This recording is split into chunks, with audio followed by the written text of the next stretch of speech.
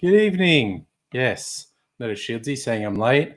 Raider's making excuses for me. Not really making an elaborate cocktail. It's one of those things. I was just farting around. I was actually watching some music videos on YouTube. Thought, oh, it's time to go. Then thought, hey, I'm not even dressed for the live stream. Well, to make my cocktail videos tonight. So I ended up a couple of minutes late because I had to go and change what I was wearing. Because that's how I do. But it is a Friday night, the internet's birthday from a certain perspective. Certain very annoying pedants might say something about the ARPANET before it.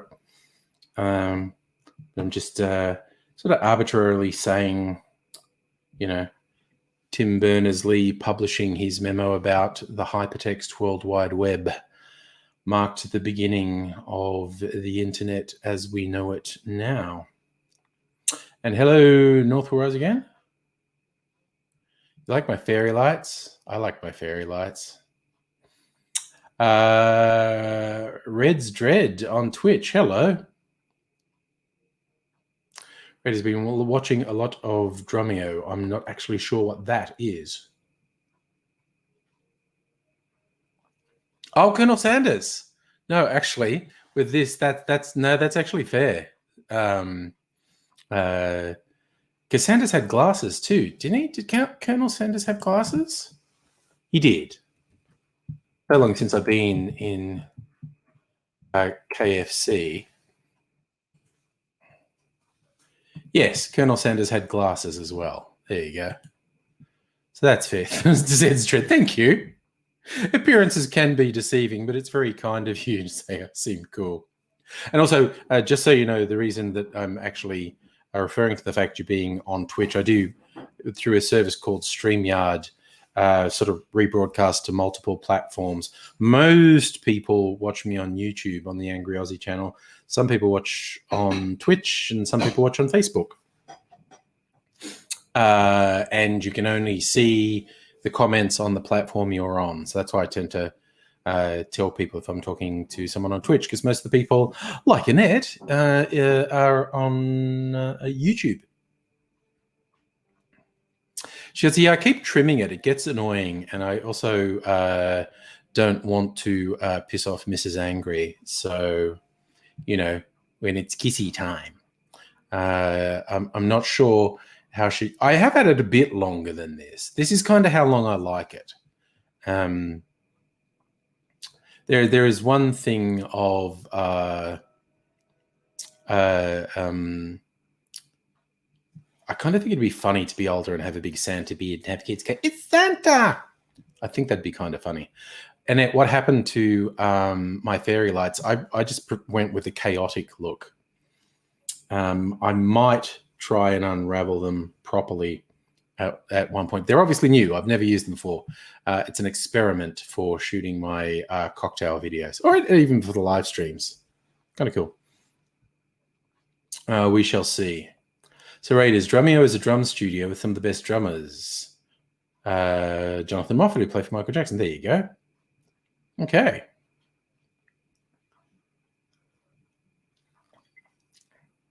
You missed your calling as a drummer. Yep. Well, you know, never too late.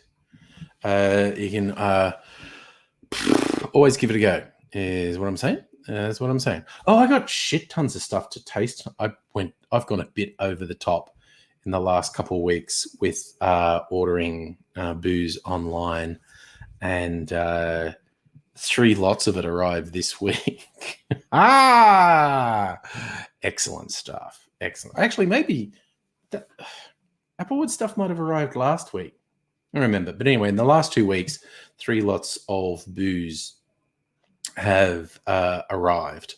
So shields a year, that's good pay for real Santa-beards. Maybe that's how I finance my retirement. I'll just be a Santa. Annette, you're on the side of chaotic good. That was always my Dungeons and Dragons alignment, chaotic good.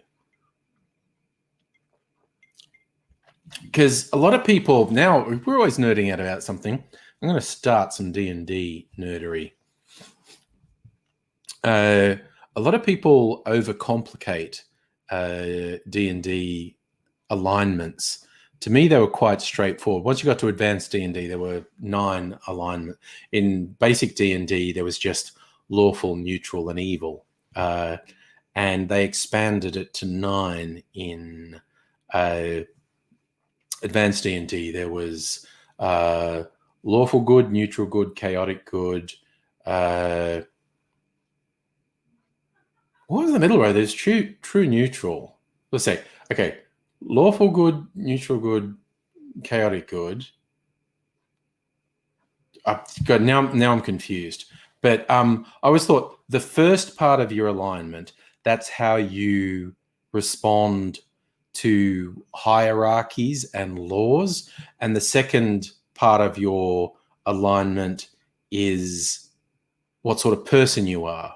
So if you were lawful, either lawful good, lawful neutral, or lawful evil, you thought laws and hierarchy were important.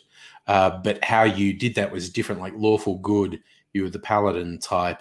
Lawful neutral, yeah. Lawful evil is like a Nazi. The Nazis were lawful evil, basically. And then you get like the true neutrals. But chaotic, you could be... I always went chaotic good because it was like chaotic, fuck the man. But good, be nice to people. And chaotic evil was... you're just some sort of unhinged psychopath on that side.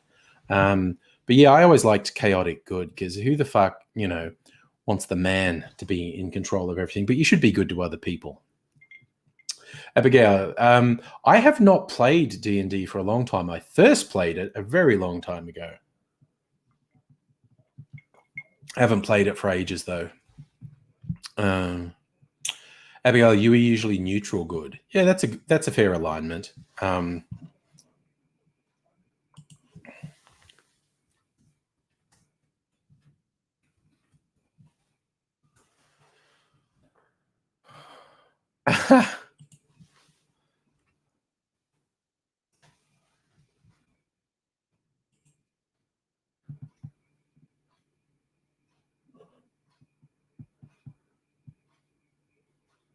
So wait, I'm kind of confused. So yes, so the 9 alignments were lawful good, neutral good, chaotic good, lawful neutral, true neutral, chaotic neutral, lawful evil, neutral evil, chaotic evil. So as I said, lawful good, you're goody two shoes, but an authoritarian. Neutral good is basically you're probably... your opinion to hierarchy and rules is probably situational, but you're basically good to people. Chaotic good is fuck the man, but be good to people. Lawful neutral is a fairly scary alignment because you're into rules and hierarchy, but don't really care about people. True neutral is, well, you're truly neutral on thing. Chaotic neutral would be like, fuck laws, but people, I'll take that on a case-by-case basis. And lawful evil, like I said, it's basically the Nazis. That's a authoritarian who's into hurting people. Neutral evil is not a very nice alignment either, in that, laws you can, give them the situational, but you're cruel to people. And chaotic evil is like you're a nutcase, basically. Abigail, when people play chaotic neutral, it's usually played chaotic stupid. A lot of people aren't good with playing. Like I had one guy who swore he was playing lawful neutral, but then he was acting completely chaotic, and it's like, dude, you're not lawful neutral. You're an idiot.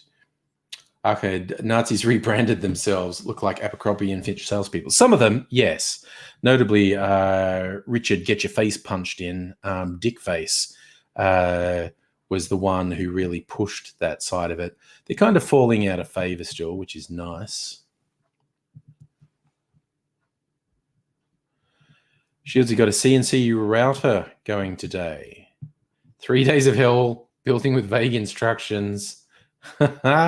You got a Chinese CNC kit, was a pile of parts. Well, you got there. That's the important thing. Ahmed, white supremacist adjacent. There are people who see some benefit in aligning with those scary, like the guy who was, the leader of the Proud Boys. I think he was of Mexican ancestry. He might have actually been Mexican born, for all I know, or his parents might have been Mexican born. But the most fun thing about him is he turned out to be an FBI snitch. Awesome. These right-wing fuckwits eat themselves all the time. Like one of them gets busted for doing something stupid, and then they rat everyone out. It's ridiculous that they're just such fucking pieces of shit. Abigail, you want a CNC router? Bunch of bookbinding tools you need but can't afford. Oh, the world, eh? Everything and its costing of monies and stuff. Yeah. Yeah, I used to be obsessed with getting latest tech, and I would pay way too much for it, and then underutilize it. But I was obsessed with getting tech, and I thankfully don't do that anymore. Okay, it's an interesting point we say about historic grievances. Armenians, Christian Arabs, Hong Kong people will ally themselves with far-right groups, which is usually a terrible mistake on their part, because you look, again, history, the Nazis, they, when they were trying to gain power, they had people who were like fronts for them. Like the leader of the brown shirts was gay and was known to be gay. And that was like, see, we're not that bad. One of our senior people is gay. They murdered him when they were in power. They murdered him, and it's the same thing, particularly in America with these ultra-right groups that use non-white people as their front. Like, see, you can't call us white supremacists or Nazis. Look who we've got in our role, and they will. If they had their way, if these groups like the Proud Boys and the Boogaloo Bunch, the accelerationists, the people who think they're going to stage a revolution, if they got their way, they would kill all the minorities in their ranks real fucking quick. Northwell Eyes, you want the FBI to get Trump? He's right on the edge of indictments, isn't he? Not from the FBI. I think it's at the state level. There's a couple state investigations / prosecutions that are not far off doing something. Oh, God damn it. Where did I put my phone? I better get my phone on the very small chance AIDSy contacts me. So I'll just leave you to look at my tangled fairy lights. I'll only be a minute. It'll just be in the next room.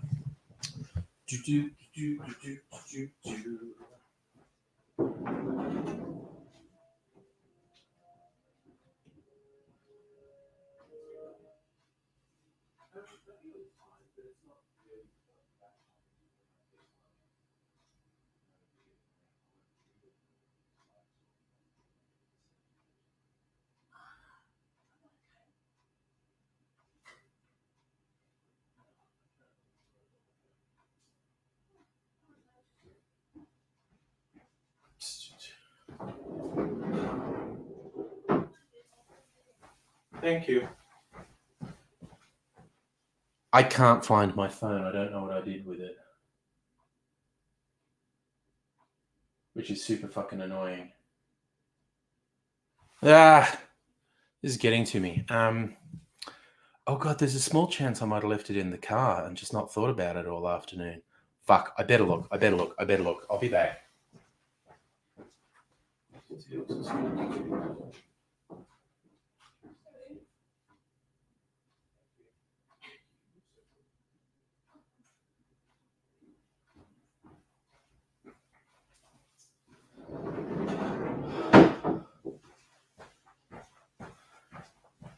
Found it. Which is to say, Mrs. Angry found it because I just had a boy look and it was exactly where I was sitting before. Ha ha! So, it was right there all along. And I only had a boy look. Mrs. Angry had a better look.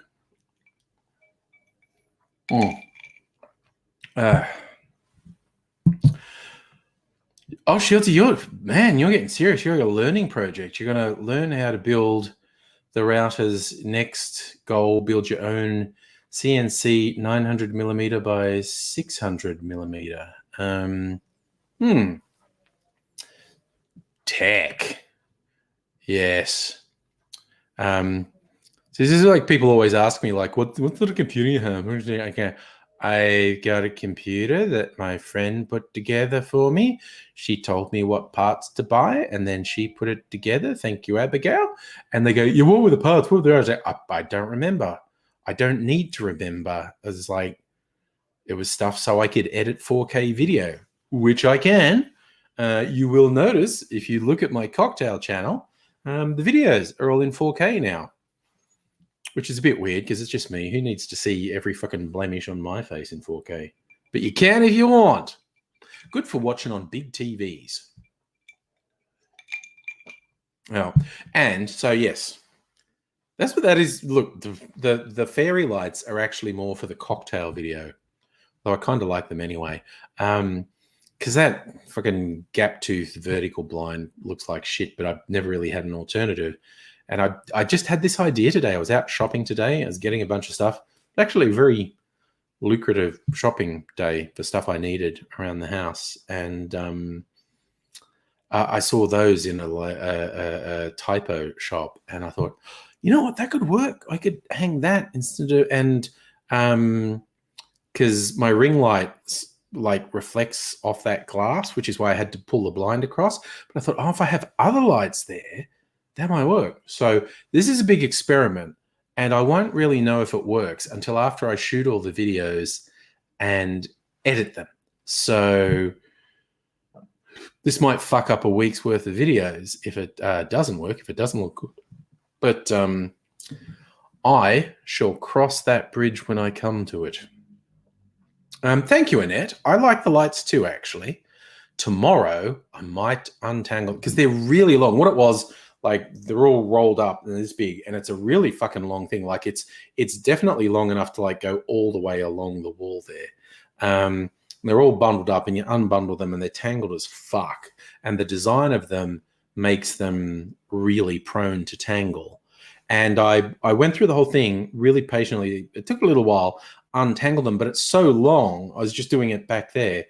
The first ones had retangled when I got it. So I think what I need to do is have enough space, and I can get enough space in the next room. So I might do it tomorrow and really painstakingly untangle. I might just, watch some mindless shit on TV while I do it, like have Rick and Morty playing or something. Shizzy, I am lazy as fuck, brother. Put that on my headstone. Lazy as fuck. He's doing slightly less now than he was when he was alive. Raiders, you've used a CNC mill into watching what CNC woodworking. Okay, cool. Acharan, do you want me to hang the lights in my backyard and make... Oh, dude, you can be my fucking stylist. That's an excellent idea. Hang the lights in the backyard with a large wooden bench, makeshift cabana bar, make it look like a hipster bar.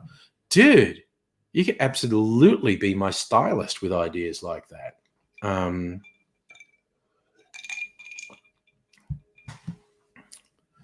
So, yeah. So before I make any cocktails tonight, I'm going to do some tastings because I got a bunch of shit that arrived in the last week or so, alcohol that I haven't even tasted yet. And I'm quite keen to see what it tastes like. So we'll give that a go. Yeah, Ahmed, like the rooftop bars in Brooklyn, it's a fucking great idea. Yeah.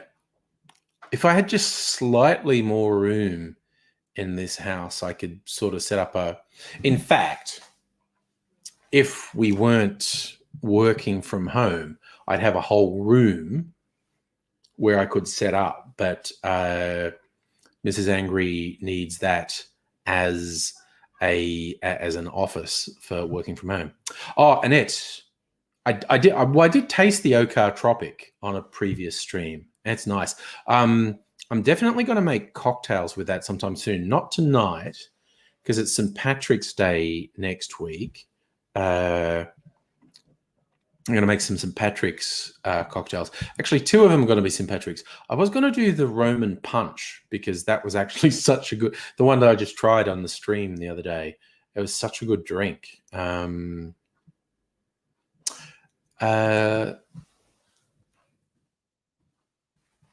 Actually, what Applewood have cocktails on their site? What cocktail do they recommend for Tropic?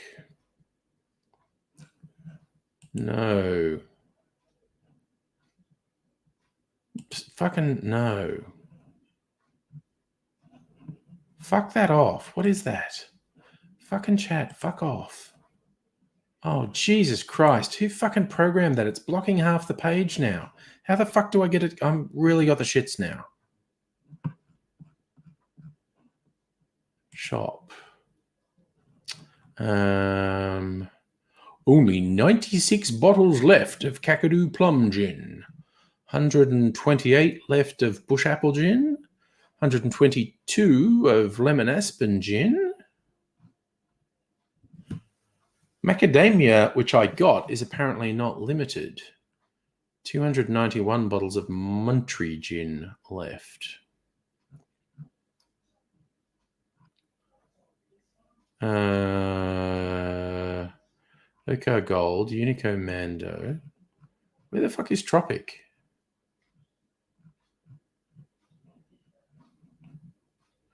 There it is, Tropic. Wow, Tropic sold out. Man, I just got it in time. I didn't even realize it was a limited one. So I got some Tropic just before it sold out. Wow. So they're saying a light drink with Tropic is 60 ml Tropic, 25 ml orange juice, 50 ml mezcal, Instafoam, and a pinch of salt. And then top with tonic water. That's not bad. Or a spritz, just Okar Tropic and Unico Mando and White Petna. In fact, I might do that. Tropic, Mando, and a soda because I've got my really yummy sodas. This one's probably gone flat because I opened it a while ago. I will just get another one out of the fridge. I don't even know where that bottle's gone. I do that. Tropic and Mando and a soda. That sounds good. Justin, what's with the lights? It's an experiment, brother.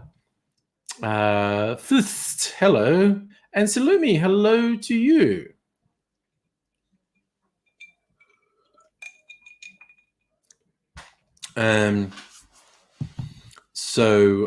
Yes, I'm experimenting with lights for my cocktail videos. And for these videos, you know, we shall see what happens with them. Anything could happen. Who knows? But yeah, I don't know. I quite like them. I like fairy lights. I think they're cool. Thing.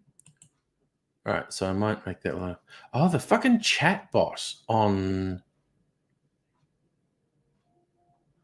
fucking chatbot pops up and won't fucking go away, and it blocks half the page. I think I'll write a little letter to Applewood and say, hey, your fucking chatbot pops up and blocks the page.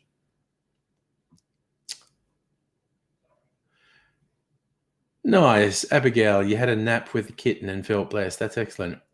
Annette, I have not heard from Aidsy.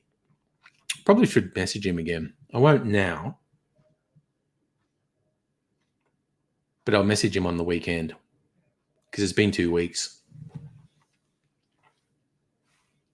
But basically, things went great. So if I can, I've been doing the meal replacement things, and I had a shake for dinner. And to make it more interesting, I had some frozen raspberries, and I threw them in and blitzed it up, and it was yum. And what was stuck between my teeth? It's fucking raspberry seed. It was really annoying, and it came loose, and it was raspberry seed. So, but it's gone now. So, you know, crisis averted. Annette,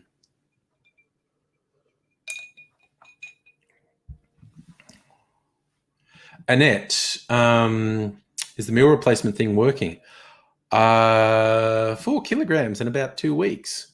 So that's working. So yeah, I'm doing this because sometime in April, I think like the second Friday in April, I'm going in for a sleep test. Because I have sleep apnea, but they're just going to confirm it. So I'm going to go into a hospital, and they'll stick a bunch of fucking electrodes on my head and tell me to sleep normally. Although these in this modern era, they're wireless. So rather than having a bunch of wires trailing off your head, you've just got a bunch of fucking things stuck to your head, and they go, sleep normally. And they will tell me the blindingly obvious afterwards that I have sleep apnea. And they say, you should use this CPAP machine. Because sleep apnea has, we're not 100% sure, but it seems to have a bunch of health risks, and you might die. So use a CPAP machine. And the doctor also said, you should lose weight. And I went, fair call. So I've been doing the meal replacement thing for a couple of weeks. Not every meal, but 2 or 3 meals a day, with, occasional sort of completely outside the meal replacement thing meals. So yeah. North where I was again. Will I ever do TFU Friday again? I basically have no interest in doing it. Like, there's the whole thing about, in YouTube, and I had my fun for years, and it was fun. It was fun for years and years. And it's just getting to that stage where it's like, everything changed, and I was really shit at like maintaining an audience and growing an audience and whatnot. YouTube changed and I didn't, and that's on me. I could bitch about changes YouTube made that affected me badly, but really other people have adapted fine. Other people have flourished. So the not flourishing of my channel, that's on me. But it was for fun, and never gonna make a fortune off YouTube. To make more on YouTube than I do for my day job, I'd have to be in the top 1% of the top 1% in the world, and that's just not going to happen. So, and then the other thing is, it's getting to the stage, because I've been a contractor for 2 decades, and it's getting to the stage where I need to think about my retirement and maybe take it a bit easier and get a permanent job. And I just realized all these videos of me on the internet swearing and being really aggressive could actually limit me career-wise. So I don't know what the future's going to bring, but I'm just maybe not going to do that anymore. Live streams are fun. The cocktail stuff is fun. It's not that I don't have ideas for, old school angry Aussie stuff. It's just like, I have close to no motivation to do it, because there's no actual reward to me for doing them, and there's actual possible damage to me from doing them. So, silly me, you need better eating. My friend, I have Jack, it's like seriously, my weight. Well, I've been on like YouTube for 15 years, and my weight change is about 30 kilograms in that time period, which is something to behold, really. So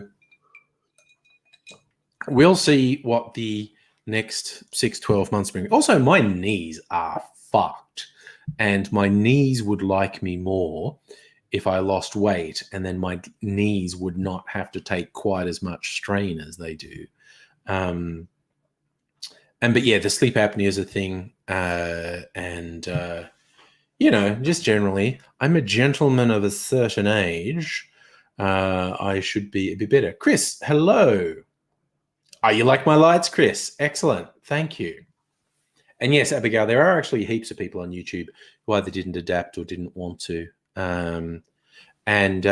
Initially, it was just a failure on my part to adapt, but it got to the point where I don't give a shit. I just don't care.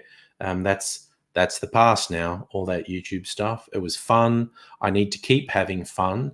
And at the moment, this is fun. Oh, God, Abigail, your knees hate you. Sorry, Annette, your knees hate you for running for trams.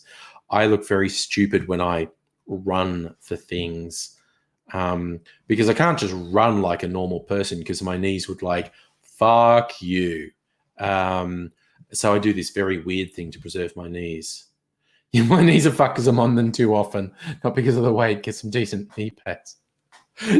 I swear to God, just today I had to get something out of a cupboard under this sink, and I go, oh God, I have to get down on my fucking knees. And it's like, ow, ow, ow, ow, ow. Yeah, I need knee pads. That is absolutely what is needed.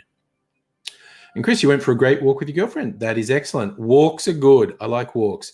Mrs. Zangri and I try to do lots of walks. And first, fun is definitely important. Look, and the whole thing on YouTube, the politics and stuff, it's just, I don't know, it's gone this weird rabbit hole shit. And it just has limited appeal to me. Anything, look, shit could change. Shit could absolutely change. And I might do stuff, but it's got us, basically it just has to seem like a good idea to me. And it just doesn't at the moment. Also, Lumi, for gardening, you need knee pads for that. Yes, it's a thing. Fortunately, I have a couple of healthy young offspring, and when I need stuff that involves getting sort of down on the ground and crawling around and stuff, I say, "Hey, your knees aren't fucked. Can you do that?" And she'll see. I also never run for transport if I can avoid it. It's pretty horrendous. Well, Chris, that's the thing. It's the liking making YouTube videos and wishing people would watch them. The whole the hustle to get views. This is the weird thing. I'm kind of enjoying that on the Cocktail channel because it's a niche where I'm completely unknown. So my previous channel basically didn't help me very much at all. There's a few people here who are subscribed, which is nice. But I had to build ground up, and it's just starting to get a little bit of traction. 200 subscribers, woo. And it's fun. And as I've said multiple times, my goal with the Cocktail channel, just get to the stage where I'm known enough that I get free booze, essentially, and get invited to fun events. That's all I want out of it. Be well known enough to get free booze and get invited to cool events. That's all I want. So, yeah. Abigail, knees also fucked. Have a chair when you're at glory holes. See, that's just practical. That is just practical. You've just got to plan ahead for things like that. If a glory hole is going to give you knee the hope, bring a chair with you. Bring a chair.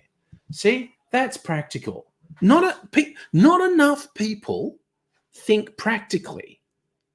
And that just shows really good planning, essentially. Yeah, Chris, fucking hustle trying to make the thing online. But it's interesting at the moment because I'm doing 3 videos a week most weeks for my cocktail channel. I put them up on Monday, Wednesday, Friday local time. I normally shoot them tonight, and my plan is to shoot them tonight during this stream. And then I edit them and put them up progressively during the week. And I'm currently finding that quite easy to do. So it's like, oh yeah, when I like making videos, I find them quite easy to do. In the early days of YouTube, it was so exciting to me. Having this creative outlet was so exciting. For the first couple of years, I was averaging a video a day because there were individual days I was making 3 videos.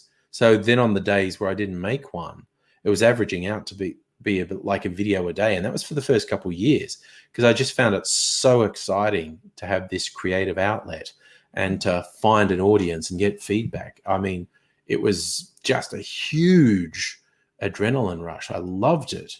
And at the moment, doing the 3 cocktail videos, a lot of the other people who do cocktails, they only do 1 or 2 videos a week. And because a lot of them put way more production effort into it than I do. But I am currently finding it quite easy most weeks to have 3 videos. And so we shall see how that goes. At a certain point, I might I can't imagine doing less than 2 videos a week, though. Maybe if I do higher production values, I might cut back to 2 a week. I don't know. But I find it comparatively easy at the moment. And this is like a year in. I'm still doing 3 videos a week. So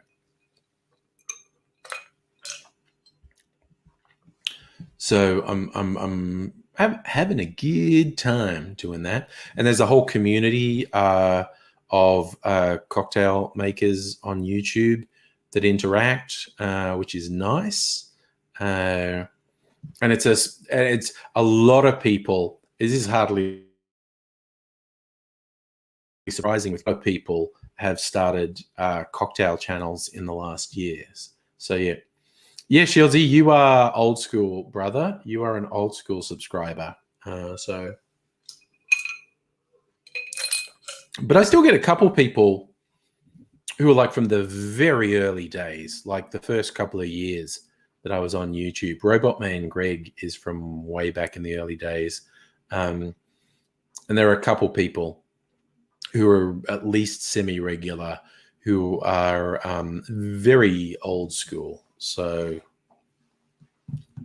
and when we start seeing movies about the first big YouTube stars, that is an interesting question, actually. I mean, we have, of course, seen YouTube stars in movies, but we haven't had any notable movies about YouTube stars. Because some of them are real fucking famous. Like, real fucking famous. Andrew 1. You've been lurking since the early days. Lurking's cool. The hippie festival video. Would I be offended or proud if you said you were scared of me? You would not be the only person who said that. I find it mildly amusing because I'm a pussycat, honestly, unless you're a fuckwit. Yeah, Shieldsy, Corey is one of my older subscribers. I was actually the first person he subscribed to on YouTube because he was just making content for a while, and then he got a bit more into the whole YouTube community thing and started subscribing to people. And because I did a response video to one of his early videos, which he liked, we became pals. He's stayed with me in Australia a couple of times. I've stayed with him in the States a couple of times. Haven't seen him for a few years. Post-COVID, because he's got a whole family now, and they're such a cute-looking family. Post-COVID, I'd like to go and catch up with him. Ahmed, cool. From your candid view, early videos with mask was cringe. The mask, was a thing because I didn't want to interfere with my day job, partly because I did a lot of mask work when I was at uni doing theatre. But I'm a contract IT worker, and the IT world in Melbourne is small, insular, and conservative, and I didn't want it to interfere with my job prospects. Thus far, 15 years down the line, it never has. There's a real like everyone sees things differently. Like there's a bunch of people who will constantly reference the masks were cool. You should bring the masks back. What happened to my mask? I still have all the masks actually, North. So they're in the room over there. Oh, wow. That's interesting. I think you're the first person who's told me that. It looked like I was mocking Asians, even though that wasn't the case. That was, yeah, the lines were just to be angry. You know, they were angry cartoon lines. The mask was a really classic sort of party mask. It's actually based, it's a very old mask. It's based on Clark Gable, and I found that translucent one, cut the jaw out so you could see my mouth, which weirdly makes the mask really animated. And then, yeah, I drew the angry lines on it. That's really interesting that it came across to you like that. Because I honestly don't think I've heard that one before. So that's really interesting. Shieldsy, I am in fact an old fart. And Gray. Oh, yeah, sorry, you're saying Corey. Yes, he stopped coloring his hair before I stopped coloring mine. But he's fucking 10 years younger than me. No, actually, he's about 16 to 18 years younger than me. And there's a way I know that. Well, actually, he just told me. So, yeah, Corey's somewhere 16, 18 years younger than me. So he just, you know, has a lot of grey hair. Pretty sure he's not even 40 yet. Okay, the fucking stove is singing the song of its people, and I think you can't even hear that because I don't think the microphone picks it up, but it annoys the shit out of me. So I'm just going to disappear for a second and hit a button to make it stop buzzing. And hi, Safa, by the way. So I just got to go over here. Hit this. Shut up. And I'm going to do some tastings. Get these bottles. All right. 2 bottles in particular I want to do tastings of. I might get a nice glass and a block of ice. My new sexy double rocks glass. Put a big block of ice in it.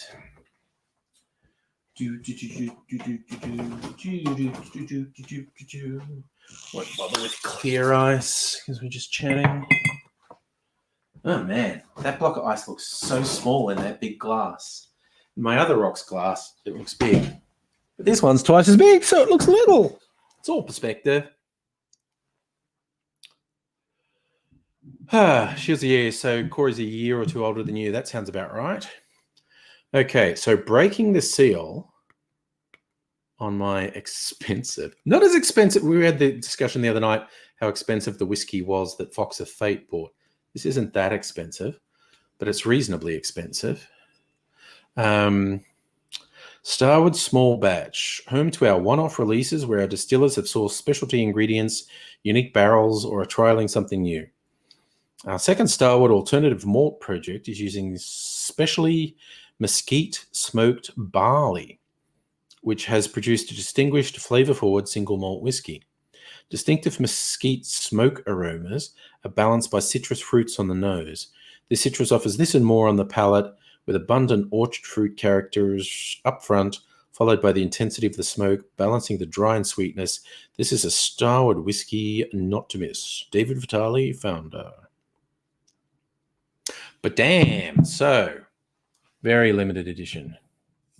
Yes, Abigail, we must not break glasses on the stream. That would be embarrassing.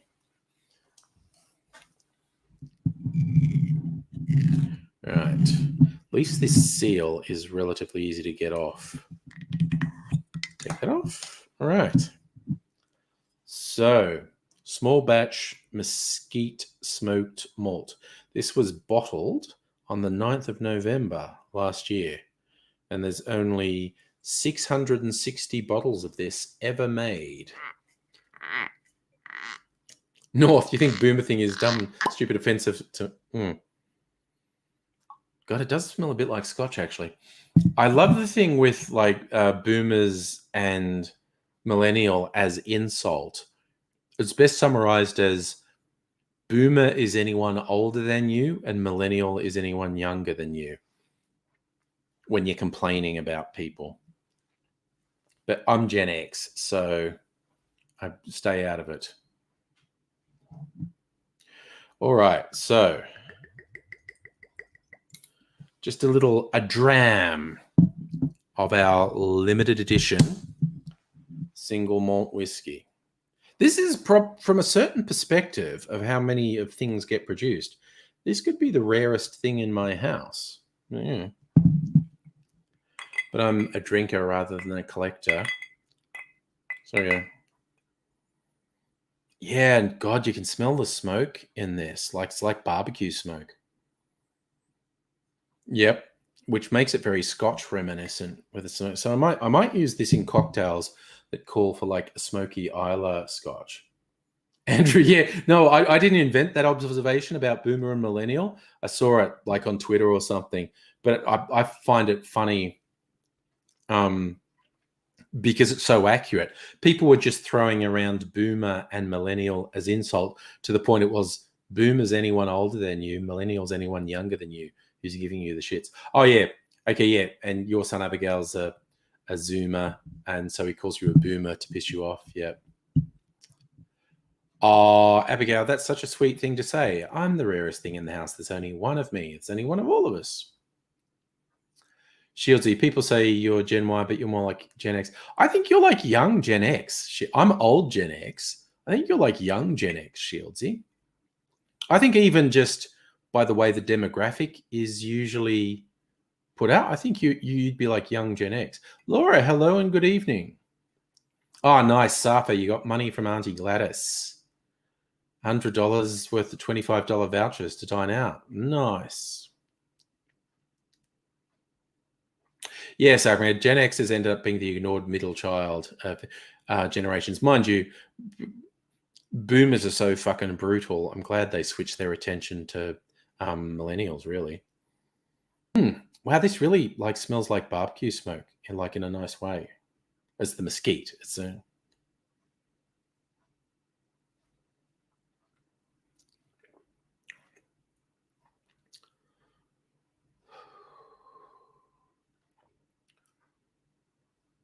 Ooh. Man, this really is like, you know, like you get the smoked meats that became really hipsterish in the last 10 years. It's that, man. Oh man, I want to find Burn City smokers who do the best fucking smoked barbecue in Melbourne. Get something really good from them and drink it with this pairing this with smoked barbecue meats, because I'm a fairly obsessive meat eater.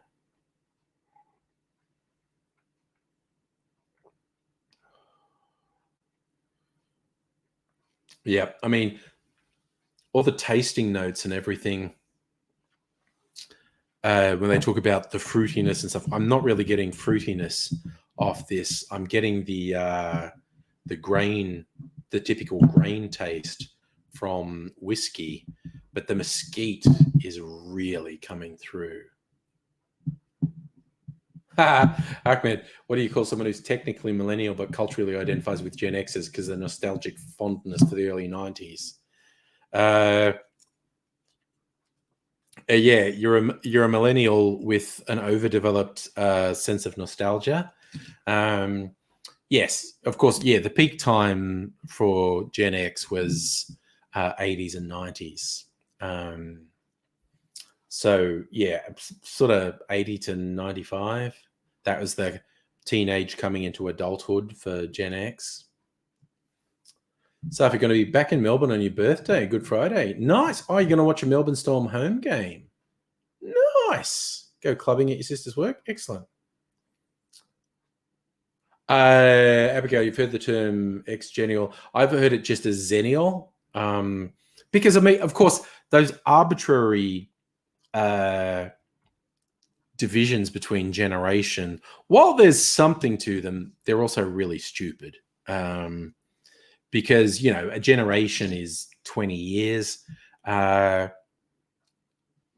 You don't necessarily have people that you have something in common with who are 20 years older than you.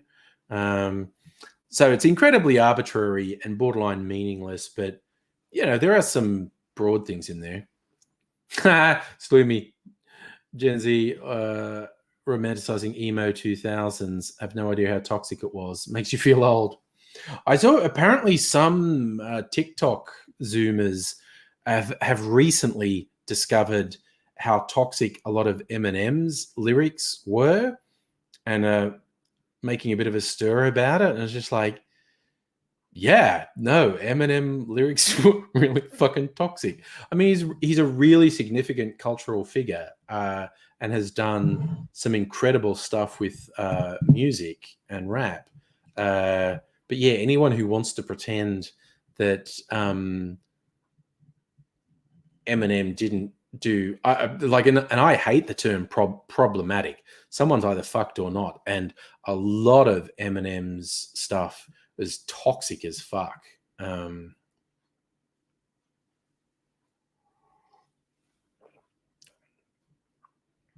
Ahmed, growing up, Gen Xers were the older kids who wore torn jeans and plaid shirts. Your babysitter was a Gen Xer. That was definitely the 90s uniform. See, because I'm an older Gen X, so I went through the 80s, the post-punk, the new romantic goth, all the stuff that was fed into the late 90s, like emo stuff.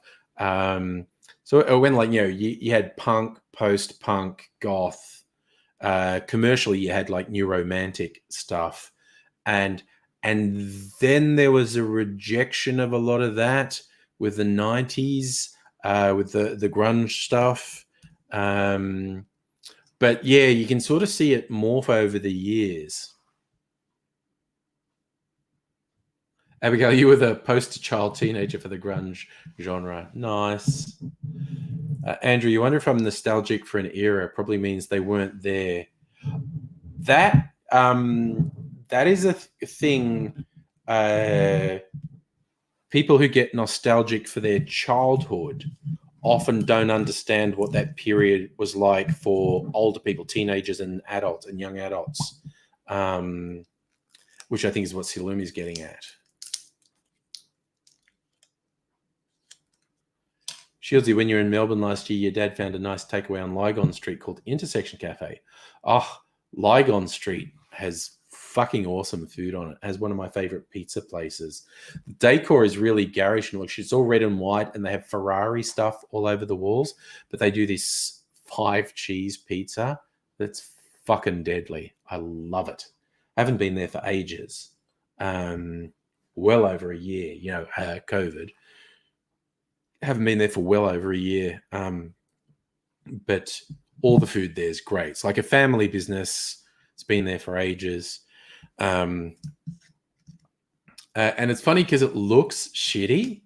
Like the decor is like, you know, the tablecloths are plastic red and white check tablecloths, and the walls are just covered in this garish Ferrari memorabilia. But the food's fucking awesome. It's simple and good. It's like family food. It's fucking great. Ahmed, are you the only one who felt the 90s was a relatively peaceful decade? People weren't jaded, toxic, and pessimistic back then. Oh, you're missing the core thing, the nihilism of Gen X, the ironic detachment that got to sort of stupid levels of excess. Salumi, your early emo hair and fashion, but yeah, should still be aware of how harmful and racist a lot of the scene was. Yes, there was a bit of a problem with that. Nice. Laura, you watched a guy order pizza for breakfast. I'm on board with pizza for breakfast. I think he lives in Italy. Stella, good evening. No, Safa Ahmed is on YouTube. I'm sure. Wait, where's his comments? Yeah, no, he's on YouTube. Shieldsy, bring back the 80s. I was slightly late to the stream because I was watching 80s music videos. The Cure and the Mighty Wah and Wham. And, silly me, child grooming is a problem in every generation, quite frankly. There's always creepy motherfuckers in every single generation. And it still goes on in really disturbing ways. Like Drake. Ugh, he's so creepy. He just openly grooms like really young teen girls. It's really fucking creepy. North, you reckon living through the 80s would be better than now? I don't know. It had its moments, certainly. I had a reasonable amount of fun. Still, some of my favorite music is from the 80s. Not the mainstream stuff. Like when I say I love 80s music, people will pluck out this really fucking shitty mainstream stuff. Say, oh, like this and this and this and this. And I'll say, no, honestly, not like that. I suppose The Cure ended up pretty mainstream, but that's the thing. Drake is proof everything that comes out of Canada is horrible. And yes, Salumi, I agree. Drake has R. Kelly. Drake is a groomer. Drake is fucking creepy. Oof. Oh, that's an interesting one, Stella. You reckon there were a lot of snotty kids, but young kids today are more respectful than 10 years ago? That's interesting. Laura, yeah. I will open it up for people to join and just want, to share my thoughts on my booze. This is a pretty good Scotch substitute. I mean, mesquite smoke is different to peat smoke. I think I wanted to try it straight. I think I'm going to enjoy this more as a mixer than straight. I can still taste the smoke, and it's like, smoked meats, barbecue smoke, because it's mesquite. I mean, obviously that's a really common one used in smoked barbecue stuff, and they've done it quite well. Safa, should you have a beer if you want one? Yeah, Abigail, I'm with you, actually. Kids today are pretty good at being progressive and tuned into issues. And boomers particularly, but then a whole bunch of Gen X and even millennials are proving to be very bad at adapting to Zoomers saying to them, hey, what the fuck is wrong with you? Why would you say shit like that? That is so fucked up. It's very interesting. There's a sci-fi writer who I follow on Twitter, and he's about my age. And he said, he looked at it and said, I think the blind spot for my generation, Gen X, is trans issues, because a lot of otherwise really good people have this massive ignorance around trans issues, and it gets to the stage where they're really aggressively, willfully ignorant about it. Like a lot of boomers, like with their 60s, counterculture, free love, did not get gay issues at all, and they were really homophobic. And a lot of their parents were like super fucking racist, and the boomers like, how could you be so racist? And at the same time, boomers were really fucking homophobic, and then they grew older and got really racist. And Gen X's, rightly, like post-punk, because post-punk was this whole rejection of boomer hippie shit, and rejection of their hypocrisy. Even though the punks were boomers, they weren't Gen X, they were boomers, but young Gen X kids got into it. But I thought it was a good call when he said, with a lot of otherwise, with it people in Gen X, they're really ignorant about trans issues, and they seem really unwilling to fucking learn. So there's a fair call on my generation, quite honestly. Oh, Laura, I've seen some horrific bits of news this week about various bits of law and policy in the US and the UK that's just aggressively anti-trans. Very fucked. So Stella, this is a very limited edition, and it's quite expensive by Star Wars standards. Only 660 bottles in Angry Bunch now, I think. Everyone's Angry Bunch. Let's do Angry Bunch. That's the wrong button. Jesus, I haven't had that much to drink, and I'm clicking wrong buttons. Okay. You're all going to have to help me because I'm clearly going to be fucking under the weather in a bit. There's the linky poo for anyone who wants to join. Wait, yes, no, I did hit return.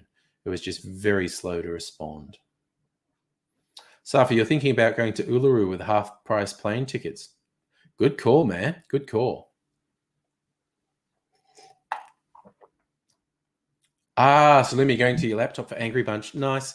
Nah, Safa, Jesus. No, I can't bring myself to pay $660 a bottle. Even what did Fox of Fate pay for his? It was like $180. So, oh, we're all here. Sorry. You got Laura, you got Nettie. Hey guys. Hi. Matt. There we are. Hey. How are we all doing? Hi, Laura. Hello. Good morning. Good morning to you. Good morning. Laura. Yes. With my whiskey. With your whiskey? Oh my God. Oh, what was that? What happened? Massive echo of me. It's gone away now. It was just, no, there must have been a oh, maybe it was at Laura's end because she muted. I think we'll get there in the end. Dr. Abigail joining us as well. Oh, oh my God, it's the kitty. It's the kitty. Oh my God. Hi. Oh, Abigail, we'll be almost in the same neighborhood soon, I think. Yeah, that's exciting. Ooh, nice. This kitten, I swear, is just oh. So Will has gone away for the weekend, leaving me with the kitten. Oh. And Bella, lucky. My cat Bella hisses at her anytime she sees her. Slimmy. And now the kitten is climbing everything and getting into my computer, and it's. Yeah. Oh, I want to quickly say hello to a couple people who popped up from Twitch, Quitter and Mackie Schneider and Not Willie G. And Not Willie G was particularly excited about the kitty too. Well, Kitty's going to have a drink of water. She'll That's be fair. back. She likes playing with get feet. Excited about kitties at good people. She's in a particularly bitey mood. I'm still hearing a bit of an echo. I think it might be you, Nettie. No, it's whatever was has settled down. Oh, okay. Oh, this is my other one I got to taste. This is called Batavia Iraq, a rum made in Indonesia, which, considering how close they are to us, super fucking impossible to get in Australia. I actually ordered this from an English website, and the prices on the website were really cool, and they went, yeah, you've got to pay tax when it comes into Australia. So it's like, yeah, it's like normal. But yeah, so I wonder what that's about. Batavia is what the Dutch called Indonesia when it was their colony. So this is supposed to be a special rum. So I'm going to try it now. Yeah, Quitters wants the kitty. Everyone wants the kitty. Mr. Heisenberger also on Twitch. Drink, but you're only 30. Don't tell your parent guardian. I'll tell you. Not the Willie is also from England. We got people from all over. Laura is joining us from England, I think. Yep. No, Kitty is out exploring. Ooh, it's a very light smell. I've got to try this. This now brings the types of rum I have up to about 15. So, you know. So, when do you get the pirate hat and the title of captain? Yes. Thank you. Army hearties. Yes. But yes, what does I had this obsession with getting this Batavia Iraq because Batavia Iraq, people kept talking about it, and it was impossible to get. So I'm like, fuck it, I'm buying it from this English website. Oh look, stuff's actually cheap. I'm buying a bunch of stuff from there. Then they went, yeah, you're going to have to pay tax on that when it comes into Australia. So how bad was the tax? No, it was about, it brought the stuff up to about the price I would have paid locally, but it was a bunch of stuff I can't actually get locally. So it's like, okay. I initially thought I was getting it cheap, but I got it for about the price I would have paid if I could have found it locally. But I can't find it locally, so it was kind of worth it. I got this in a couple. I got a banana liqueur and white creme de cacao liqueur. Stella, you've got a 13-year-old watching. That's not appropriate. He said 30, not 30. Sorry, Stella. That was me slurring. Mr. Heisenberg. How many drinks, Henry? Sorry? How many drinks? 2? I don't know. The first thing I had one of my, it was lemonade with one of my clarified cocktails dumped into it. You know, just to drink it. So I'm actually not completely clear how many standard drinks in I am. So, you know. You know, it's quite amusing with... Oh, go on. Sorry, go ahead. No, I was waiting for you to sort of like, oh, what's this going on in your head? No, it's just the Batavia Iraq is like... I don't think they do added sugar, which is nice, because a lot of rums, they add sugar to them, which, okay, I've got a sweet tooth, so I'm okay with that. But this is just that solid rum. I don't think they added sugar to this. Oh, look, it's got lots of tiny text on it that my terrible old man eyes cannot read. Jesus. I would assist, but I'm in another state. No, I'll get one of my offspring to read it to me. And the kitty's back. Kitty's back. Scrappy hands. Safa's saying petrol prices are sucky at the moment. Dude, I am not exaggerating. In the last year, I've only filled my car up 3 times. So I don't know what the petrol prices are. Well, that makes sense. I don't drive. I have no idea. It's been amusing. As you know, I'm into model railway stuff. And because people haven't been having to spend the money to commute to work for a year, nearly, it's meant that people have been spending it on other things. And so, you know, Hornby, who do model railways, you know, it's like the name Hornby and model railways are synonymous, you know, in the same way as, you know, what's on your iPod doesn't have to be a Sony item or Hoover or whatever. And so they were really struggling, as in like losing millions a year. And all of a sudden COVID's happened and they're just raking it in because everybody's staying at home and buying model railway stuff. Nice. You know, the track company Pico, who do everything from, you know, all the HO gauge stuff, they haven't been able to keep up with the demand for track. So you can't get track anywhere. Yeah.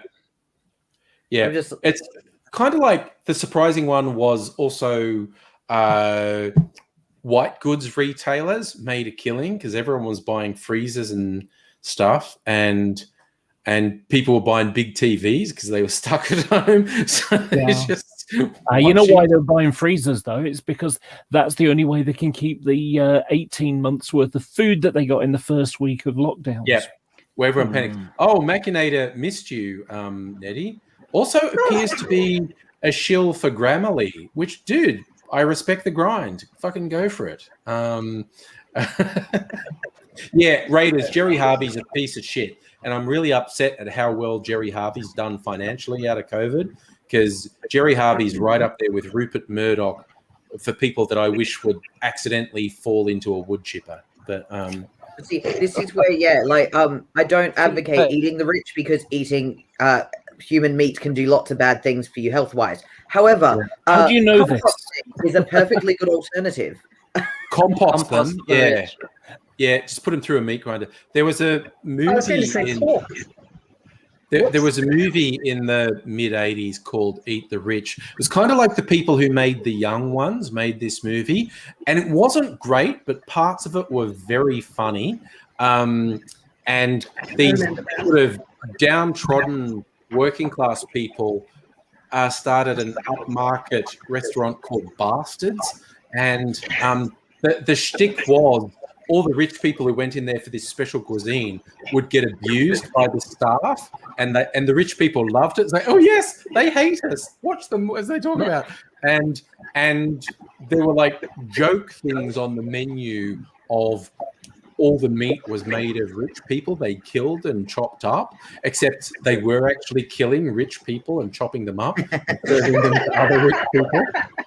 And there's this great scene where, the restaurant's full and it's noisy and everyone's there, and the cops burst in and the restaurant goes quiet and they're all looking, and this detective who's in front of them just says, "Ladies and gentlemen, you've been eating the Prime Minister." And it was just... It was the movie was really fucked. It wasn't great, but bits of it were very good. I wonder what percentage of population of Australia would like to see that with the current guy you've got. Scotty, as we were saying last night, I now have genuine hope that piece of shit Prime Minister Morrison is going to be brought down because of his complete lack of ability to handle the number of rapists in the Liberal Party. And and I feel like... I can't believe that's a sentence. Yep. That's an actual sentence. That we can real. Actually say. Yeah, it's real. And he keeps... And there's more than one that we know of. Oh, yeah. Rapists, plural, underlined. And by Liberal Party, I mean both people in the government and staffers, because we know the culture is just fucked from top to bottom. Mr. Heisenberger apparently just turned 31. I love it when I get new people on, and that's the reason I stream to Twitch, because new people come on from Twitch. But anyway. Grant, Mr. Grant Gregory. Oh my God, that's Zorro. Another kitty. Okay, it's kitty night.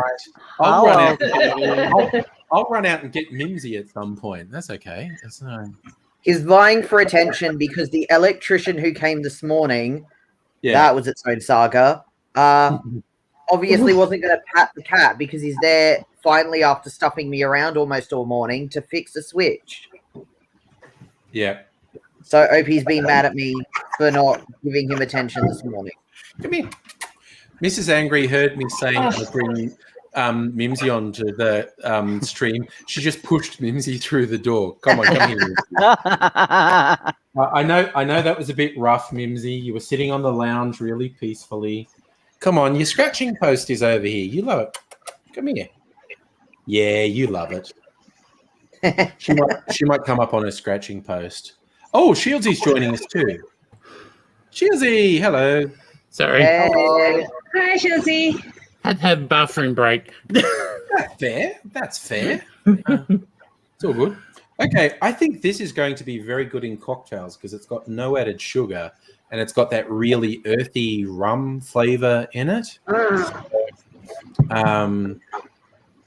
I had to totally rearrange my drinks carts over there to accommodate the new booze, but I did it.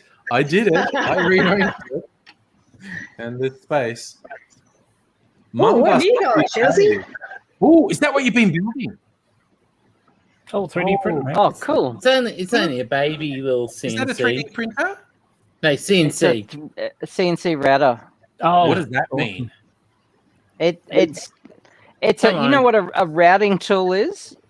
Oh, like a physical computer router.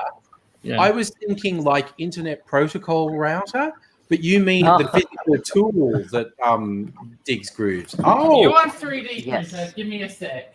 Oh, now I understand. I got one of I those. love when you guys all know technology talk, and my brain just starts doing the dial-up tone because I don't understand. I'll be back in a sec. Yeah, but a I thought it was a router, microscope. a router I thought as you in had a a microscope. physical tool is a thing with a cutting blade that cuts grooves and shits. Mimsy's just managed to open the sliding door at the other end of the kitchen. It's like she's like, fuck this shit. Ooh, Now that's 3D that's printer. 3D printer. Nice. No, I've Little had bit one for a dusty, hasn't year. been used for a bit. I've had one for a year. I haven't got around to turning it on yet. I've got a billion other things to do. Yeah. Yeah. You got it a year ago thinking that like the COVID thing might not go away and you might need to like 3D print things, Laura? Yeah. No. I've just effectively it's one of those things where you got to set it up and all that kind of stuff, and it's like that's probably going to take a couple of hours, and I've got other stuff to do right now. And so I got a friend who we do modelling work, Nice. railway modelling work, Yeah. just do rail. So hard to talk when the kitty comes on screen. I like it. So, Shieldsy, that was like a little handy caddy that you printed. Yeah, it's a caddy for putting all my tools in for the CNC. Yeah, the colour they gave me. It's nice. It's nice. Not mate. the most optimal colour. You can paint it. What's wrong with pink? Yeah, just Pink's spray great. it. Pink was originally a masculine color, but because of World War like II, to make, pink doesn't work. Oh, okay. Yeah. All right. Here's a I've done little. my taste test. I'm going to put these back on the drink rack now. So, Here's a little topic one for you. Some writer in the UK came out with this thing. So what's the reason I shouldn't judge all the people under 40 who I see posting their vaccinations? And it's like, wow. I don't even understand that sentence. Doesn't want to show up on the camera. It's basically why shouldn't I judge all those people under 40 that are getting vaccinated when I'm not? That's basically what he's complaining about. It's like, because the way it's worked in the UK, they started off with the really old people and people in care homes and stuff like that. Yeah. And then they went to the 70-year-olds and the 60-year-olds and people who are extremely vulnerable and things like that, like clinically. Yeah. And then, now they're looking at doing people who work in hospitals and care homes and things like that. Yeah, and they'll be younger. Absolute sense. And this guy's probably about 45 and is bitching about it effectively. So I mean, there's two reasons why he shouldn't judge people for being in their 40s and getting vaccinated. Number one, not all disabilities or health conditions are visible. Type 1 diabetes, Crohn's disease, lupus, things like that, which weaken the immune system. And the second one, and probably the most important, it's not a good idea to be a massive arsehole on the internet. Yes, you become the main character on Twitter for the day. Sorry, what's that, Abigail? Moly. I need to go put this kitten to sleep. So I'll be back in a second. And by that you mean put the kitten down somewhere comfortable so it spontaneously goes to sleep, not euthanize the kitten. I think my son would be very, very, very disappointed if I did that. And I'll just go get the hammer. Okay. I was going to bring up the Twitch chat. They're having excellent fun. Someone started talking about Among Us, and when Abigail comes back, I'll have to put out someone when Dr. Abigail seems sus. The Twitch chat's gone off, which is really good fun. This is the other whiskey. I've had this before. The other whiskey I got from Starwood, Fortis, their 100 proof single malt.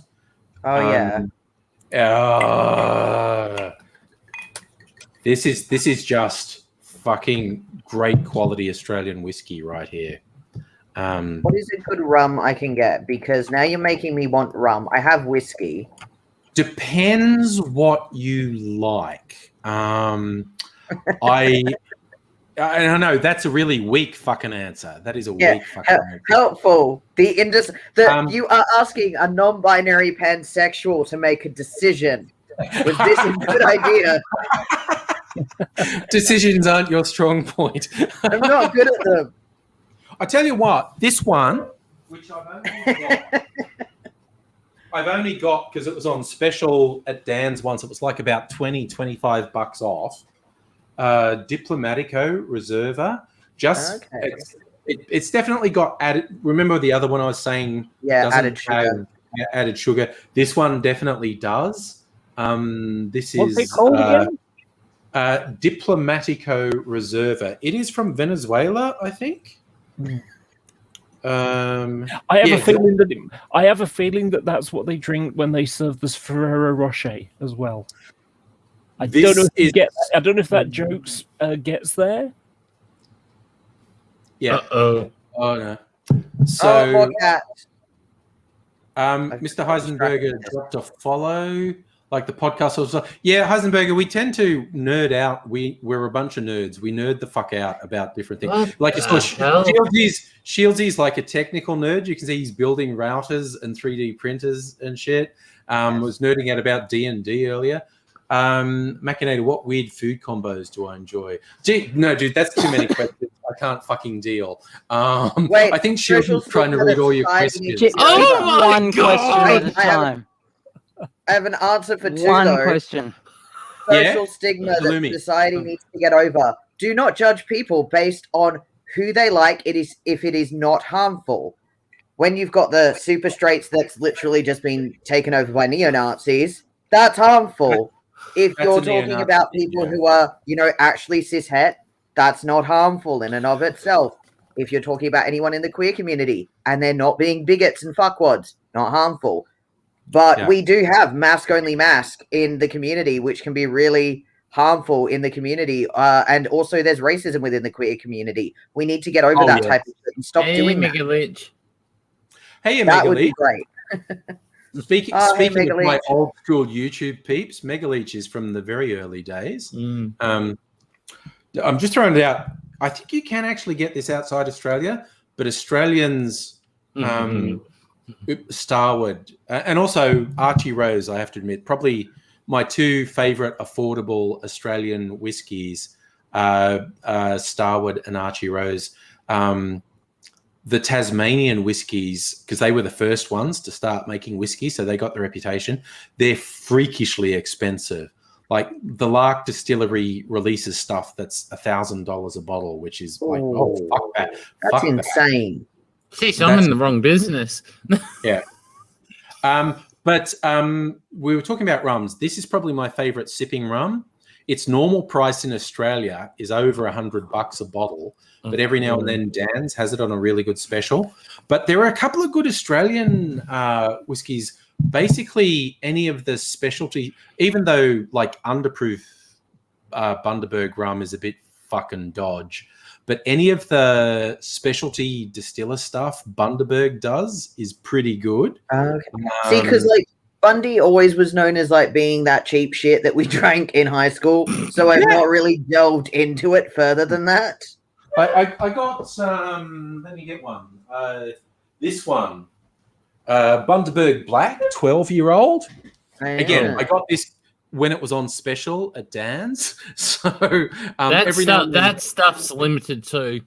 Yeah. So this is limited. Good. Yeah. Also from Queensland, the Beanley Distillery, which is the oldest distillery in Australia. Beanley rums are pretty good. And I have to wait for some good sales, I think. Yeah. Watch out for sales is my call. I did laugh, though. I've just seen in the Twitch chat, Mr. Heisenberger, you drunk in high school.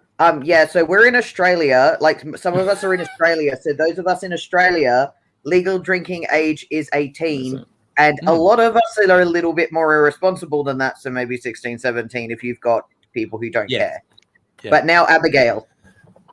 I have to keep an ear out for Cat and Kitten.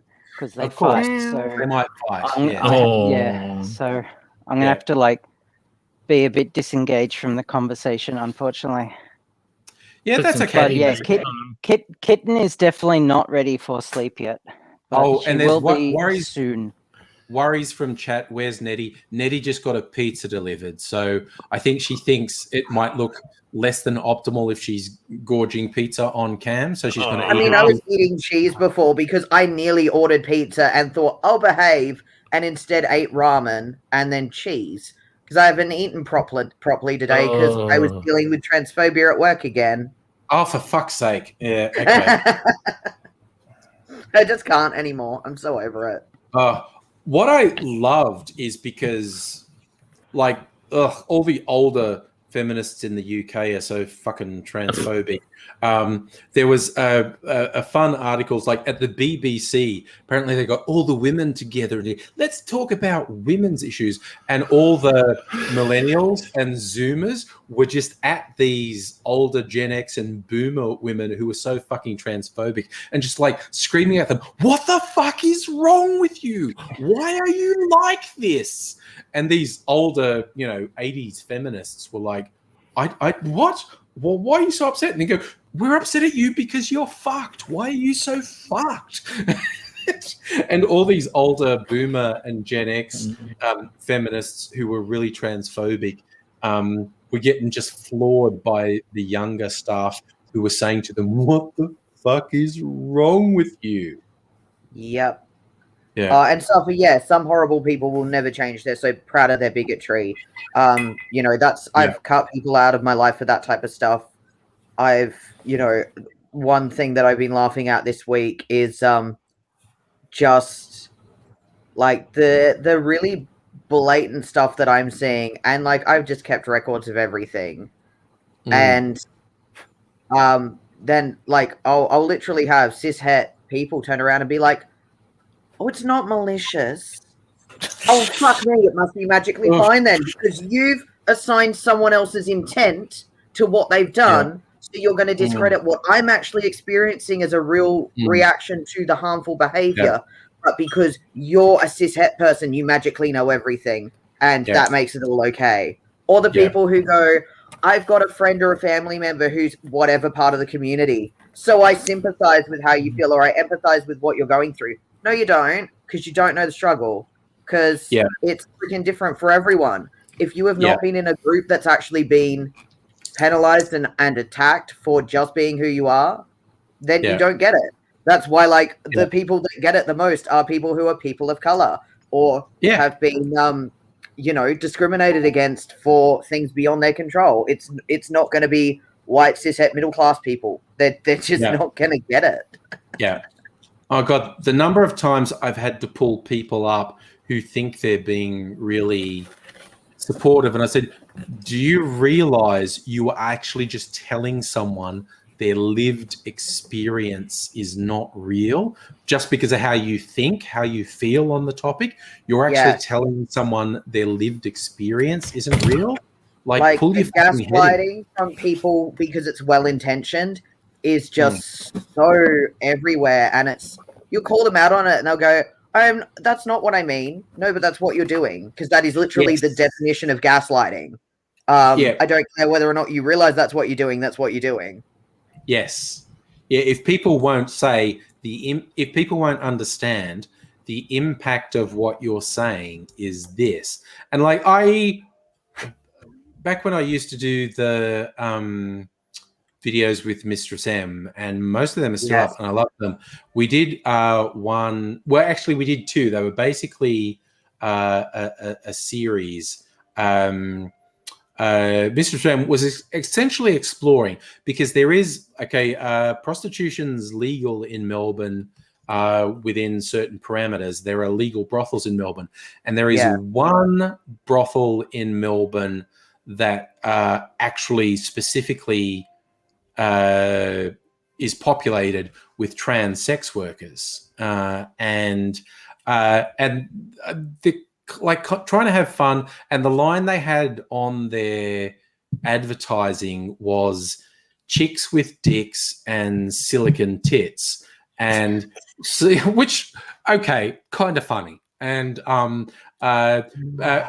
Mistress M is saying this is what they say, But when we talked about that, it alienated a bunch of people, and both me and Mr. Sam went, oh, okay, that actually is landing completely wrong, and people are saying like, yeah, no. And so that you will not find that video on my YouTube channel anymore. And it's because if someone's offended when I intended to offend them, I will just laugh and say, yeah, no, that's still there, motherfucker, because I don't like you. But when people say, yeah, that didn't actually land the way you thought it was going to land, and it looks like, and we were like, oh shit. So what we did, we actually Mr. Sam did a really good interview with trans women, just talking about all her experiences.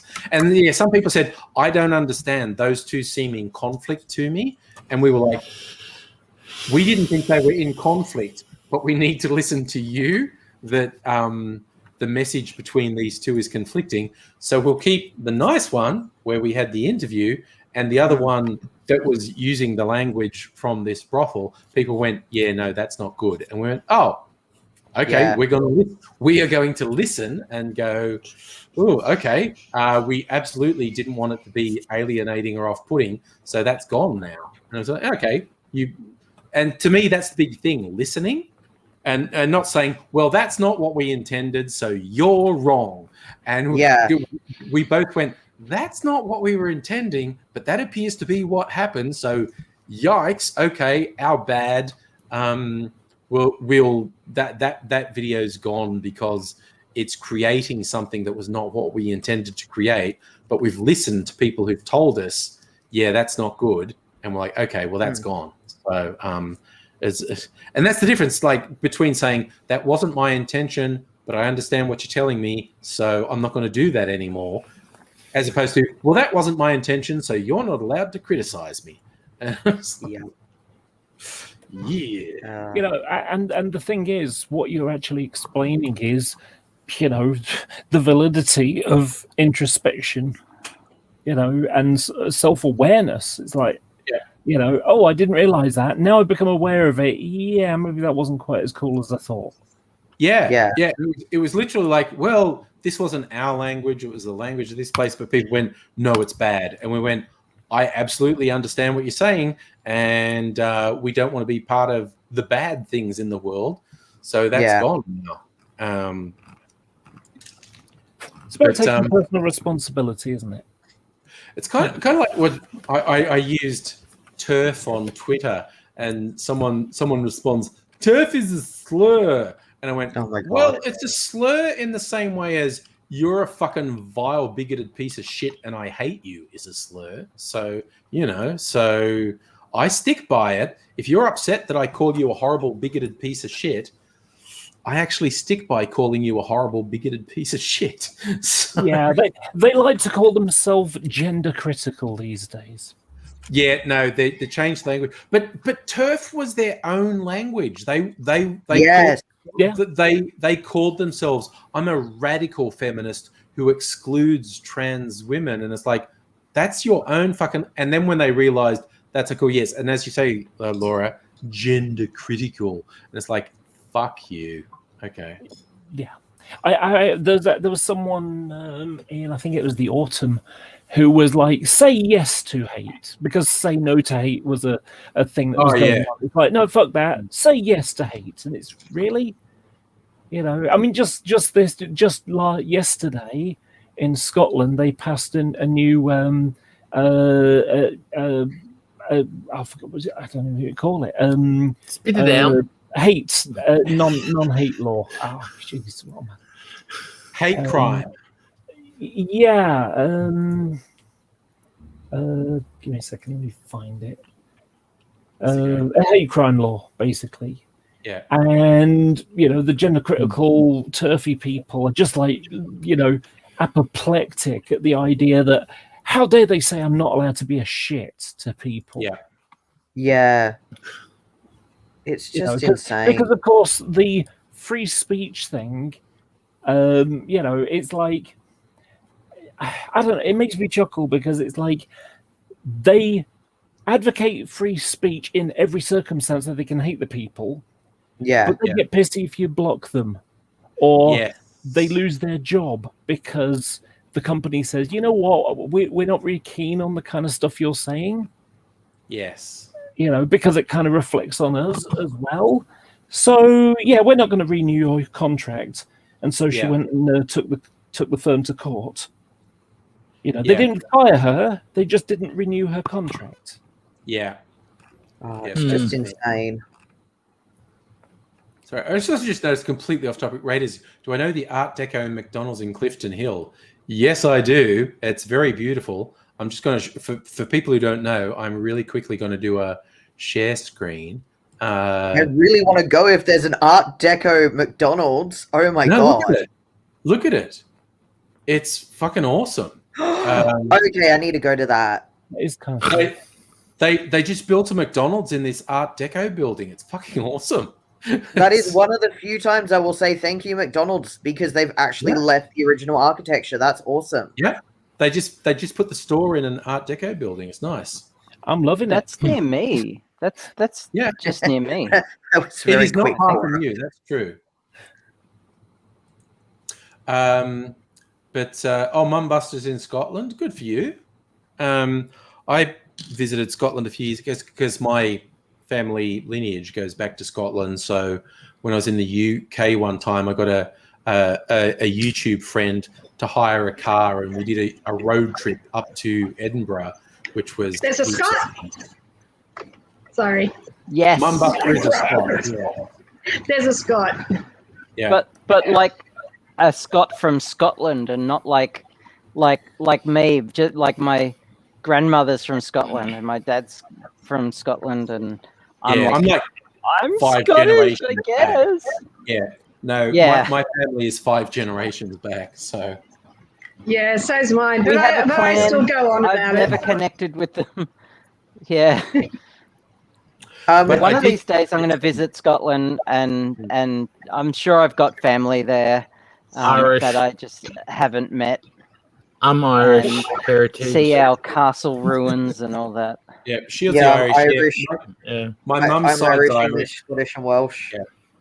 Mum's side is Irish. Irish. Dad's Irish Scottish. on dad's side, English and German on my mother's side. Yeah, I agree with Germans. Chris. I hope Too. Scotland joins the EU. I'm that's good big one, on that. Chris. Yeah.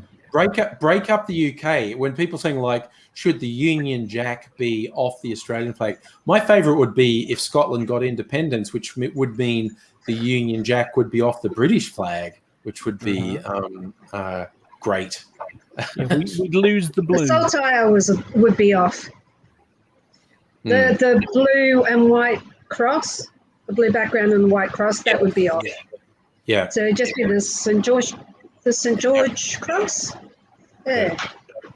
When I was in Edinburgh and I was wandering around, there was this Indian guy standing outside. But he was running a touristy shop with all Scottish stuff, and he was wearing a kilt. And I thought, oh, that's cool, you're wearing a kilt. He started talking to someone, and he was Scottish, and that was a real sort of cognitive dissonance for me. This guy whose ancestry was obviously from India, but he was probably 2nd or 3rd generation Scottish, and he had this really broad Scottish accent. And I was like, okay, this is weirding me out. This is really like my brain is having trouble processing this. That's like Indians who are several generations Australian. Like you think they're going to sound Indian, they come out like really strong Aussie accent. I'm used to young people having really Aussie accents. There was this really funny, like you're one of those travel shows on TV once, and they were in Ballarat, which is like the gold mining town, and the Ballarat Museum is run by this, and the person who they've got shown is this old Chinese guy. Now, I'm used to young Asian people having really Aussie accents, but I'm used to older Asian people having Asian accents. And this guy, because Ballarat, Chinese people moved there in the 1800s. So this guy's like, he's a really old man, and he's like 4th generation Australian. And I expected him to have the Asian accent. And he starts showing them around, and he's going, yeah, well, over here is a picture of this. I was like, oh, messing with my expectations, man. Messing with my expectations. Mum My Buster, thanks for cousin. coming by. My cousin, who I found because he was hunting down the same relatives as me all over the internet. Yeah. He's curator at the Golden Dragon Museum in Bendigo. Oh, nice. Yeah, he even went to the same uni as me. We just missed each other. Oh my god. Yeah, I still haven't met him because I don't have a car. So I haven't been able to get up to bloody Bendigo and meet him. But we've talked and swapped photos and everything. Oh, cool. That's really cool. Yeah. I've been attempting, because uni goes back the week starting the 22nd, so I'm still trying to like do this online dating thing before uni gets too intense. Yeah. And then I come across things like this, and we're just going to silently judge this guy. The first photo on his dating app is him holding an axe. Oh my god. Jesus. Oh my god. Wow. Okay. That does not make me feel safe.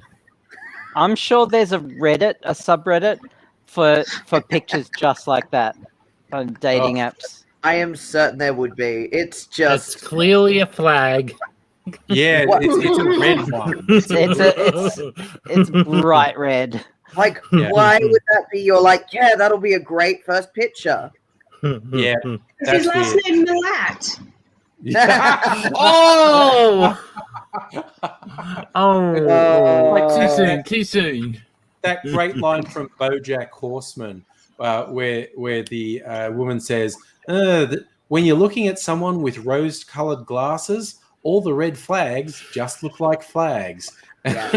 Pretty ones. Looks like regular flags. You know, Flags. that picture with an axe, it'd work fine if they're a lumberjack. Yes. I don't think I can stop doing my cocktail videos tonight. I might do it tomorrow. I think I'm just going to drink while we're talking. So I'm just scrolling and rejecting. It's fine. that's fine. I'm I don't know. Is it swipe left or swipe right? I don't even know how that shit works. I'm swiping a lot of left. Yeah. Slim Yep. pickings here in Adelaide. I'm thinking eating some food because I haven't eaten yet. That's a good idea. I recommend eating. I just did it. Eating is It was very satisfying. So there's been a bit of a pickle in the UK over basically young girl goes missing. I saw And that. a police officer has been arrested.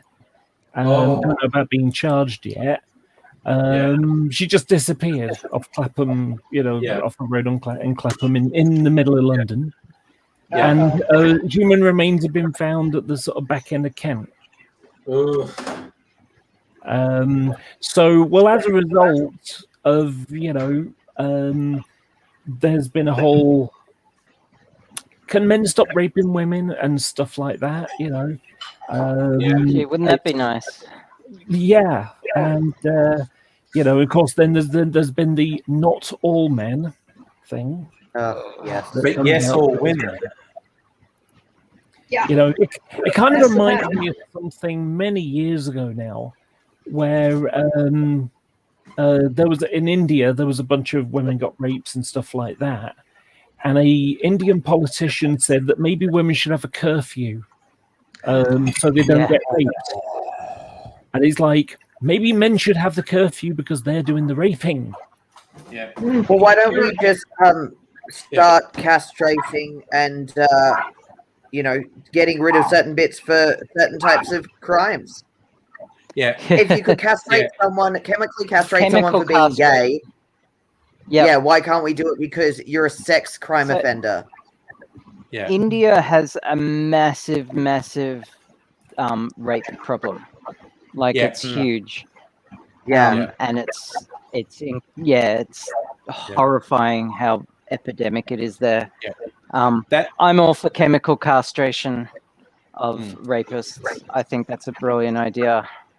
That thing about the curfew actually happened when Indira Gandhi was Prime Minister, and she had her ministers saying maybe we should have a curfew, women should be off the street by 7 p.m. and she said to their faces, it should be men have a curfew because that would stop the problem 100%. And all the men in her cabinet were like, what?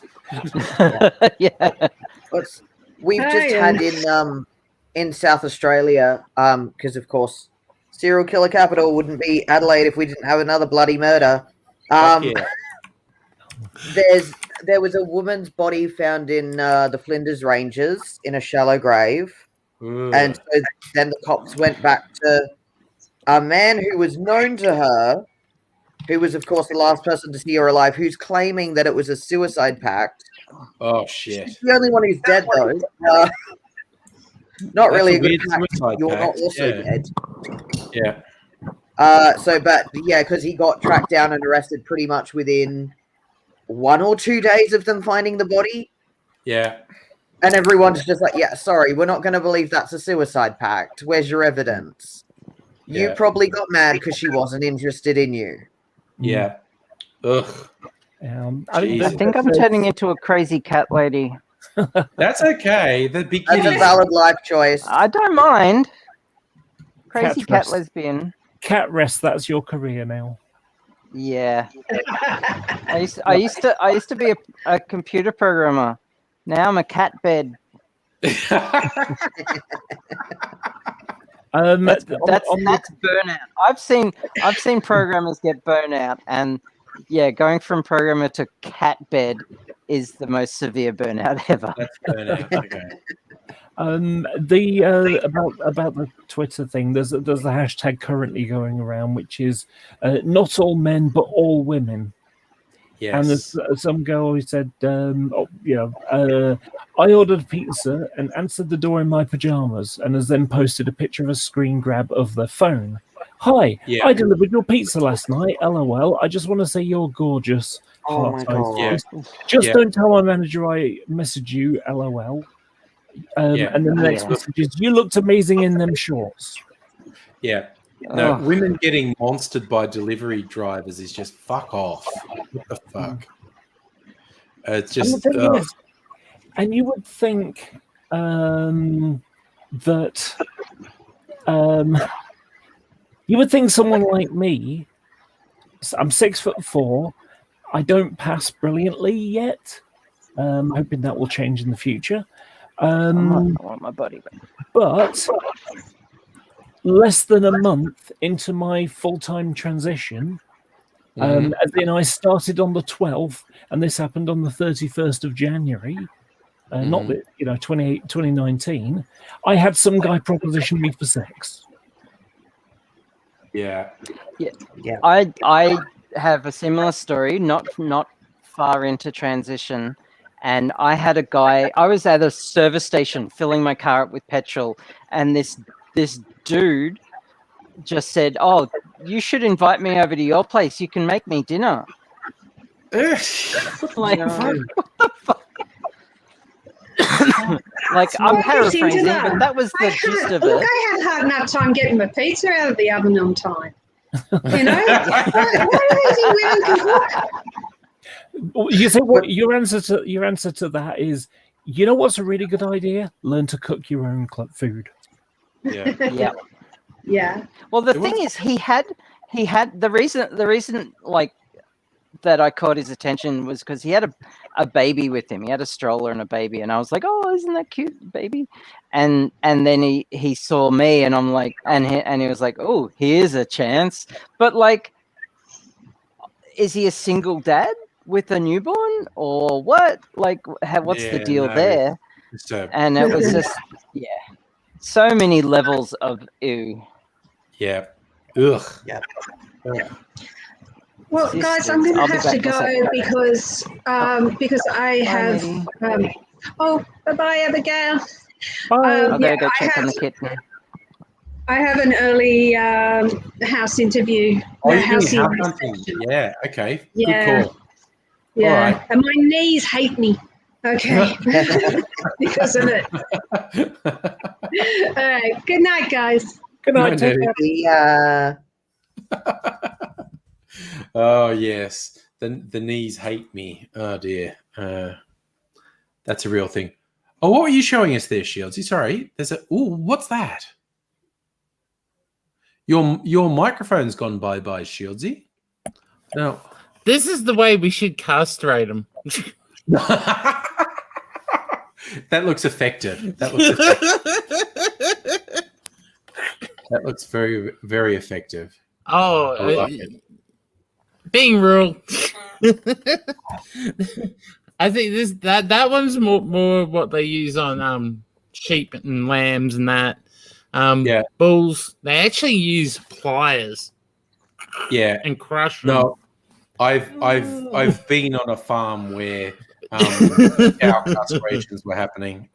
They sometimes they use a rubber band. Sometimes the one they were just using a blade and they were just cutting the scrotum and. I could tell you a story. One of my teachers told me he was trained to be a veterinarian, and part of their thing was that the veterinarians had to do the castration on the cattle. Yes. And when they were finished castrating the cattle, because they were poor at the time, they would take the you know what, and cook them up for dinner. Oh yes, Rocky Mountain oysters. Yes. Yeah. Bull's testicles are a bit of a delicacy in some areas. By the way, love the lighting behind you, Angry. Very festive. Okay, my fairy lights. Yeah.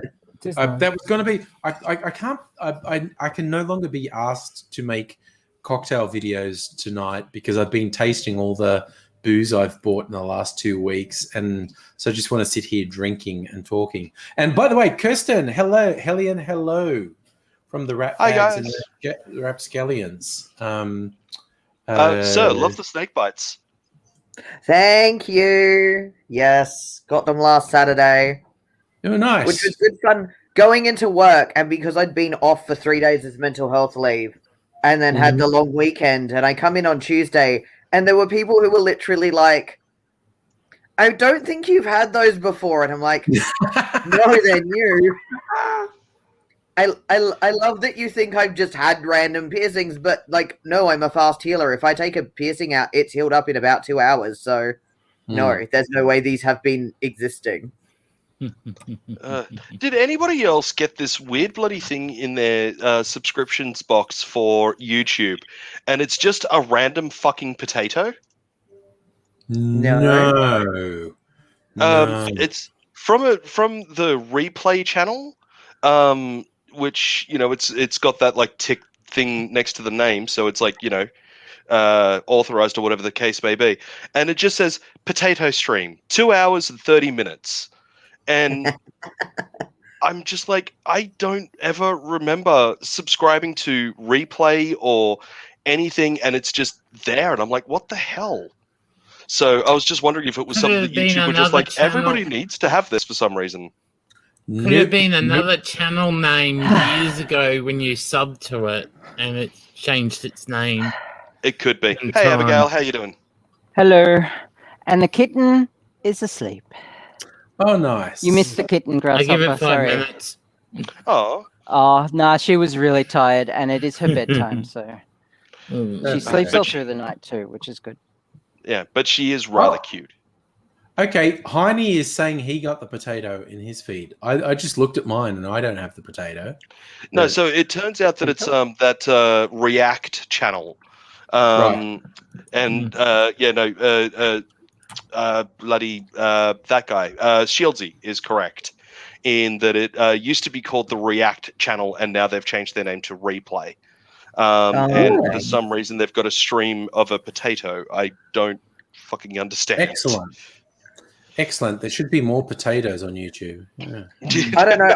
I love there's a kawaii potato that became its own thing. I don't really know why. But often friends of mine and I will refer to ourselves being awkward as an awkward potato or just being potato.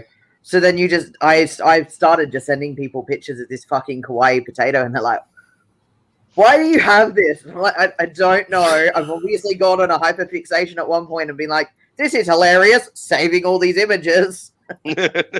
No, it's like my old barbarian in my old D&D campaign rolled stupendously low for intelligence. So every time somebody asked me how intelligent my barbarian was, I went, he can count a potato.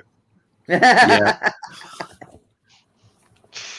Yep. I was looking at some homebrew D&D stuff. And I should know better. Don't look into this stuff before I'm about to start a semester of uni. Because I don't want to study law now. I want to go lead a campaign and be a good DM. And I'm like, I can't because I don't have people to play with at the moment because the people I know are in games. And I'm about to go back to study. I don't have time. No, my barbarian finally died, like a king's death.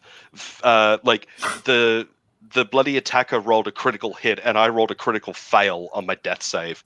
So, shit! Oh no! Yeah, so he's as dead can possibly be. And I'm about to start a Pathfinder 2 game. Yay! So no, I've re-rolled a new character to come in there, and I've rolled a Tabaxi. And for those that don't welcome to Nerd Hour. For those that don't know, Tabaxi is like a cat-like race with tail and everything.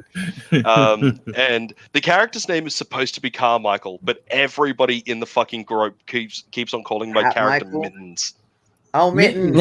I would have just called him Cat Michael instead of Carmichael, but I'm a basic bitch. Mittens is good. Yeah, no, they just keep on calling me Mittens. So I'm getting into the process now. Every time they call me Mittens, I punch them in the dick. Yeah.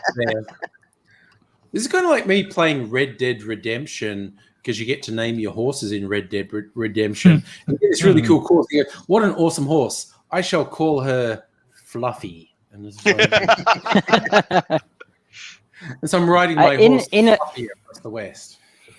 In Elite Dangerous, I have a combat ship, bounty hunting ship, that I've named Fluffy. It's just a great name. It's just... Yeah. Imagine like you're doing your dastardly deeds of piracy, and out comes this do-gooder in a ship named Fluffy, and just like melts your hull and destroys you, and it's just so indignant. I love that. There was this great idea that someone had come up with for a homebrew type weapon of a cake knife, that like if you stabbed something with it, it would turn that object into a cake. But they're like, oh, but it couldn't work on people. And I'm like, no. I've thought of this. This is where I don't need to come up with these things right now, but that's where my brain's gone. I love the idea of having like a cake knife and it has some sort of script on it so that if you accidentally cut yourself, you can chant that little thing and you don't become cake.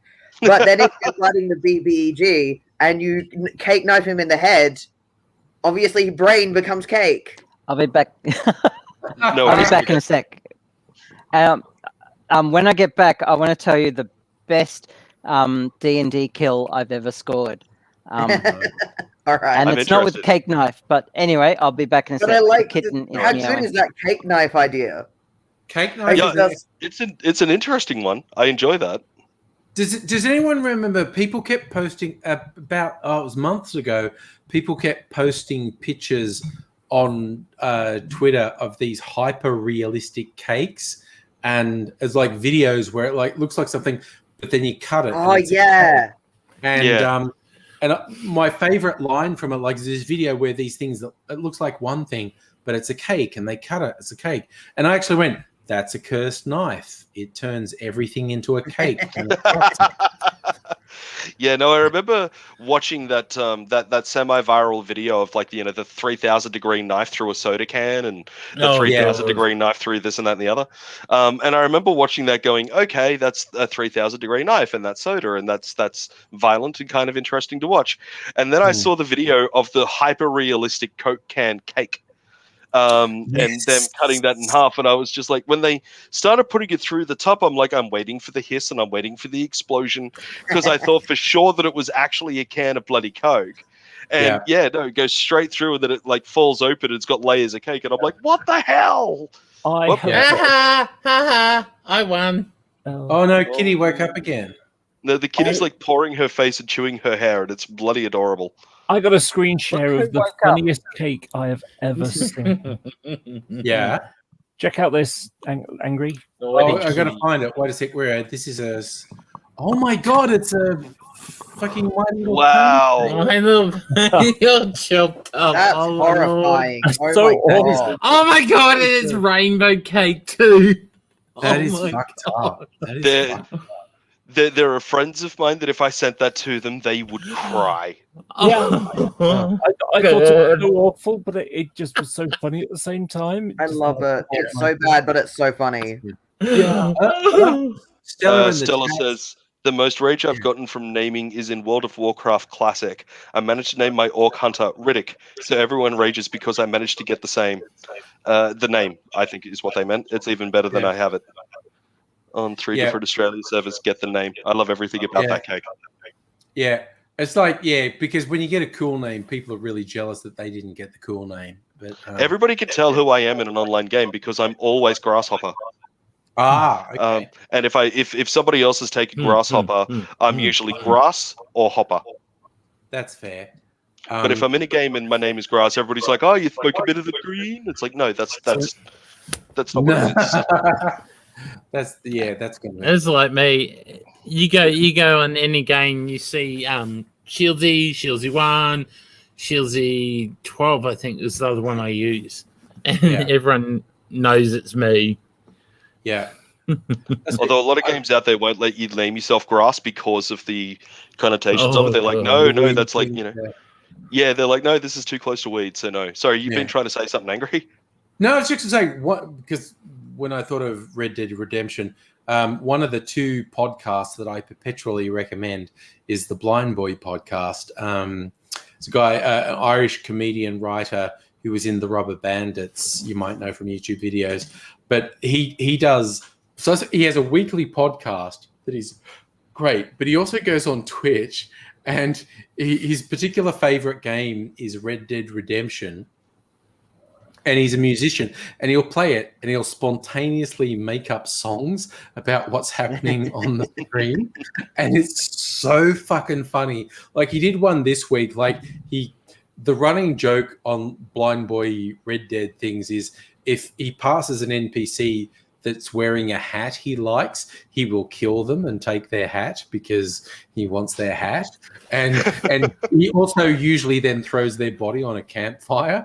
But he's always just killing people to eat their hats. And he had this one from this week where he killed these 2 guys, and you got one of those glitches. One of them the dead body appears to be floating 2 feet above the ground, and he's just going to say, "Oh, it's fine. If the guards arrive, I'll just say that it was like that when I got here." And he made this whole song about. And I have to admit, I love that Irish people call cops the guards, and he's got this whole song about. That's what I'll tell the guards. And it's like, they were dead when I got here just because I'm holding a knife covered in blood. It's nothing to do with me. Like when I got here. And he makes these whole... He's a very good musician. And he makes these whole fucking songs off... And I think he's like smoking weed while he does it. And he just makes these whole songs. It reminds me of the Ben Folds 5 guy doing the live piano to Omegle or whatever it was, live on stage. And he thought, because he did it at home and it worked out okay, and he thought this will be a great thing to do on stage. So he's hooked up the gigantic projector. He's got his piano, he's got the laptop, and he's opened it up, and he's gone to Omegle, and he's gone, find somebody, and straight away, as large as you like, on this gigantic projector is a guy whacking it. I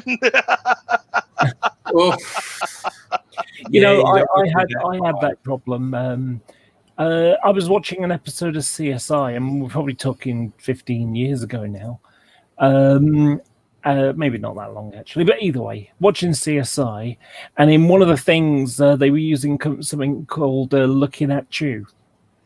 Mm-hmm. And it was, you could basically just log in and it would just randomly search for someone who was on the system, and you could just have a chat without actually knowing them. It was just, effectively, it was a blind date equivalent, video chat. Yeah. Unfortunately, 2/3 of the people it would jump to were usually playing with their genitals. Yeah, no, it's like I decided, I think it was last year, like early last year, I was like, I've never done this whole chatterbait Omegle thing, you know. I'm going to give Omegle a try because, like, I love meeting new people and talking to new people, especially if they're from another countries, because I love comparing the culture of the two different countries and stuff like that. Yes. And it took me the better part of half an hour of wading through just a bunch of half-naked guys or guys with the camera trained directly at their junk before I finally had a face-to-face conversation with someone. Yeah. And it was just like, okay, like I understand that you can, you know, view porn and all of that sort of stuff. And if you want to masturbate, hey, go nuts. I hope you have a great time. But why on God's green earth would you sit there at a place like that, whacking it, waiting, hoping that some random stranger is going to be like, that looks fun? And the same people who just send dick pics randomly online. Yep. It's just that energy. I don't know. When has that ever worked for them? Zero. Well, they just seem to think it will. Here's the thing. I remember back in chat rooms, post-IRC, MSN chat, and this is about 25 years ago, right? This is a long time ago. And MSN chat, and I found a few chat rooms I liked, and at a certain point in the night, we'd get these guys who would randomly come in and just go like, hey, ladies, who wants to fuck tonight? I'm available tonight. And I made a joke like saying that would only work 1 out of 100 times. I eventually learned these guys were literally doing it 100 times a night. And they would add once or twice a week, they would actually hit pay dirt. And it was like, wow. That's insane. Oh my God. It's a numbers game. Yeah, you just have to be willing to get rejected 100 times. And also women are just a numbers game. And also have absolutely no sense of standards as to who you will and won't sleep with as well. Yeah. And it was weird. Wait, what the? That looks like a sex toy. It's a cat toy. It's a cat toy. It's a fish. Not a sex toy, it's a cat toy. I'm just pretending I caught a fish. That's nice. In actual fact, I caught a kitten. That 25 years ago, I was occasionally hooking up with married women who wanted a thing, but that might have been a thing that happened about 25 years ago. Yeah. Look, it's just one of those things. Like I'm very sex positive and I'm very self-love positive and all of those sorts of different things. But I don't know. It requires so much more for me to want to meet up and just hook up, I guess. It's, I've had one night stands and I've done all of that fun stuff. It's fine. But like, even then that requires actually talking to the person for 15 minutes at least, Yes. But hopping online and just being like, hey ladies, who wants to hook up? Like, I can't. That's because you see women as more than just pieces of meat. Yeah. God forbid I actually see them as autonomous human beings. But yeah. Yeah, I know, right? That's crazy talk. I know. It's one of the running jokes of mine and Eleanor's every time that she's like, no, I don't want to do this. I want to do that. And it's like, you keep on talking like as if you're your own autonomous human being. You don't know how to woman properly, do you? And then she hits me. Yeah. The funniest thing that ever happened to me was, and this is back in the MSN chat days, talking to people, and it's like, I seem to have sort of be on the right wavelength with this person, and going into private chat and just saying, how's it going? And this happened more than once. Women going, are you sure you're not a woman? Because we've been chatting for 10 minutes and you haven't asked to see my tits yet. I'm like, oh, okay, first, if that's on the menu, I'm absolutely here for tits. But I was literally, I was just trying to chat with you. And they were like, no, this might, and I was like, and this is like when Mr. Sam and I were doing dating videos, we're saying, guys, if you want to be ahead of more than 90% of your competition, just don't be an arsehole. The bar is so low. Yeah, as I say to people, the bar is so low. The bar is so low. Have a discussion with a person as though they're a person, without any subcontext, without any just as a general fucking conversation, and you have got such a leg up over all of your competition out there. It is there's the weirdest thing. The fucking pickup artists that exist out there, fucking scumbags. There was one that for some reason came up in my adverts on Facebook, and the video had a really weird title. I forget what it was, but I watched all of about 3 minutes of the video and immediately figured out that it was a pickup artist. And I left a comment underneath there basically saying that he was a cunt and anybody that follows that kind of advice is a cunt. And, women are autonomous human beings and aren't, fucking targets to be picked up, for Christ's sakes. And, some of these fucking thirsty simp guys, but started responding to it and going, oh, but, what if we want to get a girlfriend? What if we want to do this? What if we want to do that? These videos really help us, blah, blah, blah. And I'm like, then go out and have a few non-committal conversations over coffee with a female friend and see what happens. Call me crazy. Treat them as an autonomous human. Yeah, talk to them like as if they're a human being. And they're like, yeah, but if you're not 7 foot tall and ripped and a millionaire, it's not going to help you.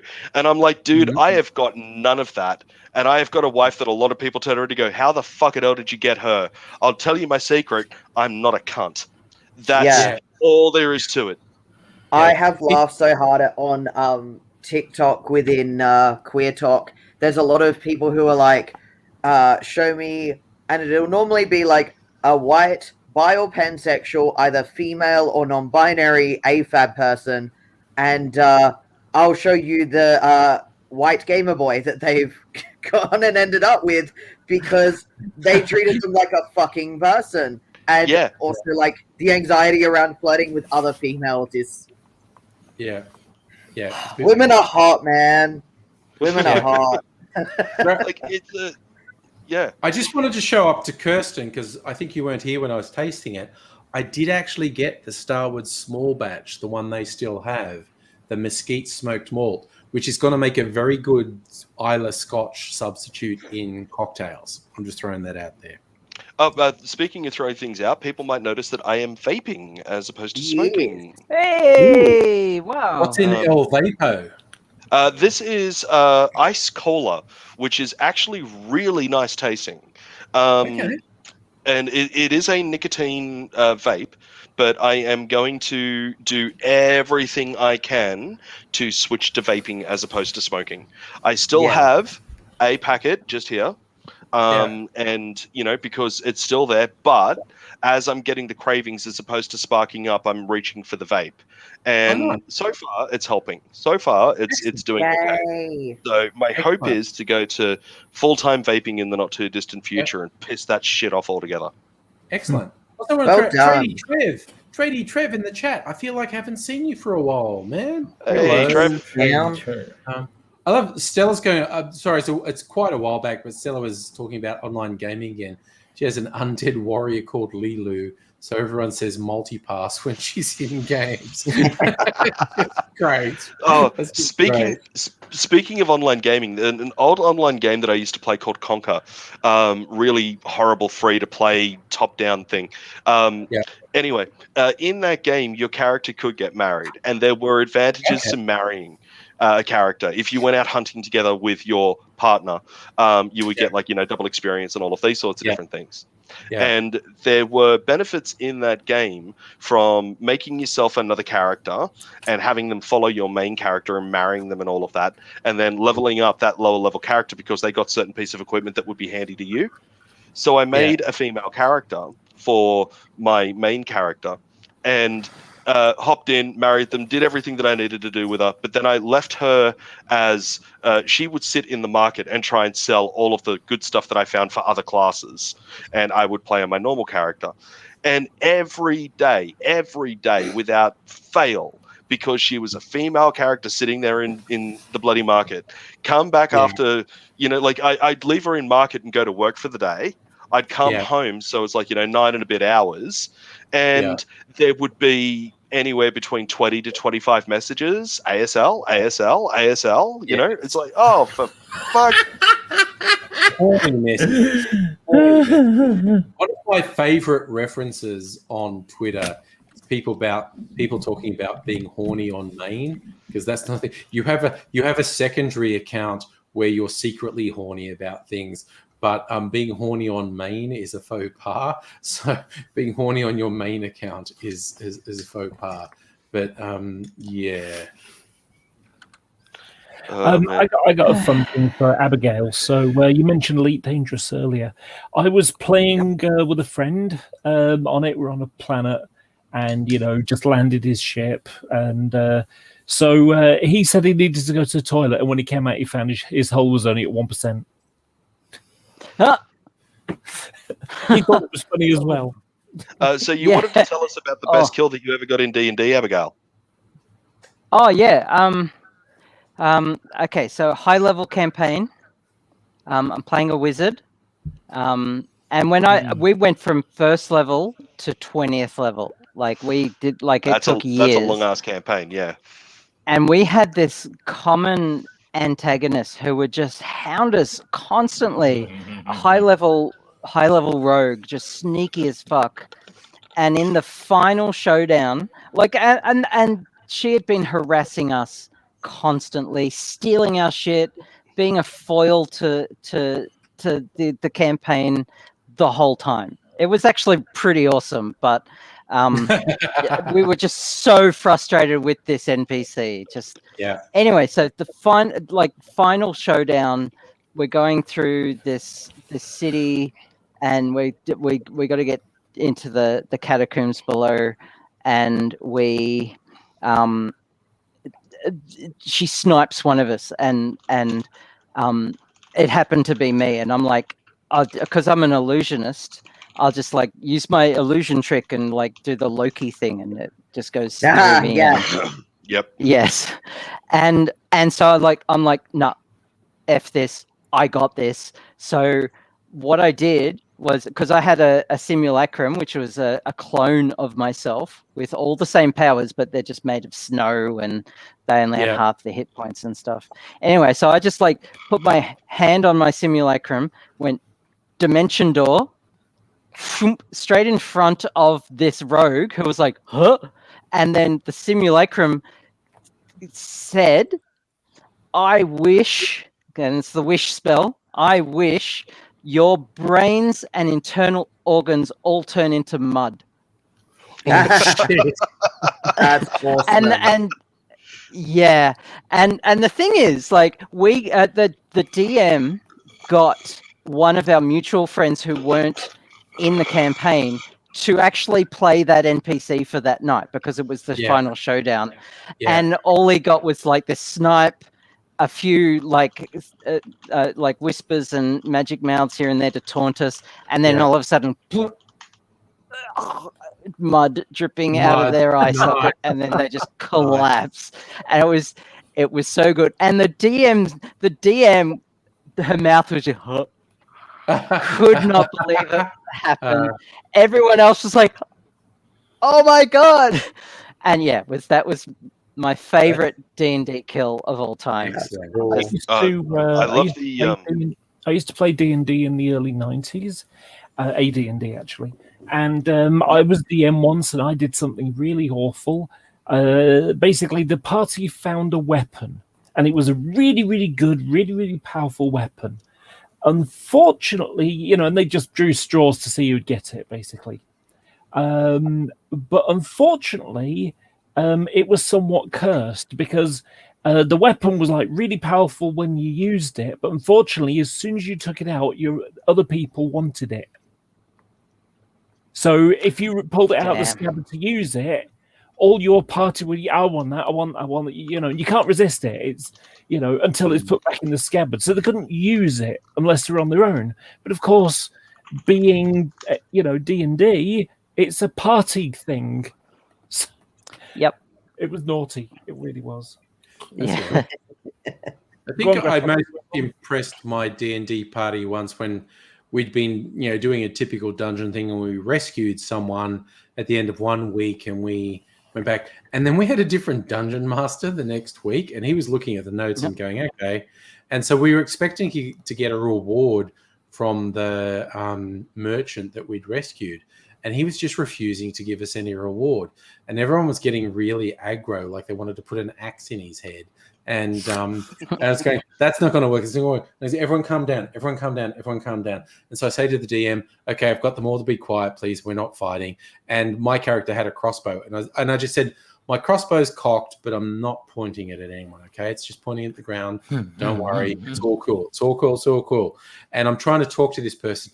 And this DM was determined to fuck with us. And this guy who we saved from a horrible situation was refusing to reward us at all. And so after 15 minutes of fucking around, I just went, fine. And I said, I pull up my crossbow, point it in his face, and just say, go ahead, make my day. And the whole party's like, yeah, fuck that guy, yeah. And I love that. You know what? You could have turned that little story into a little joke, and like, oh, this guy wasn't going to pay up and everything. But all I did was said, I think you're the best president we've ever had, and yeah. Oh, Nettie, in the comments, I just noticed the way people D&D is the evidence we need of why the goddess didn't give humans magic powers. We would misuse them terribly. We would misuse them terribly. Well, speak for yourself. Like, I've never, you know how people say, like, if they're playing an RPG or a computer game that's an RPG, how they like just go nuts and kill people and go murder hobo. I've never played an RPG like that. I've only ever played it straight, done good, helped people. So even in fantasy land, I don't let it go to my head. I reckon I'd be fine. I do. No, I take that back. I'd probably get up to some shenanigans, but I would never hurt anyone. I would play some epic pranks. Obviously, that's about it. You've never played Grand Theft Auto, then? No, I've tried. Because my son plays it, and I wanted to do a parent-child bonding thing, but it doesn't run on my computer, and I don't know why. I love this idea of parent-child bonding, going around stealing cars and killing people. Well, I don't like Minecraft, which is odd because I'm into like factory simulation games and shit like that. But he plays Minecraft or GTA, and that's about it. We play Fortnite occasionally, but which is kind of fun, but I get over it pretty quickly. Oh, I've got a fun, not quite D&D, but sort of similar. So I play Warhammer 40,000, and they're on the 8th edition now, but I started in 2nd edition. And you have different armies. So my opponent had the Chaos Space Marines. So well armored, good at shooting, good at close combat, but they're expensive in points, which means we don't have as many. And I was playing him with the Imperial Guard. And in the way the game worked is that to decide whether you went first, you'd roll a dice and add your strategy rating. But the Imperial Guard was shit. So they had a strategy rating of 2, whereas the Space Marines had 4. So, basically, unless they rolled like really low, they would go first. So to offset, you'd set up your army and they'd set up their army, and then you'd roll to see who goes first. Well, in order to stop his army just obliterating all my really cool stuff in the first turn, you could have the vehicles come on from the background in your second turn. And so in his first turn, he teleported right into my lines. And so, it's like, okay, I need to kill him now. Everything needs to destroy this guy because he's like a really powerful character. And if he, and you could tool him up and stuff like that. So if he starts getting into my lines, he'll just stomp through them because you kill one squad and then you can move on to the next squad and the next squad and the next squad and so on. So what happened was he'd done this move and I shot him at everything that, but I had, I think it was 8 vehicles. And what I did was I drove them from the edge of the table over him. I rammed him. And because he was powerful and had really good armor, he just kept getting up. So 8 vehicles in a sort of semicircle around him had run him over. And you know when you get those like cartoons where, you know, like there's a bunch of stampeding, you know, cows or something like that, and they get knocked down in the mud, and then they lift their head up, and then they got knocked down in the mud, and they, you know, it's just constant thing. It was exactly like that. It was so bizarre. I'd still say one of my favorite things that I ever saw on Imager was D&D stats explained with tomatoes, and it says, strength is being able to crush a tomato, dexterity is being able to dodge a tomato, constitution is being able to eat a bad tomato, intelligence is knowing tomato is a fruit, wisdom is knowing not to put a tomato in a fruit salad, charisma is being able to sell a tomato-based fruit salad. And then the top response, a tomato-based fruit salad would simply be salsa. And then the response, guys, I found the bard. Yes, very nerdy. I think all you need to know about me is the way I play Red Dead Redemption. They have a lot of NPCs who have camps, and most of them don't want you near them, but some of them will be friendly and will tell you stuff. So I always go up to visit people at camps, and I'm going, I want to make a friend. I'm riding up on my horse. Here's someone in the camp. Bang. And someone pulls out a gun and starts shooting at me. And I'm going, you're rude. Time for you to die. And it's just like, I just wanted to make friends, and you were rude. So that's like Grand Theft Auto. Yeah, GTA. If an NPC you go out to make friends, they pretend they're friends, and then 2 seconds later, you turn your back, bang. Yeah. And Angry Aussie has now explained the life and times of a huntsman spider. Yeah, I just want to be huntsmen. Just want to be friends. That's it. The worst campaign of D&D. The worst campaign of D&D that I was ever in was where the DM had his girlfriend playing with us, and you know, the girlfriend privilege was real. And you know, she was playing a rogue, and there was this one point we just finished off a pretty major boss battle, and my character, being the barbarian, of course, was up nice and close and personal and delivered the final blow. So I've gone and I've looted the corpse, and I've gotten a few really good items, and I've looted a couple of other things. I've got like a bunch of gold and all of this sort of stuff, and I'm very happy. And then the girlfriend decides to roll as a rogue that she's going to basically pick my bag, and she rolls a full success on it, which is fine. And she steals all of these things back from me and whatnot. And it's annoying, but her rolls said that she was allowed to do that. So you're like, that sucks, but you're playing the character. It's fine. Move on. We go back to town, and we go into like an armorer or something like that. And she starts pulling all of these things out of her bag to see, like, you know, hey, what is this? Hey, how much is it worth? Hey, what can I do with this type thing? And my character notices this and is like, you know, justifiably kind of pissed off. Hey, you've stolen all of that stuff from me, especially considering that my character was a lawful good character. So, you know, he was somewhat pissed off. And I was like, I just want to, what was it? I just want to smack him upside the back of the head, because she was playing a male character. And I said, you know, I just want to smack him upside the back of the head. And the DM was like, okay, roll for it. I was like, okay. So I rolled a nat 20 to smack him upside the back of the head. He's like, okay, now roll for damage. And because it's a barbarian, of course, it's quite a bit of fucking damage. So I roll for damage. It's some stupid amount, but then out of nowhere, this magical gateway opens up, and all of a sudden my hand goes through the gateway and smacks me upside the back of the head and knocks me out cold. Wow. And it's like, okay, that's fucking girlfriend privilege right there. What the fuck? Yeah. Never, ever, ever steal from a fellow party member. Ever. It's just, toxic gaming. B, fucking partner privilege. I refuse to be in a game where they demonstrate that. It's just not fun.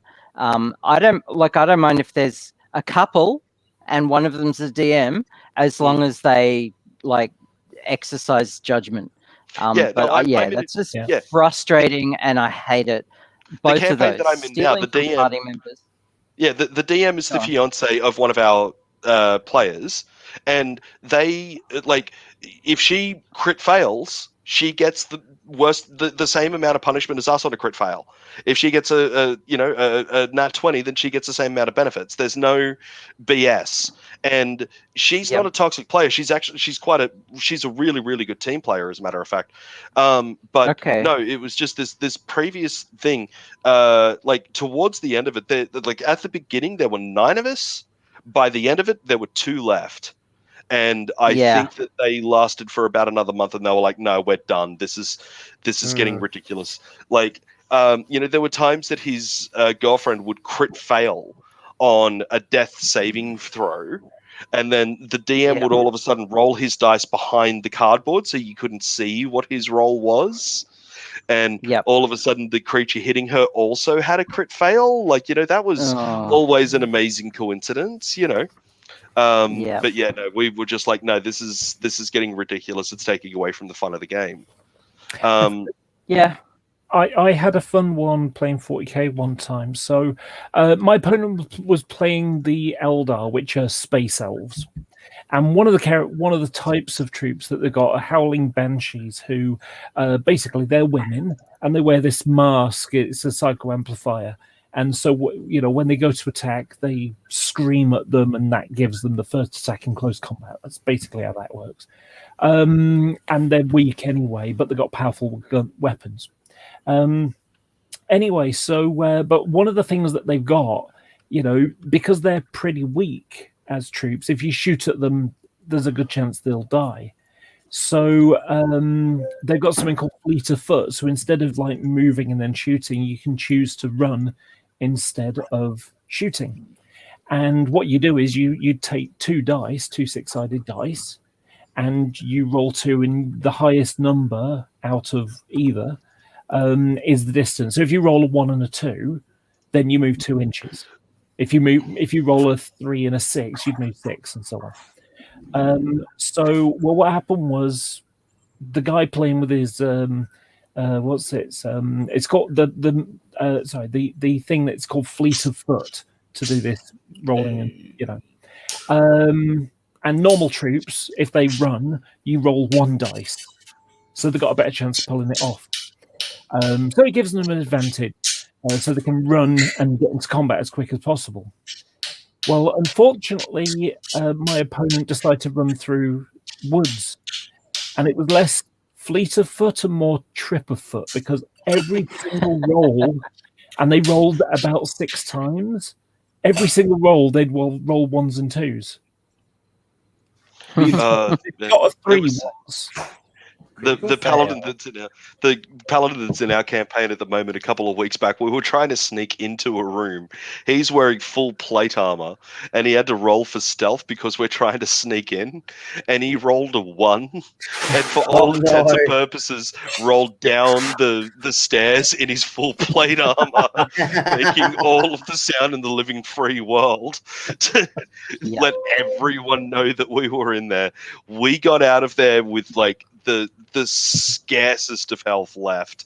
Like 3 of them were unconscious and getting carried out of there by the end of it. And it was because when he set it off, everyone heard and came into the room. It sucked. It was really funny when he rolled the 1, but then like all of a sudden we've got like 9 people versus our 4, and we're like, no. Fuck, so that was a thing. It was funny as hell, but it's like, I think that's one of the things about D&D that a lot of non-D&D players don't get, is that like it can be incredibly funny in the worst ways. Yeah. Like it's great when you roll the nat 20 and you get like, double damage and all of this sort of stuff, and you take out this monster that you've been fighting for ages, and you're the one that gets the killing blow after everybody else has been damaged and whatnot. That's a terrific feeling. It's fun times, but it is nowhere near as fun as when somebody's trying to pull off something that their character is not designed for and roll a nat 20 and manage to successfully attempt it, or try to do something that their character is designed for and then failing that role horribly and seeing exactly how bad everything is going to go, because that can be really entertaining, provided that you do actually role play it, because there's some people out there just don't, and for me that's a bit of a letdown, to be honest. Kitty. I know what you mean.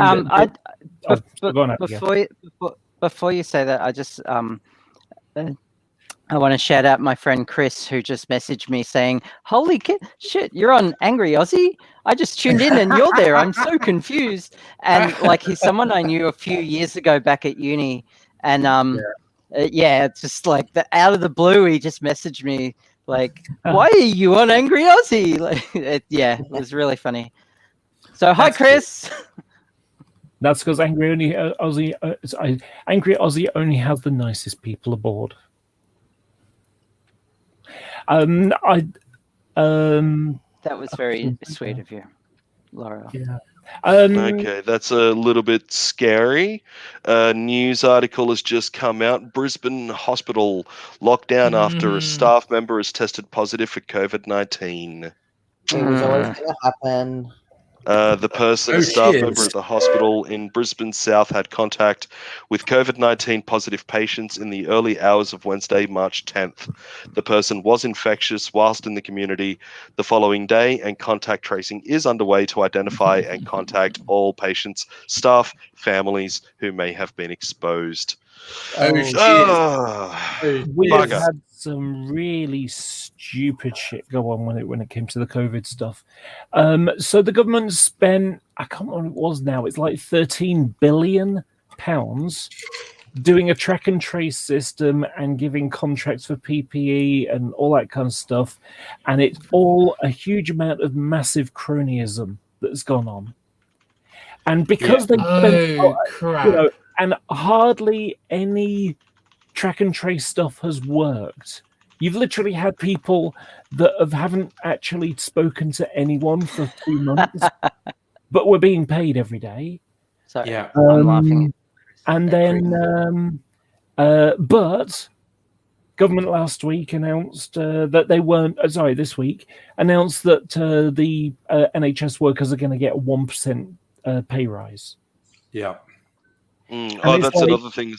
That's another thing as well. Wow, a whole 1%. Wow. Yeah, they could have. I got to check on this kitten. I'll be back in a sec.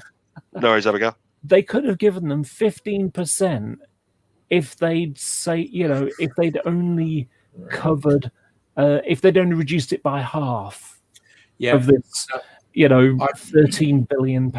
Yeah. Now, I saw that bullshit cronyism in the UK, and of course, it's out of control in the US. But the same thing's happening here. I honestly found myself thinking today, like, would this happen less if us, the outraged public, actually got these people and killed them? Just like drag them out into the public square and strung them up from light poles. I mean, is that what we have to do? Okay, so similar argument. If Elrond had have just killed Isildur and thrown the ring into it's like thousands of years ago, it would have sparked a war and the elves would have won. But think of all the Sauron nonsense that would have been saved. Yeah. I don't know if it would have even started similar. Killing the king of Numenor, of Gondor and Arnor? Like, no one saw probably. It. Elrond would just go, whoops, they killed each other. So sad.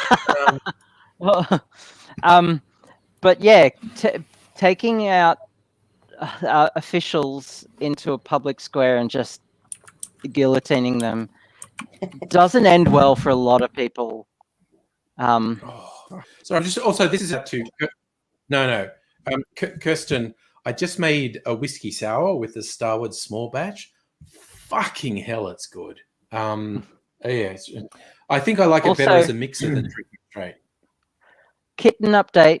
She fell asleep on the couch, curled up on one of my son's t-shirts.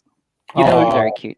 Abigail, you're basically a mum now, because you have to go and check on the baby every couple of, every half an hour just to make sure it's worse than that. I'm a cat grandmum because this is my son's fur baby who usually looks after her, and I don't have much to do with this kitten at all. But because he's away, I'm stuck babysitting the grandkid, the kitten. Yeah. We might end up with a kitten soon because Mimsy's very old and not well, and Mrs. Angry is just always really mean to her. Like, Mimsy, you're probably going to be dead soon, aren't you? Oh, that's say it to her. Like, yes, it's true, but don't say it. Jeez. Poor Mimsy. Harsh. You could at least, she could at least wait until wasn't in the room. No, she always says it to Mimsy, and I'm always laughing and just going, harsh. You don't want to actually say it to her. It's like, so we might end up with the kitten, because last time Mrs. Angry had a cat that died, she got a replacement straight away, and I was like, don't you want to? Because her cat got run over by a car. I said, don't you want to grieve over your dead cat? And she's like, no, I just want to get another cat. I was like, okay, cool. Just do it. Yeah. Just do it. Yeah. Just replace it. That's okay. That hospital, one of my sisters actually works at. Yeah. Oh, okay. Shit. I thought you must have been reading something about it there because you were looking. You looked like you were looking at a screen going, fuck. Oh, fuck. My second oldest sister works at that hospital, and my shit. God, no. That means the whole family is going to have to be tested. Yeah, but look, generally in Australia, we've done really well with the contract tracing and thing. So, it's scary. Everybody in Brisbane should fucking stay home. I hope my brother-in-law is still working from home because he works for a council. Yeah. As much as I like Dan Andrews, it is fair to say the only time COVID has really gotten out of control in Australia is the second wave in Melbourne. That got seriously out of control, and we had to pay for that. We spent 3 months in really hard. I knew something was going to happen like this in Queensland because our hospital system is crap. Yet. No. Have a bit of faith. Maybe they'll manage it. How is Australia doing as regards to vaccinations? It's just barely started because, again, we except for cases like this, we have basically no virus in circulation. So it's literally just started this month, and it seems to be going way slower than it's meant to. But we're basically doing it to open our borders more than just saving lives. We have barely any cases. We've got a few international strains that have come through, and it looks like the UK strain is going to be even worse than the original. And that's here. Only a handful of cases, but basically we're doing it to get our borders back open. So, but sorry, I didn't mean to cut you off there, Angry. No, that's okay. No, it probably won't be effectively rolled out till August, September this year. Again, it's hilarious. Scotty from marketing, basically every single pronouncement he's ever made about COVID vaccines has been bullshit. Everything, in the early stages, I've cut a deal with company X for 10 million doses. The day after, the company said no, he hasn't. And and he's never been properly fucking called to task on it either. No, the media are shit and Labor are shit. But he had said there would be 4 million people immunized by the end of March. Currently, it's about 100,000. So I don't really fancy our chances of hitting 4 million by the end of the month. And also, he said earlier this week, he was like, the vaccine rollout will be finished by, I think he said August. The same day his health minister came out and went, no, it won't. Anyway, a friend of mine has just sent me a message and needs a hand, so I got to jump off, guys. All right. Cool. Catch you later. My love to you all. Live long and prosper. Take Sound care, man. 24-hour tech Long and support. Man. prosper. May the force be with you. Have a nice weekend.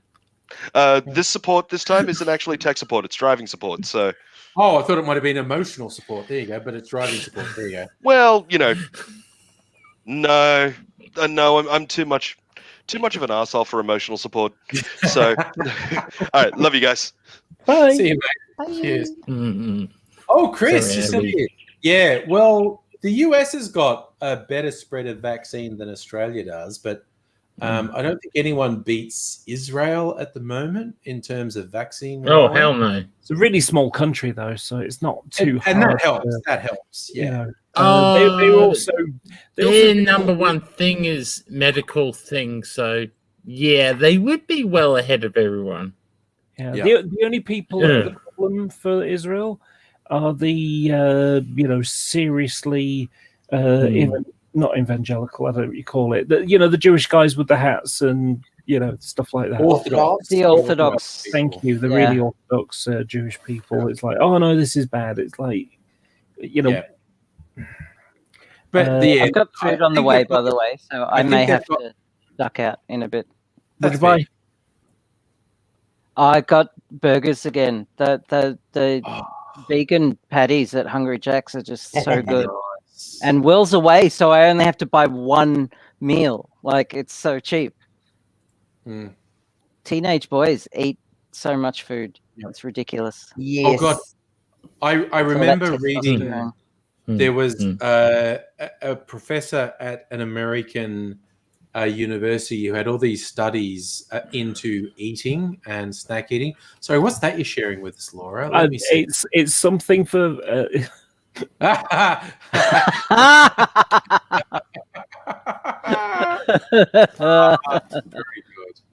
good. I knew you'd appreciate that.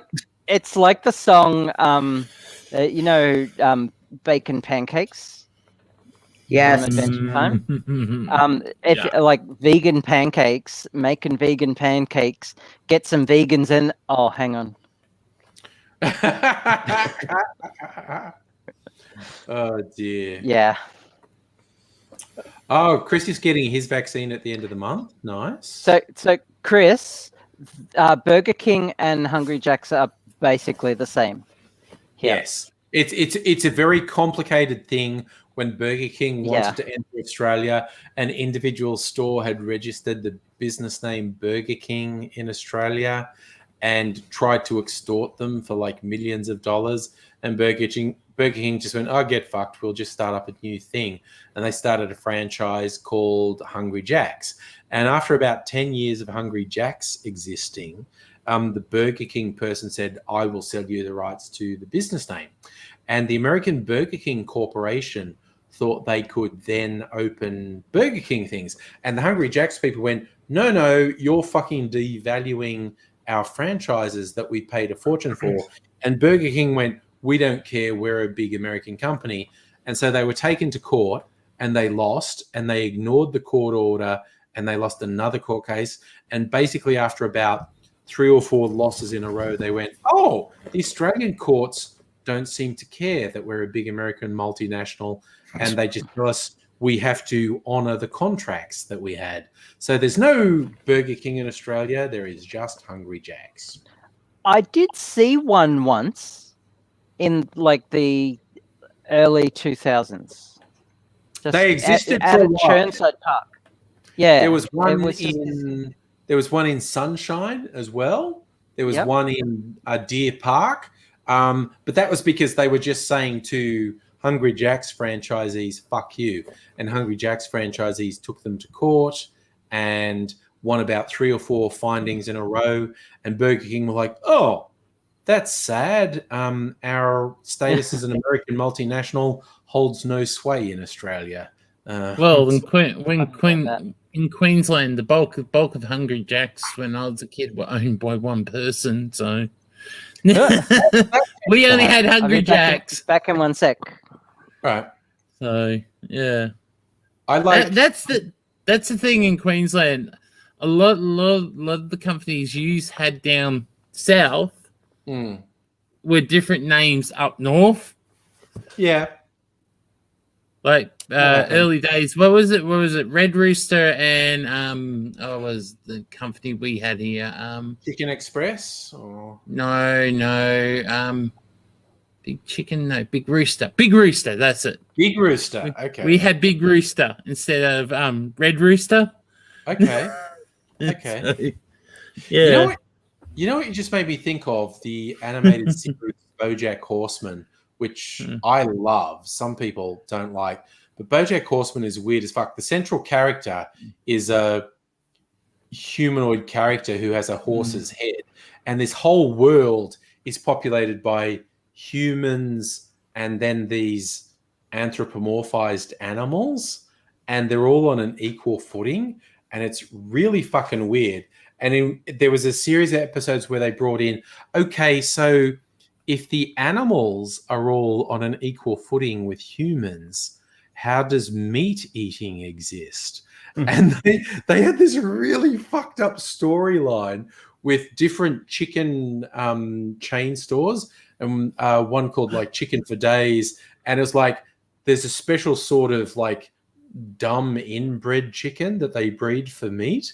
And this chain is actually run by intelligent chickens who have especially bred unintelligent chickens that they kill for meat. And the storyline was so fucked up. That's dark. That's making me want to watch that show now.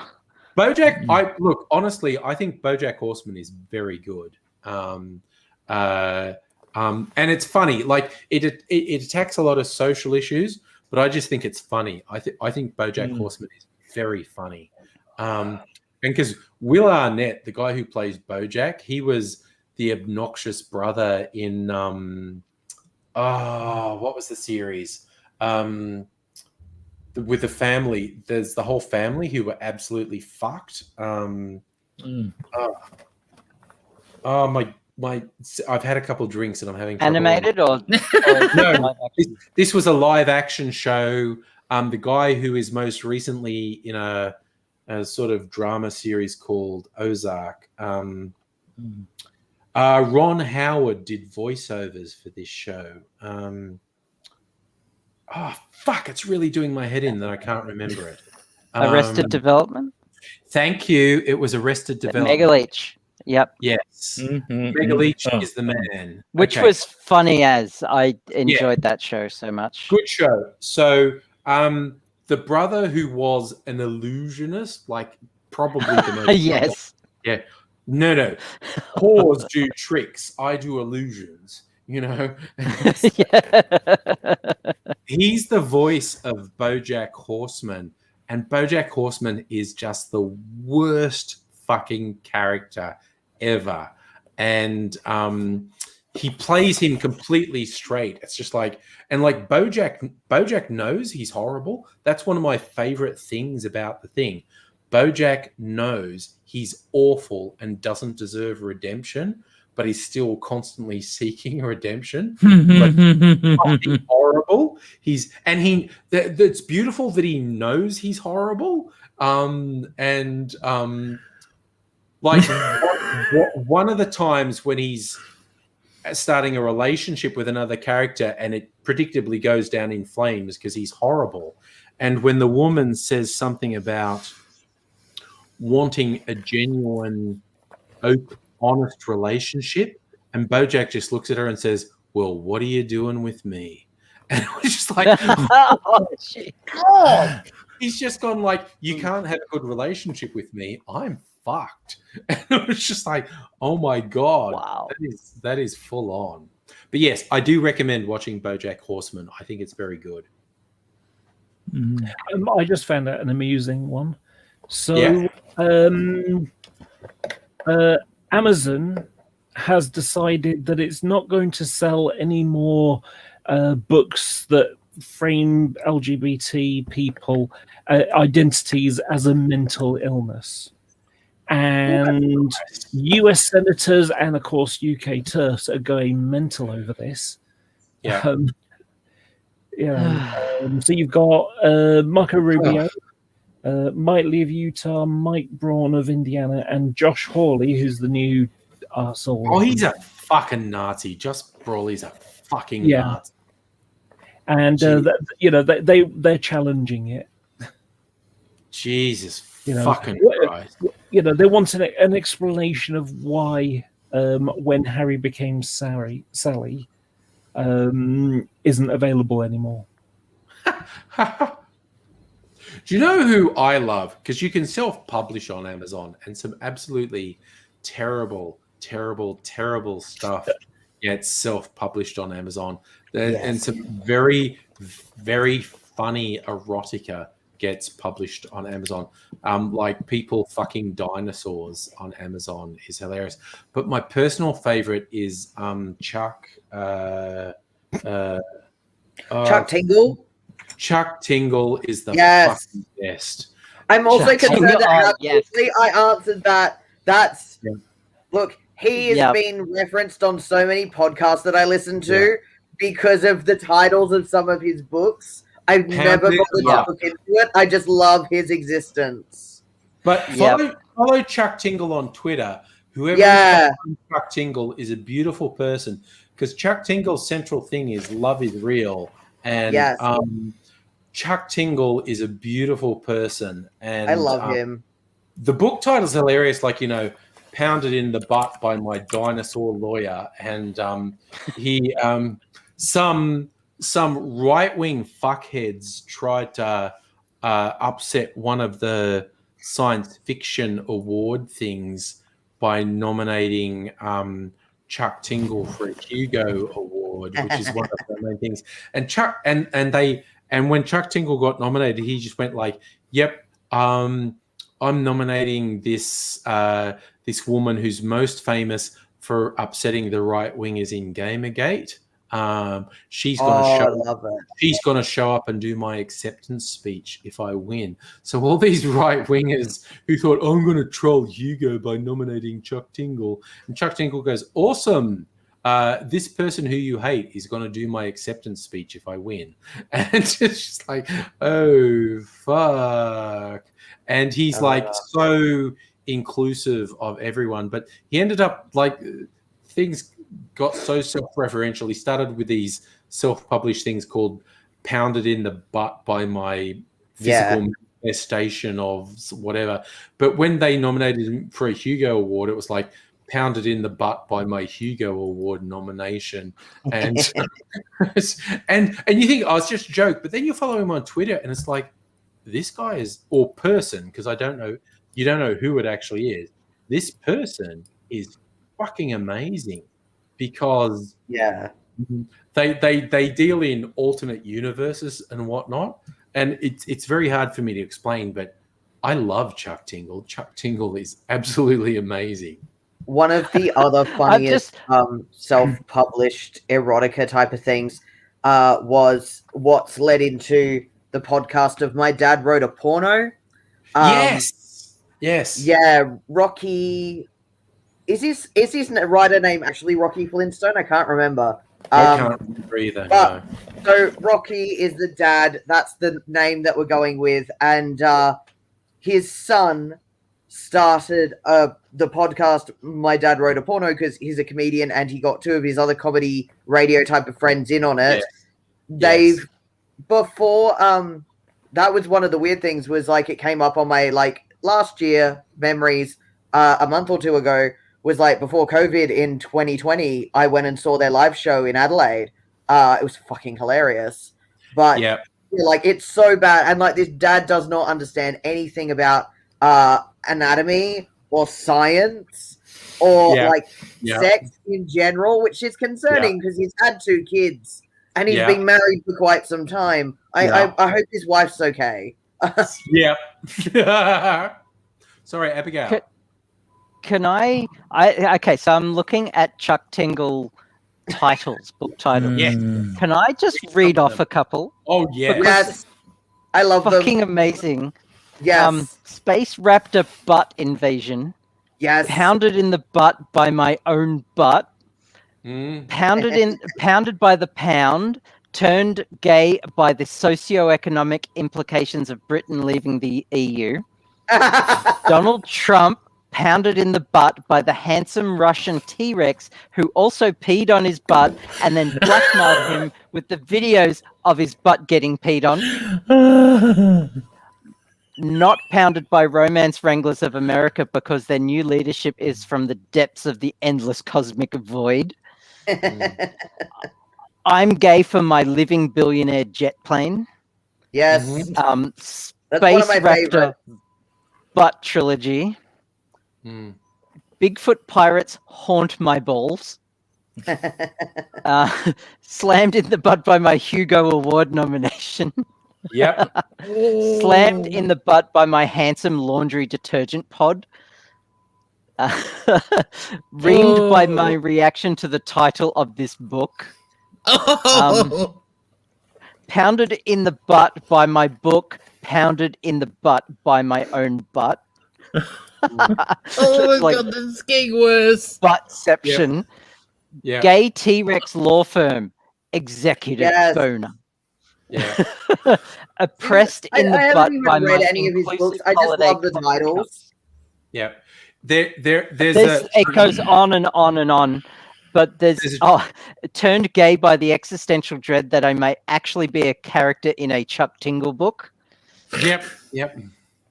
It goes on and on and on, but there's one I really want to find because it's my absolute favorite. Yeah. And it may take me a while to find because it's just nobody's popped in and said hello, nobody, you fabulous human. Hi, nobody. There is a Chuck Tingle podcast as well, where it has other people reading Chuck Tingle books, which is very good. But also the voice of Chuck Tingle comes into a lot of them, and it's not what you'd expect. It's this kind of reedy, whispery Southernese. Chuck Tingle talks like this. It's like, oh, I'm kind of confused. Oh, my son, he's got the chocolate milk, and he won't let me have any chocolate milk. It's just weird. And just like Chuck Tingle's voice is not what you expect, is what I'm saying. Yeah. I have a fun one for you because you mentioned about self-publishing. So there's I mentioned him before, an idiot called Richard Raspberry, and he wrote a book called Wasp on the Moon, which was, he's one of these young Earth creationists, anti-science, anti-evolution idiots, Anyway, pretty much the entire book is just plagiarized from Conservapedia. One of the best ones is the bibliography at the end, with all the sources and stuff. One of them is a hard drive. Is a link to his hard drive, :C documents, something like that. Yeah. I spoke to him one time, and I said, you wrote your book Wasp on the Moon. Do you mind if I come over and have a look at that file on your hard drive, because that was the one that you linked it to. And it's like, yes, I suppose so. So that was funny. But I've got one more thing for you, Angry. Did you find your dinosaur porn in the end? Oh, yeah. No, I was just kind of joking because I was drunk when I posted that. And I had really helpful people, like one of my... Actually, no, it was fucking... the dude from Texas who is regularly on the stream but hasn't been here tonight. He was full on saying, if you're serious, this is where Dynaport... Because he's a furry, and he's like, if you're serious, this is where dinosaur porn exists. And I'm like, no, I was joking. So, Abigail. I found a couple that I really like. Yes. Not pounded by anything. 6 platonic tales of non-sexual encounters. Ooh. Yes. Absolutely no thoughts of pounding during my fun day with this kind T-Rex because I'm aromantic and asexual, and that's a wonderfully valid way to prove love is real. Oh, he's a national treasure. He's so beautiful. He loves everyone except horrible people from the void. It's like sentient lesbian jet ski gets me off. I furrow my brow in confusion. Yeah. Sorry, this is the banana liqueur I got from the UK. This is one of the things I had to pay tax on. I haven't tasted it yet. It's super upmarket. Giffard 1885 banana liqueur. So I'm going to have a. Ooh, did you hear that glug glug glug noise when I poured it? Yeah, that's good ASMR. Good ASMR. Yeah, I was just going to say that's got audio clip written all over it, hasn't it? If I got this thing off a Facebook ad that's supposed to be a bottle cutter and absolutely does not fucking work, and I'm pissed off. But I want to find some sort of way of bottle cutting, because this has got this beautiful embossing on it. It's got like the signature of Giffard and all these things. And if I cut it, it'll take me ages to empty this bottle. But when I do, if I cut it off about here, it would make a beautiful drinking glass that fits really nicely in the hand and has this really lovely embossing. You know,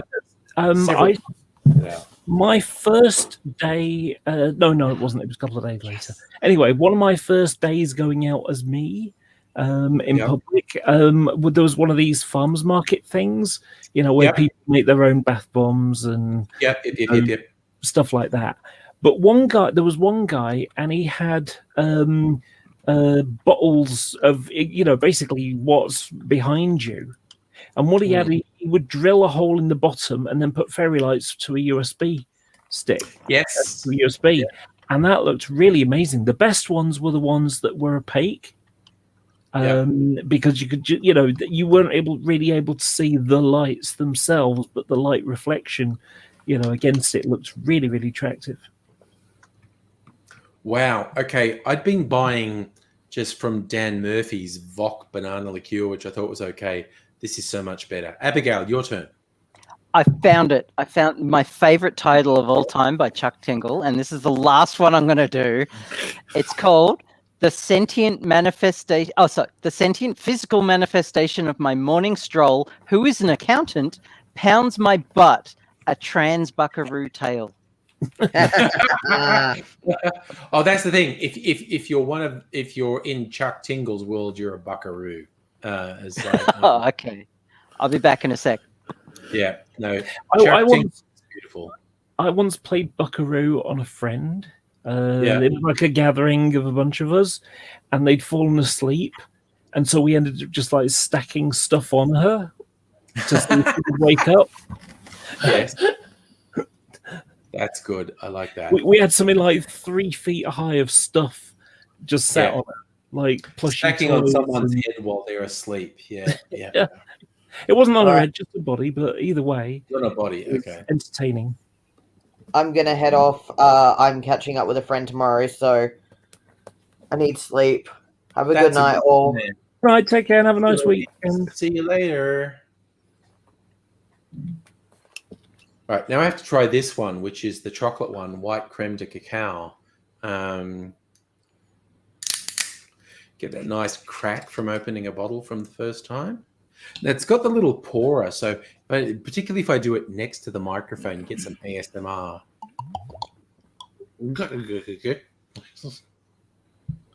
I like that. Oh. So now I'm going to try. This is just the chocolate one. It's where you get really angry online if someone calls it creme de cocoa and you're like, no, motherfucker, it's creme de cacao. What's wrong with you? It's amazing. It's like a clear liqueur and it tastes like chocolate and it's so fucking nice. I think it's like 90% sugar. It's just like, oh my God, it's so good. Oh yeah. Comparatively low alcohol. What is it alcohol-wise? 25%. That's almost no alcohol. 25% is like no alcohol. It's like I have a bottle of wine near my feet, and that's probably, that's going to be nothing. 5.5%. It's about to say wine tends to be between 5 and 10%. It's just when you're used to drinking spirits and your average spirit is 40%, and something's between like 15 and 20%. You're like, that's like no alcohol at all. I could drink so much of this and I'd be fine. And you really can't. It's like it's like 15 to 20% alcohol is quite a bit of alcohol. So it's like, oh my God, it's so fucking good though.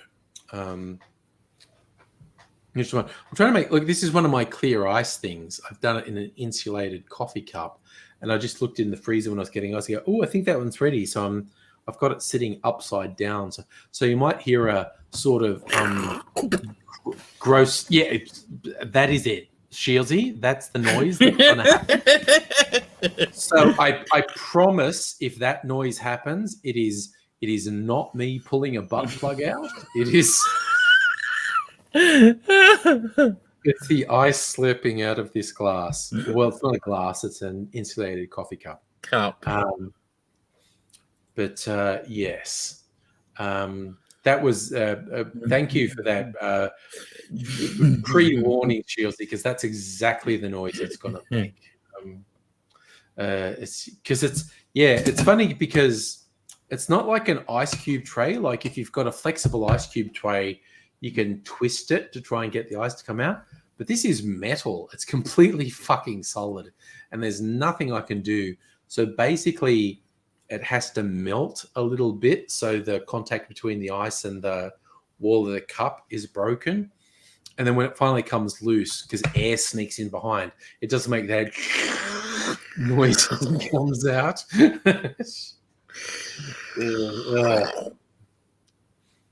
Yep, let's make gross slurping noises for the rest of the night. I'm pretty okay with that, honestly. Oh, I have to put these back because they're so sugary. It's like having a dessert. It's like dessert, but with alcohol. So I was like, I'll just get very drunk if I keep drinking. Drunk and then the sugar high at the same time. I know, which is bad. It's kind of like when people say, I'm going to do Jaeger bombs because the energy drink and the booze, I'll be drunk, but that's actually a really bad combination of drunkenness and energy.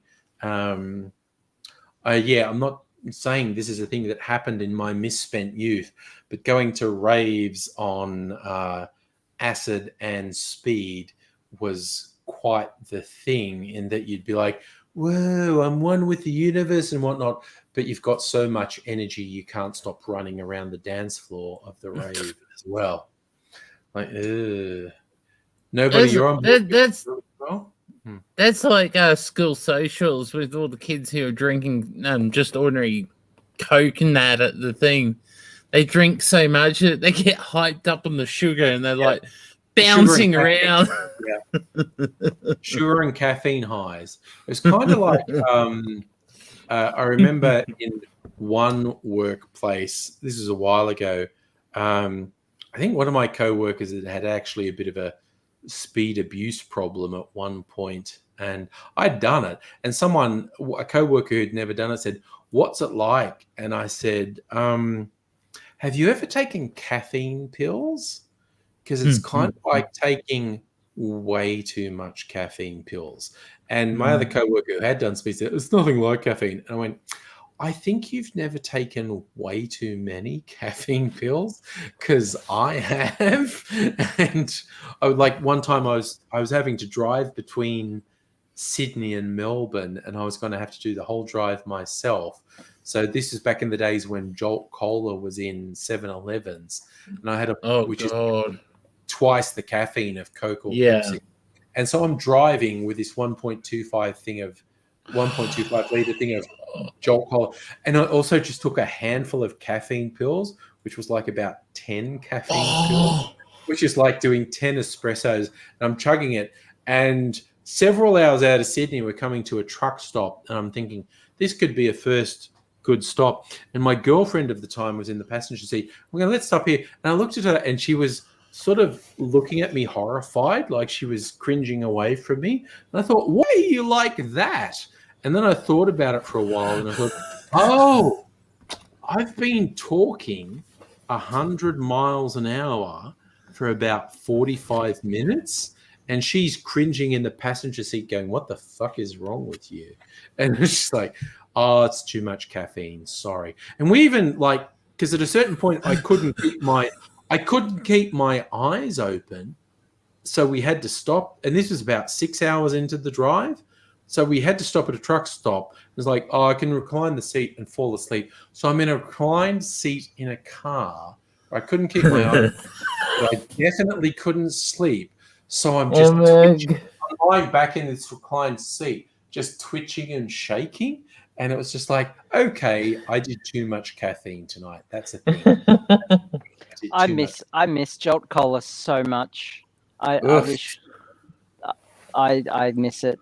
It tasted nice, and it was just. I did like Jolt I don't know. Cola. Maybe it's nostalgia. Maybe. Yep. Kind of 90s, early noughties, Jolt Cola was everywhere, and I really liked it. I was annoyed when they changed the Mountain Dew. Mountain Dew didn't have caffeine for so long, and then last decade they put caffeine in it. No, that's great. Well, I would love it when they did that. In Australia, no, I don't like the taste anymore. It changed the taste. In Australia, there used to be a law that the only drinks that were allowed to have caffeine were cola and energy drinks. In the US, Mountain Dew's always had caffeine. And Coca-Cola lobbied the government for years. So now you get, what do they call it? Mountain Dew Loaded or something? Something has like caffeine. that. I did it one night, and it was during a live stream.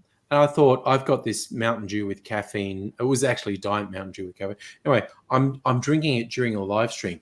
This will be fine. And then this was one. It was during the week, so I just went 8 to 10 on the stream, and then I went to bed, and I could not sleep. I lay there for about 2 hours, going, I am nowhere near close to sleeping. And so I got up. So it was midnight at this point, and I just sat there watching TV till 3 a.m., spending the whole time thinking, I'm not even vaguely tired, and I have to go to work. And so at 3 a.m., I forced myself to turn off the TV and like lie down on the lounge and get 1 or 2 hours of sleep. But that was weird. That fucking Mountain Dew just had me wired for hours. Energized, thank you. Mega Leech always answers. Whenever I ask a question like, what was this? Mega Leech always knows the answer. Is it really knowledgeable or really good at Google? I think a little from column A and a little from column B. And I think column C, Mega Leech is always on a similar wavelength to me as well. L3, happy birthday Netscape. It's not so much happy birthday Netscape. Today is the or yesterday, because it's not midnight yet. It's still today. The 12th of March is the anniversary of Tim Berners-Lee publishing a document that said, I have a proposal for a World Wide Web of hyperlinked documents. So from a certain perspective, it's the birthday of the modern internet. World Wide Web. It's the World Wide Web invented. Yeah.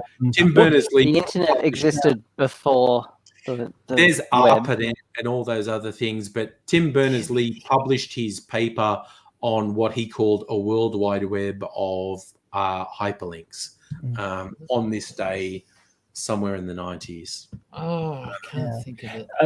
What's really cool about it is that he was even shown as as one of the elements in the opening of the UK Olympic Games in 2012. Nice. You know, they lifted up this house, and inside there he was with the computer thing, and this is everyone, which was the first message that was sent on the World Wide Web. Yeah. Saf is asking. Saf's asking why Tim Berners-Lee isn't super rich. It's because he doesn't want to be. He's not poor. Tim Berners-Lee is definitely not poor. He's made a very good living for the last, 3-4 decades. But he's not super rich because he chose to be super rich. Yeah, he gave it away to everybody because he saw how useful it would be to everybody. Yep. he's a huge believer in open source stuff.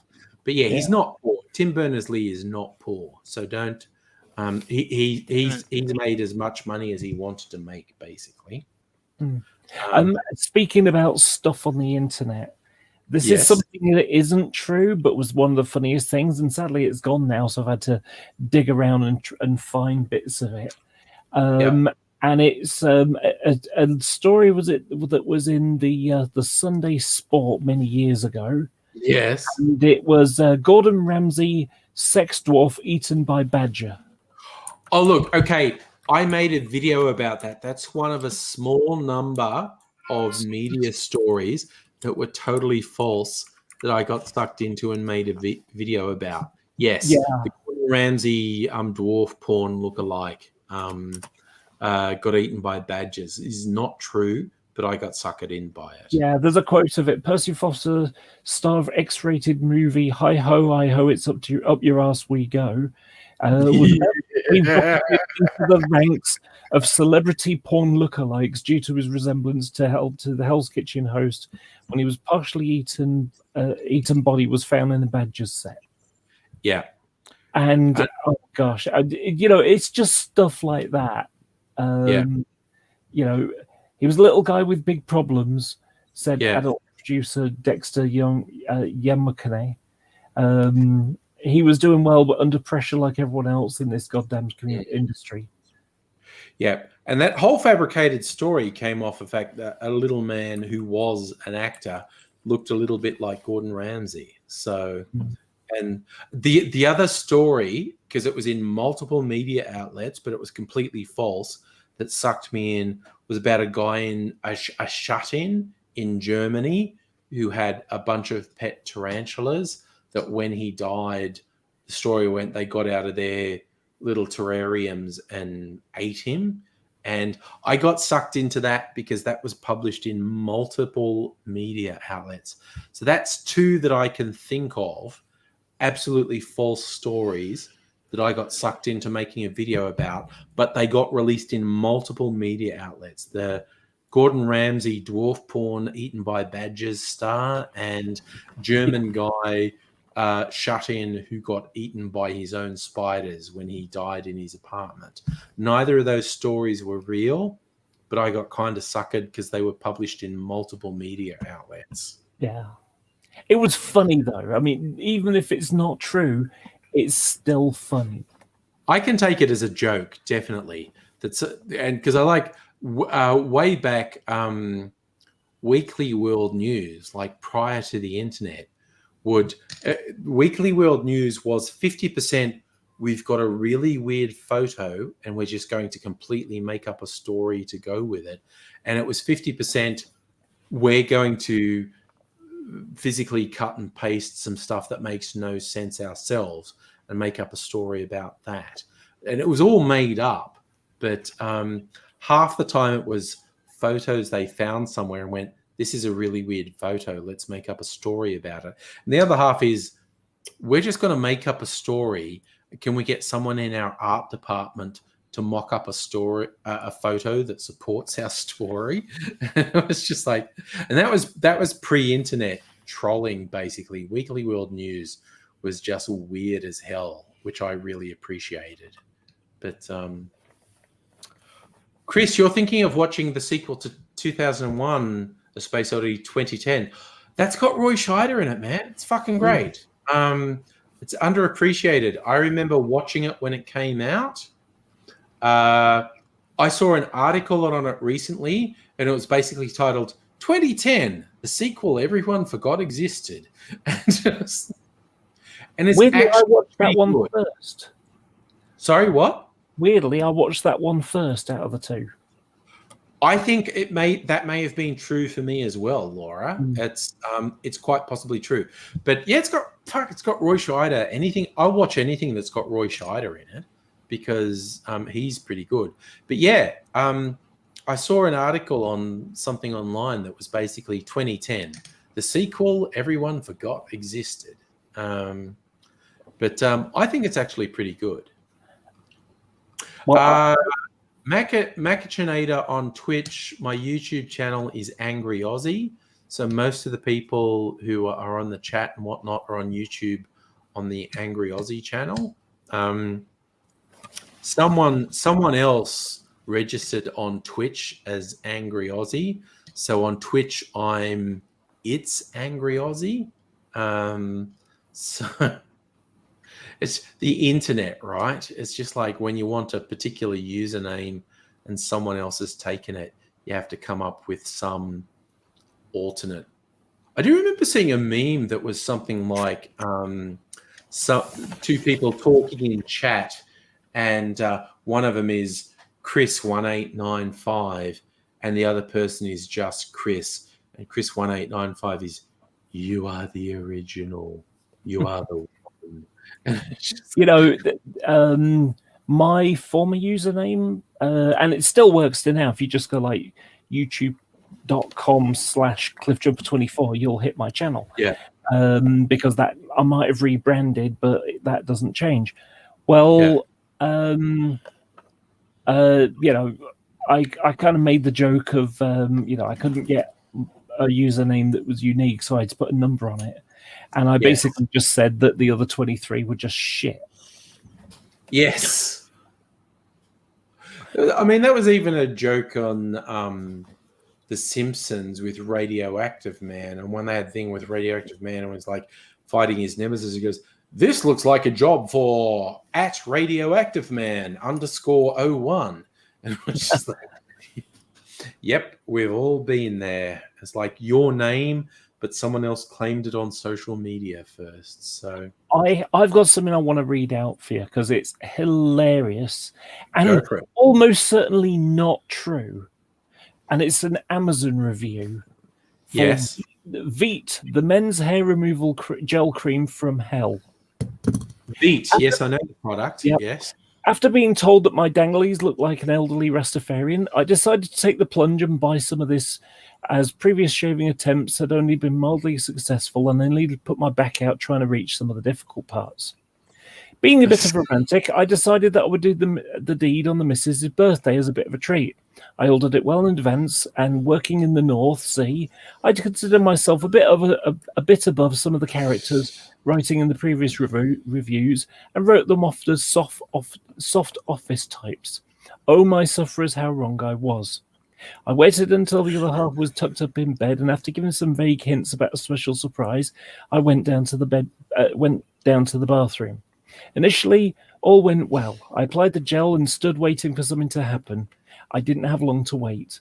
At first, there was a gentle warmth, which in a matter of seconds was replaced by an intense burning, and a feeling I can only describe as being given a barbed wire wedgie by two people intent on hitting the ceiling with my head. Religion hadn't featured much in my life until that day, but I certainly became willing to convert into any religion to stop the violent burning around the turd tunnel that seemed to be on the destruction of the meat and two veg. Oh, God. Struggling not to bite through my bottom lip, I tried to wash the gel off in the sink, but only succeeded in blocking the plug hole with a mat of hair. Tears, I struggled out of the bathroom, across the hall to the kitchen. By this time, walking wasn't really possible, and I crawled the final yard to the fridge in the hope of finding some form of cold relief. I yanked the freezer drawer out and found a tub of ice cream, tore the lid off and positioned it under me. The relief was fantastic, but only temporary, as it melted fairly quickly and the fiery stabbing soon returned. Due to the shape of the ice cream tub, I hadn't managed to give the starfish any treatment. I groped around the drawer for something else. I was sure my vision was going to fail fairly soon. I grabbed a bag of what I later found out was frozen sprouts, tore it open to be trying to be as quiet as I did so. I took a handful out of them and tried in vain to clench some between the cheeks of my arse.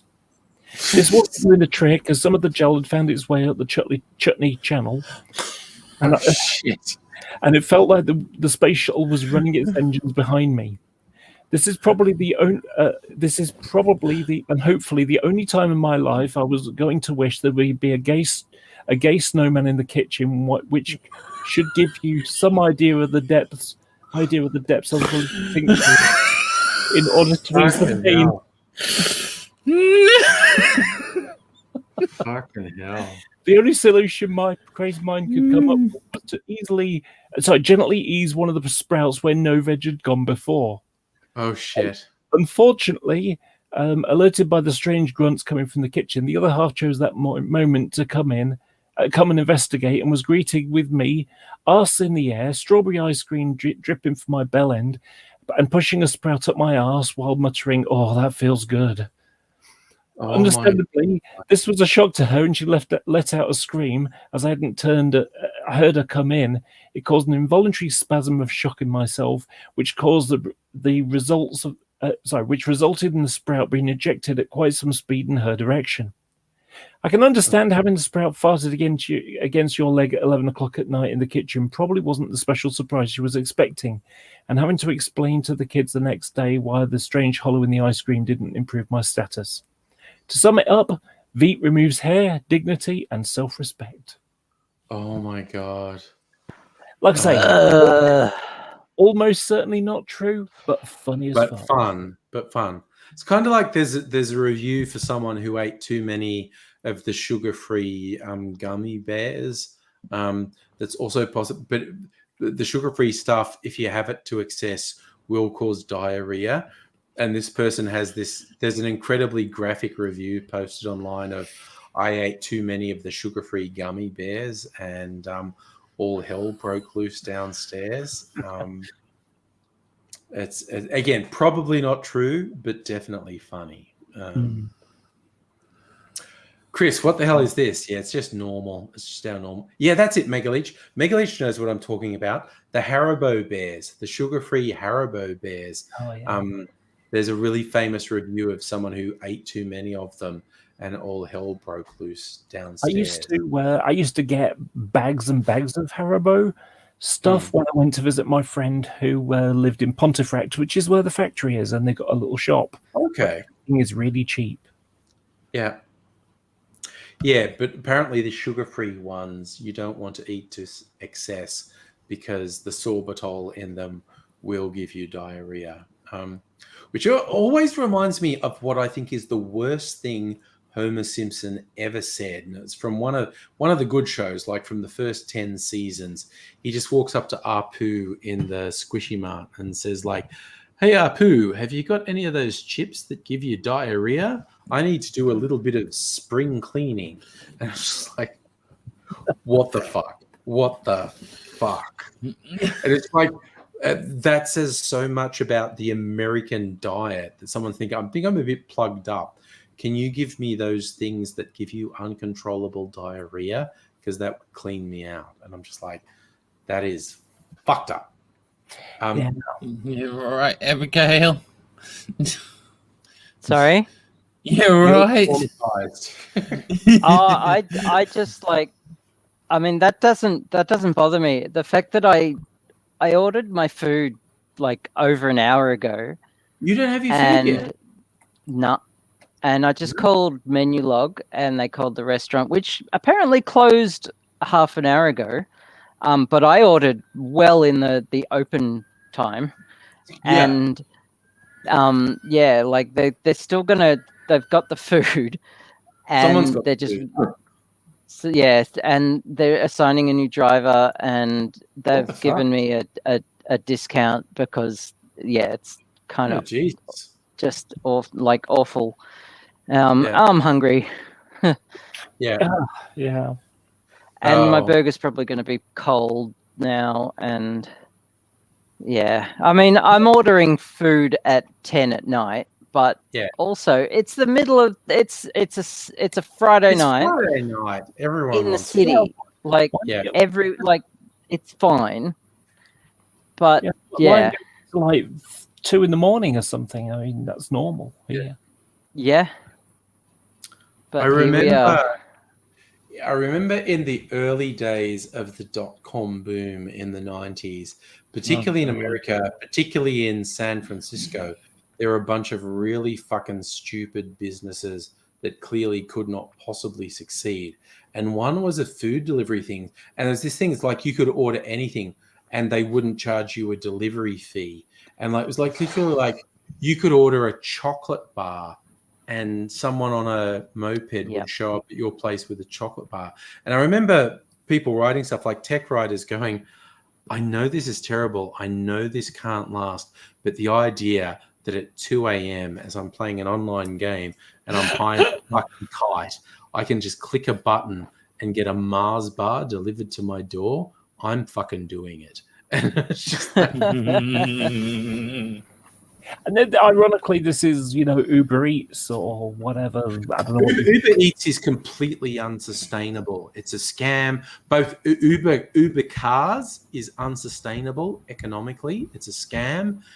Uber Eats is unsustainable economically. It's a scam. It's designed to be so ubiquitous that people think it must be a good business that they do a public share offering, and a bunch of people buy the shares, so the initial investors cash out and make bank, and then it all goes broke in 6 months because it was never financially viable. It's a fucking scam. Not just that, but it relies on effective, almost slave labor. Yeah, it's morally bankrupt. Yeah. I forgot what the other one is. Turquoise. They've all got turquoise bags and stuff. They're in the UK. So I don't know whether they got the same thing in the US, in Australia. Sorry, and we have a few here. You can order McDonald's and they pick it up and bring it to you. I've only ever had it done once. Yeah. Ordered online and it got delivered. About half an hour later. I do it all the time and stuff now, and it's like, wow. I do it all the time, not just because I'm lazy, which I mean sometimes I am, and I'm in a city, but also sometimes I literally can't walk, or can't get out of bed, and I need to feed my son, who is 15, and therefore he's 15 and male, and therefore helpless as a baby. Yes. Yeah. And look, he struggled to boil water at 15. Oh I'm my not God. even joking. Yeah, he knew how to heat it up, but he didn't know when it was boiling, and he doesn't know how to make pasta. And I've tried to teach him, don't look at me. I've sat down with him for ages, so many times, trying to. He refuses to learn. Yeah, and it's just ridiculous. He's just But sometimes I rely on these food delivery services. Yeah, a lot of stuff that seems very lazy is actually incredibly helpful, particularly to people with health issues or disabilities. You see stuff at the supermarket. It's not so common in Australia, but it is in the UK. It's like a peeled banana on a plate, wrapped with plastic wrapping, and you're going, what the fuck? And you go, no, there are people with various physical disabilities who can't peel a banana, and the only way they'll ever get to eat a banana is if they go to this particular supermarket that has the banana packaged that way. I actually think that's not who the supermarket's targeting when they do that, but it's kind of like when a gluten intolerance became a bullshit trendy thing.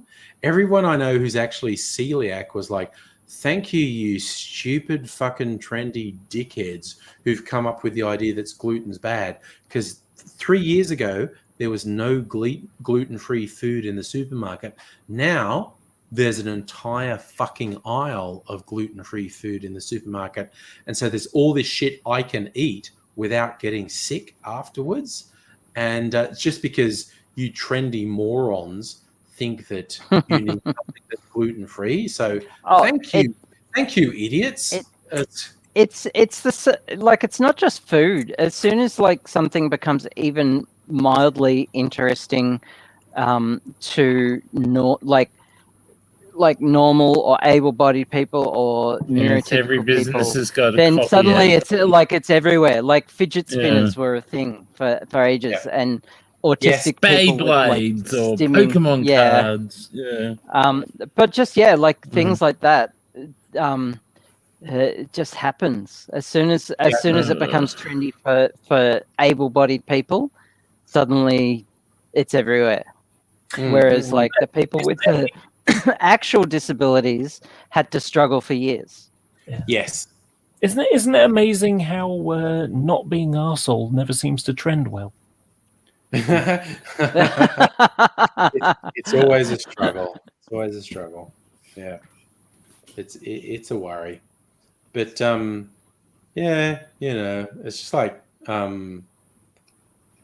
people are fucking weird, and like you say, stuff that some people actually need suddenly becomes trendy, and then it's everywhere, and then you get people not like me who are largely able-bodied cis hetero people who go, well, that's kind of dumb, and then there's a whole group of people going, no, this is actually really good for us that this is everywhere now. Yeah. But then the reverse happens and people want to ban plastic straws, which I get it, but also some people need plastic straws. Yes. Yeah, it's just as if plastic straws were the problem and industrial waste wasn't. It's just like, fuck off. And not only that, the bloody straws aren't recyclable anyway. Yeah. Oh, I got, because this thing I bought today, reusable coffee cup, had a metal straw in it. I'm not going to use this because I'm worried I'll misjudge it and I'll like knock my teeth out by coming down on the straw too hard. But yeah, people do weird shit. Oh God, I just remembered an actual real thing happens. There's a certain number of fatalities, and it seems to be in America every year, from people who load dishwashers and they have the sharp knife sitting point up in the cutlery tray in the thing, and they slip and fall in the kitchen and they fall on the sharp knife and bleed to death. So in my dishwasher, when I put sharp knives in, they're either flat or they're point down, because that's a real thing that happens. There's a certain number of people in America who die every year because they slip and fall in the kitchen and the dishwasher doors open and there's a sharp knife sitting point up and they fall on the sharp knife and I've never had a dishwasher. Current place has a dishwasher that works. Prior to this, I did not have a particularly effective dishwasher. If I ever get a dishwasher, I want to get one of the commercial grade ones. 30 seconds. Big one. I've used one of those in a commercial kitchen. They're great. Yep, same. Yep. I worked at McDonald's. They had this big thing. You put all your silverware in there. And then drop it bring down. this thing down and drop it. And this 100-degree water just flushes everything. Yep. And then you lift it up Flashes and everything's been flushed clean. Yeah.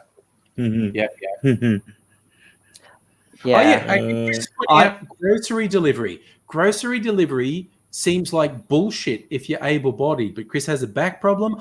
Older people, people with physical disabilities, grocery delivery is a lifesaver. Yeah, living on an island. I have to rely on grocery deliveries. I cannot get groceries any other way. I have. I don't have a car anymore. I used to do it on my bike, but now I can walking for 5 minutes hurts. Let alone carrying bags. Try and live on an island. Yes, oh my lord, shopping is a hell for me. Yeah. I do it once a week. Fair enough.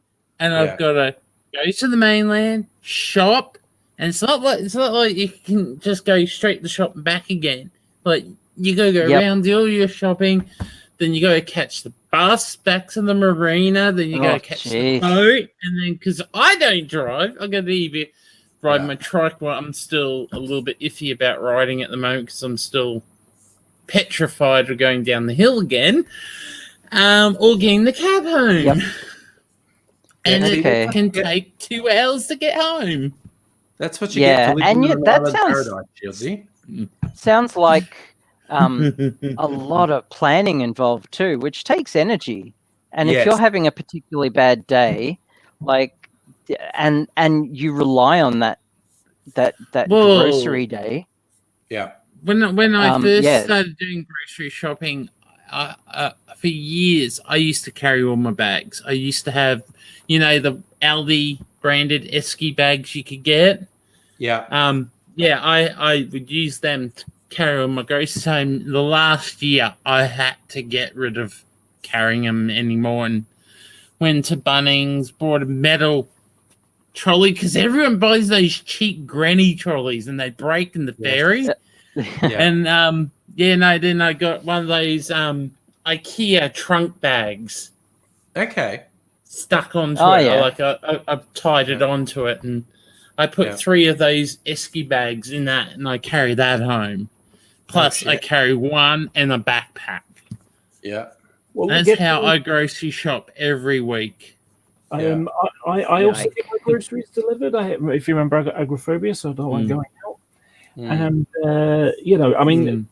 And I'd mentioned before that I got vaccinated. The reason is because I was on the clinically extremely vulnerable, because I had to call my doctor and say, look, can I get on that list so I can get one of the slots for people after Shield and stuff, because I couldn't get food delivered. And of course, this is at the start of lockdown, so people were panic buying as well. Yeah. So the idea of like, I'll try tomorrow and see if I can get some toilet roll wasn't happening. Yeah. I buy for 2 weeks and I stay home. The irony of it is that I had to go out more because of the first lockdown, because I wasn't on that list for a couple of months, a month and a half. It was awful. Yeah. I tried to get a slot at 3:00 in the morning, and it was all booked. And then you'd find one. There's one there. Okay, yes, they're going to deliver it, but they're going to be delivering it at like 8:00 at night. But whatever. So you click on it, and then it's gone. Sorry, cannot, didn't work. Sorry, try again. And the reason it didn't work was luckily, it's like that kind of thing is really good here. I'm probably just in a sweet spot because I'm in the inner city, but I've never had a problem getting a time or a good delivery slot. Plus, Coles here, if your order is over a certain amount, your delivery is free, which is it saves you a couple of bucks. So that's pretty good.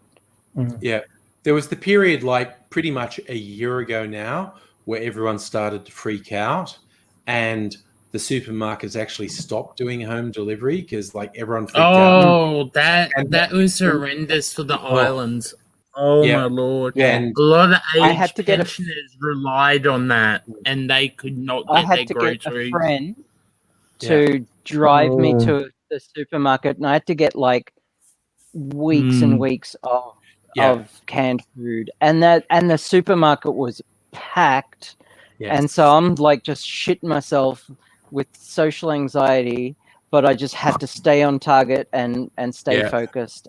And exactly. I spent so much money, and it was fucked up. That's because like supermarkets weren't going anywhere. People were panic buying. And there was no reason for it. And the ordering service got overwhelmed, and the websites wouldn't work. And for a couple of weeks, the supermarkets were not doing home deliveries, and there was a huge swath of people who were completely dependent on home deliveries who got left high and dry for a couple of weeks until shit settled down, and it was like, okay, have we worked out that the supply chain hasn't been impacted, so you can calm the fuck down? And but every single time since, every time there's been a scare, people attack the supermarkets and toilet paper and like chicken. It's like the pandemic gives everyone the shit, so they go get their toilet paper. It's ridiculous. It absolutely is. Yeah, I gotta say, I went and bought a year's worth of toilet in like a couple of days. And that's even if they had a some problem. You'd still have enough with a year later. Yeah, but people just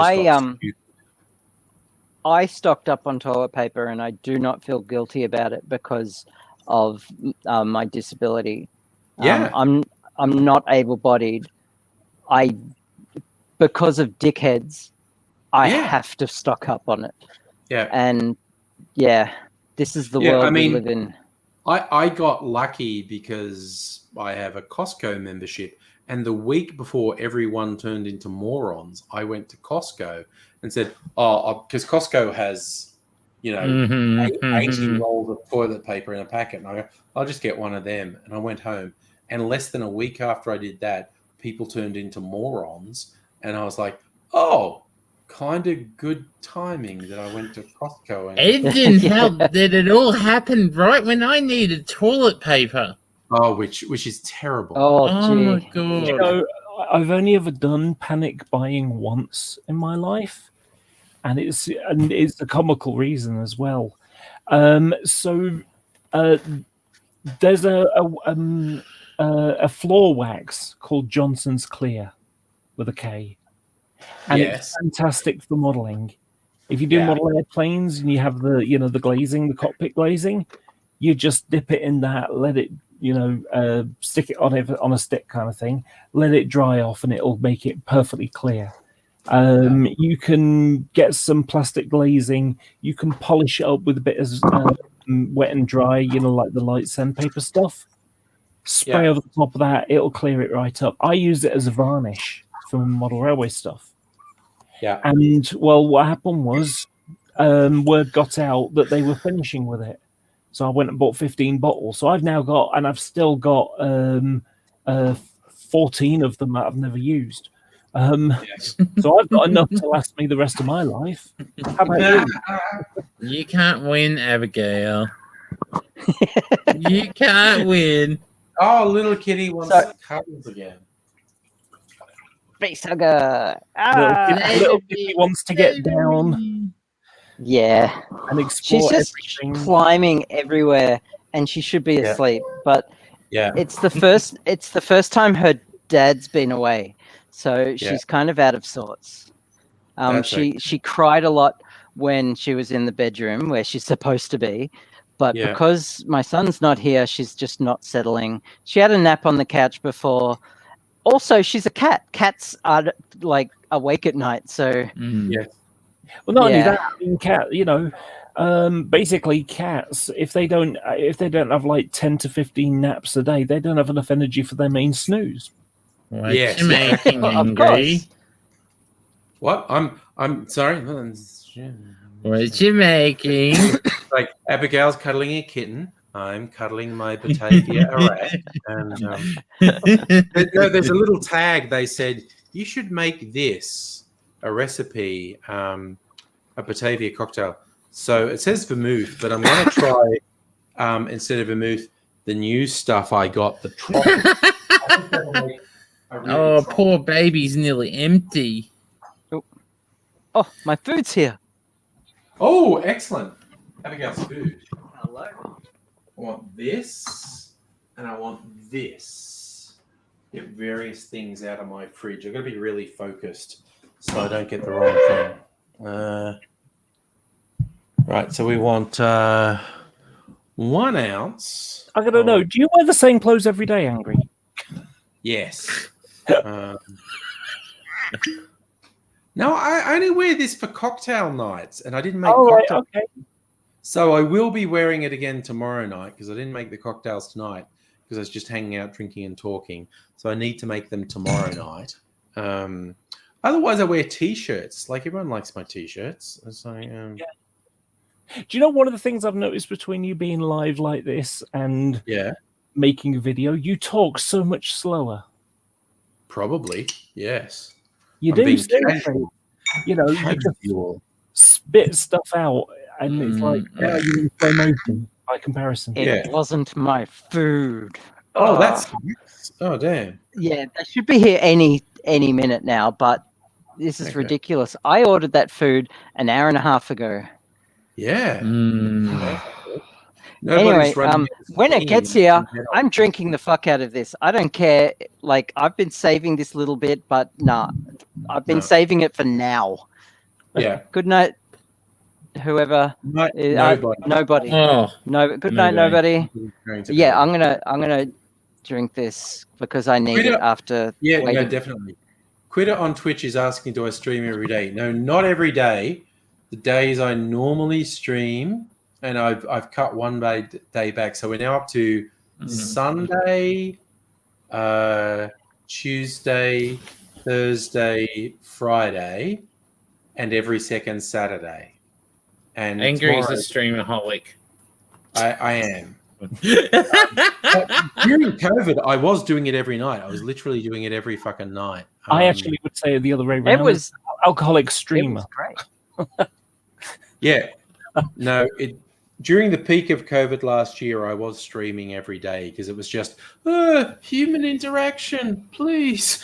and there was a bunch of us that just wanted human interaction during that. So,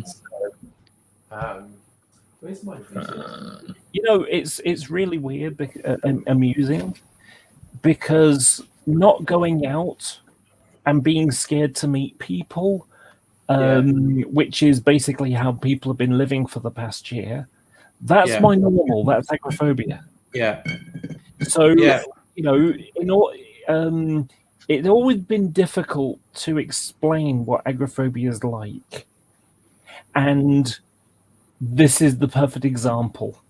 Yeah, now you can explain it to people. Yeah. Like, yeah. You would not survive it on my island. Yeah. Because when you get the jetty, you basically meet everyone. Oh. That sounds awful. Yeah. Why? Do people like come out and visit people or like see you? No, it's the gossip place while you're waiting for the ferry. Oh, everyone meets there and You gotta love the island gossip. So that's rough. Between the media and the TERFs and even the government, that's basically it's not much fun living on Hate Island. Yeah. It's still, I always remember the funniest line from Philosophy Tube's Coming Out video. Oh, yeah. And she says, like, now I'm arguably one of the highest profile trans people in the UK. And just like, yay, I'm the princess of Turf Island. Which is so fucking, like, it's very bleak humor, but it was very funny. Well, look, my ice came out of the thing. I've been making ice. Look how beautiful. So, Megaleech, technically Australia is an island, and technically you could say the Earth is an island, and you can't say a person is an island. This island Earth, maybe. Classic sci-fi. But man is not an island. Oh, yeah, that's the classic philosophical question. Yeah, come on. I know it's late, but give me something here. Okay, sorry. Quitter on Twitch, Shieldsy. Everyone on Twitch loves you, Shieldsy. They want to know if you stream. Or you just hang out here. Yeah. I just hang out. Yeah. Oh, wow. I used to. There are spam things on Twitch that I've seen each time, and normally they use all these special characters to try and avoid getting caught. But one just popped up with no special characters. That's actually and a URL as well. Yeah, want to be famous, buy followers, primes, and viewers. There you go. That is the first one of those I've seen that wasn't just full of special characters. Safa reckons man is an autonomous being. I don't know. Well, man, this is good. Did you know that the majority of cells in your body are not human? Like, there's more gut bacteria in your body than there are human cells. Right. I thought we're not. Sorry? I thought you'd been talking to people. Those rumors about me and farm animals, totally unsubstantiated. No video evidence that I have yet. So. That's actually one of those jokes I created, my insults to the death, which was if someone posted a link to Wikipedia. And my one was, well, I'm sure you could use Wikipedia as source, but given what I just wrote under your name, let's just say it'd be a good idea for you to stay away from farm animals for a while. Yeah. Oh, jeez. I'll be back in a sec. All right. I'm just trimming my. I'm slightly off camera. I'm just trimming my ice. That sounds like a sexual innuendo, doesn't it? I'm trimming the ice. Trim the impurities off my ice. Now I sound like a Nazi. I'm removing impurities, racial impurities from my ice. That's okay. This will just take a second. I just have to score it all the way around. And then you just kind of hit the knife. Oh, there it goes. Comes off. Got to do it on the other side now.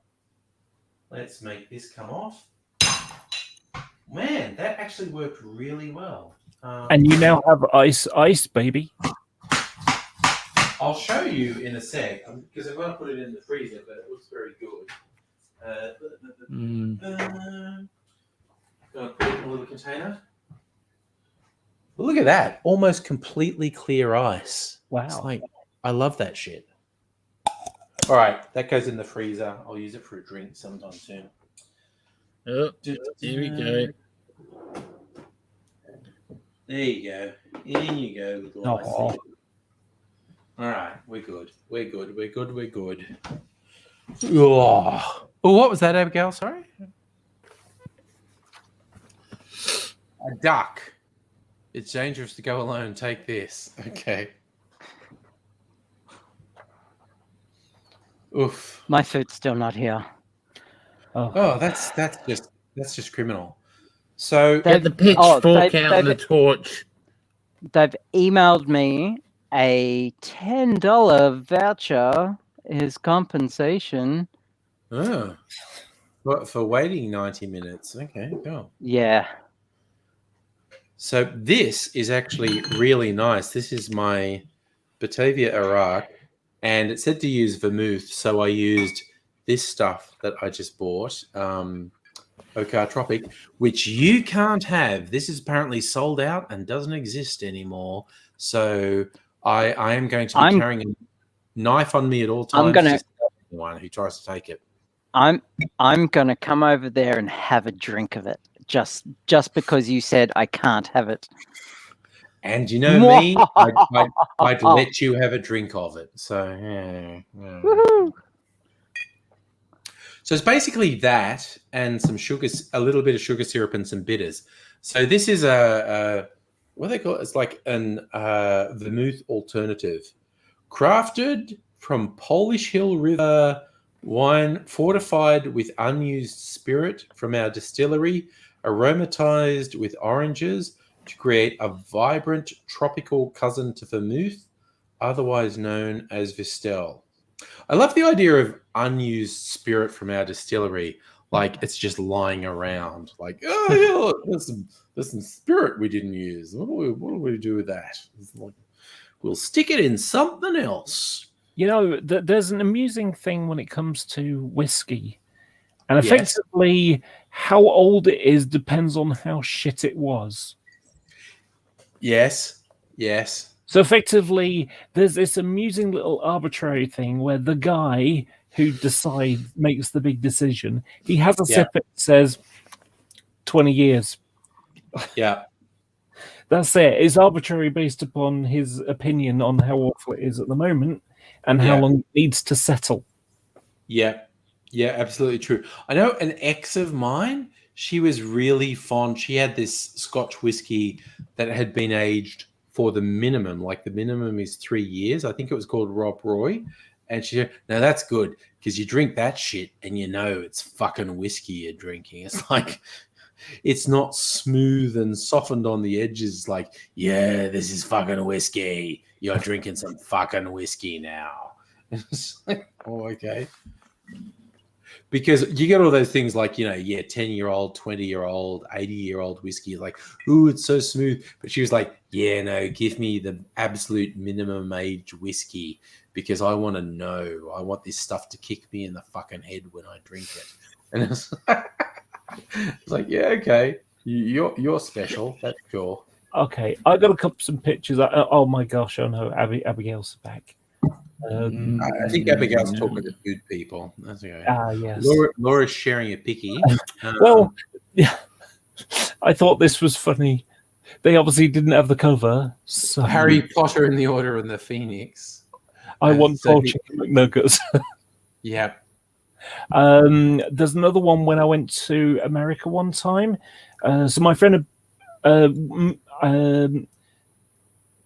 would do the driving, so she'd fly over and I'd meet him at the airport and then we drive together up to Pennsylvania.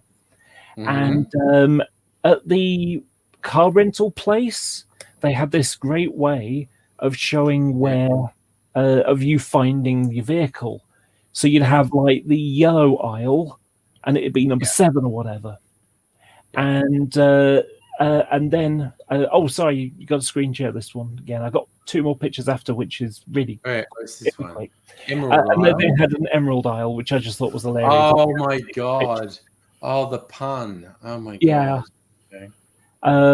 So then this is the first meme I've ever made. And I just saw that picture, and it basically what happened was it was an indoor cat that hadn't been out before and was being being taken to be looked after, to be cared for, and so you just got this scared cat. So I made it into a meme. I made this. The moment Kiwi learns he's been taken to the no, that's bleak. Yeah. Oh dear. Oh dear. Oh dear. Oh dear. Sorry, I'm just drinking. Oh, this drink, by the way, they don't even have a name for this drink. It's the Batavia Arak with vermouth, sugar syrup, and bitters. And from one of my mixes, I added water. It's actually pretty good with added water. I'm kind of drunk, is all I'm saying. Another picture I've got, it doesn't need screen sharing, but my phone company had one of those offer pages while you're waiting for it to log into your account. And I thought it was so funny, I did a screen grab, but it was basically choose your free upgrade today, and then above in the top corner it's got a star, and then underneath it said with no strings attached to say thank you. And under that, it's got the star and it's got terms and conditions apply. It's like with no strings attached except for the ones that are mentioned under the star. But that's okay. When last time, I haven't been to the UK for a while. Mrs. Angry is English and her family's all still over in the UK. I went over there. Hey, look, can buy a SIM card with a disposable phone. It says it's unlimited, but they also go, oh no, you use too much. And I went, but you said it was unlimited. I did a live stream with this SIM card, and then you said you can't do it anymore. And they went, yeah, but that was too much. Go, yeah, but you fucking advertised it as unlimited, you bastards. Yeah. And it's like really fucking annoyed me, quite honestly. I was looking, has anyone shared any fun memes on my Facebook? Ooh. Well, here's a fun one for you. Yeah. It's a puppy. Ooh, you've got a puppy. That is a penis. I've seen that one. I've seen that one. That is a very hairy penis. That's been on my computer since 2015. That is a very hairy penis. Sorry about that, everyone in the street. No, I'm just saying that was a very hairy penis. A very hairy penis. What do you get when you cross a cow with an octopus? I don't know. What are you getting when you cross a cow? Oh, God. A visit from the ethics committee and an immediate withdrawal of your funding.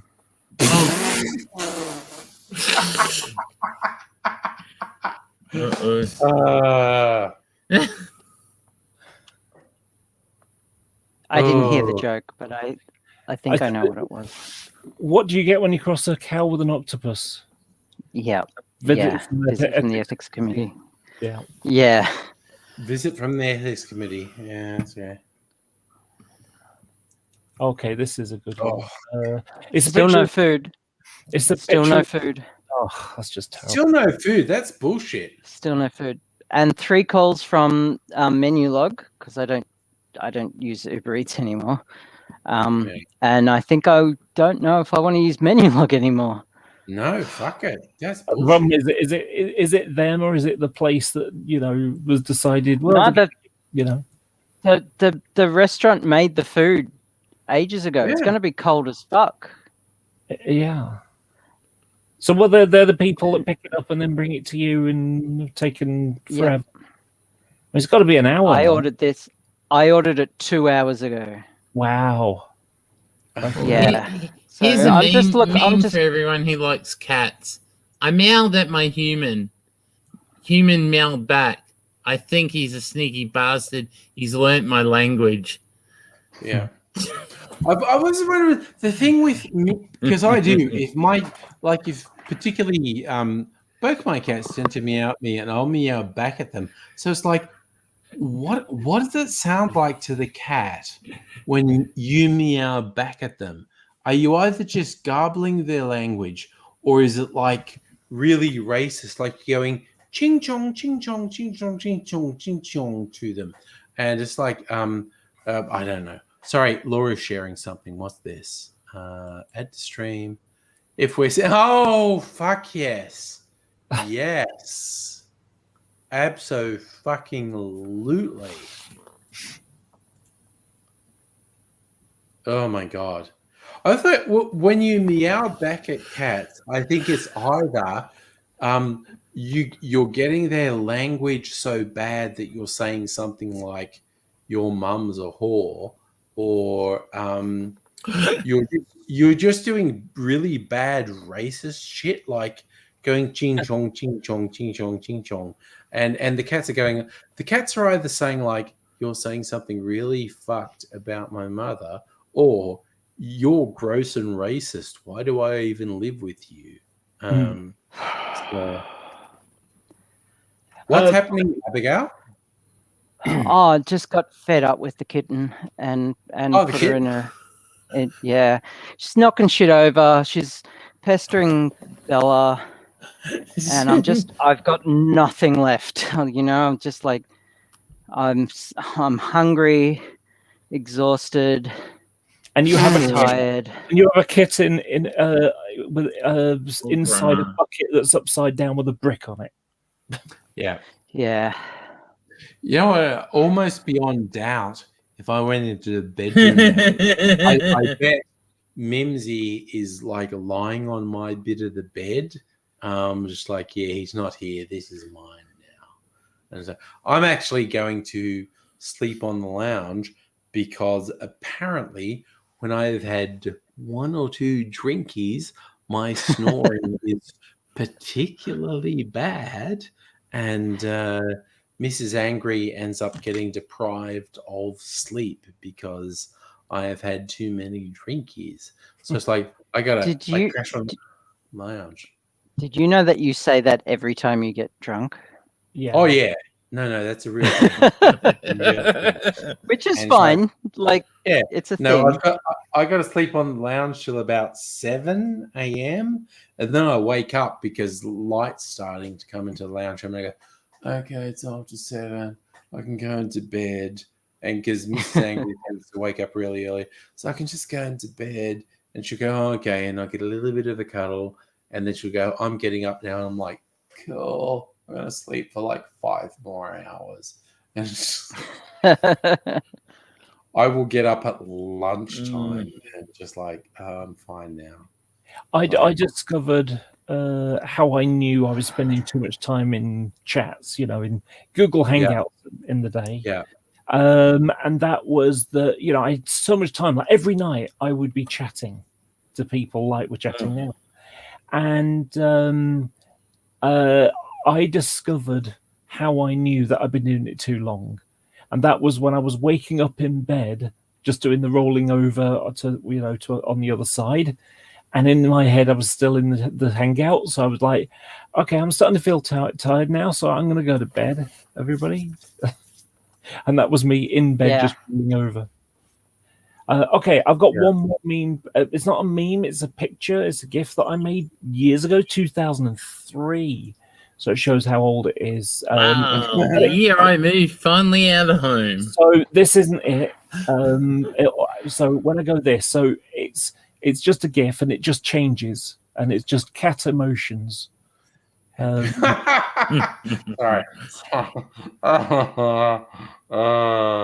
Yeah, that's real. That reminds me.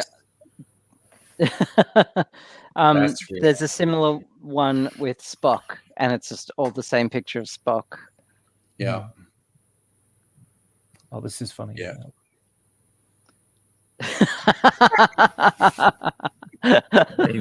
Wait for it. Oh my god. Oh, that's. Hound, go back one. I can't. Oh, okay. It's a GIF. They just it's actually an animated GIF. Yep.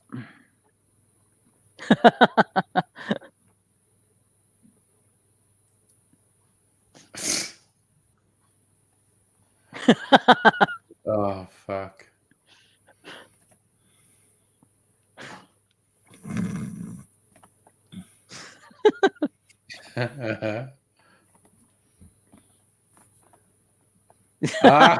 Great. That's great. Oh my god.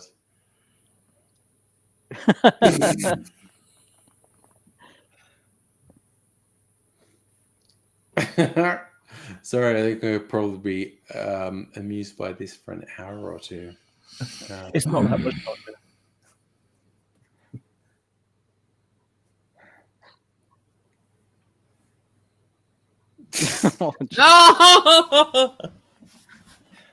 Oh my god. Oh, that's real. That's real. Oh my god.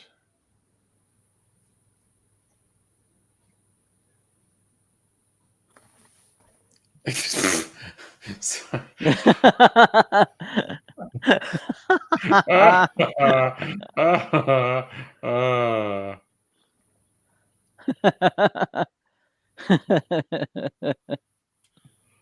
Screwdriver. Oh my god. There you go. That was it. Oh. And then it just cycles all over again. I made that years ago on oh gosh, what was it? Something Pro. Not Photoshop, but another one. Paint Shop Pro. Yeah, Paint Shop Pro. That was it. I made that on Paint Shop Pro in 2003, and I just it's like cats have only got two faces, one with their eyes open and one with their eyes closed. Everything else is body language, waving tail, thing like that. But in terms of face, they've got one.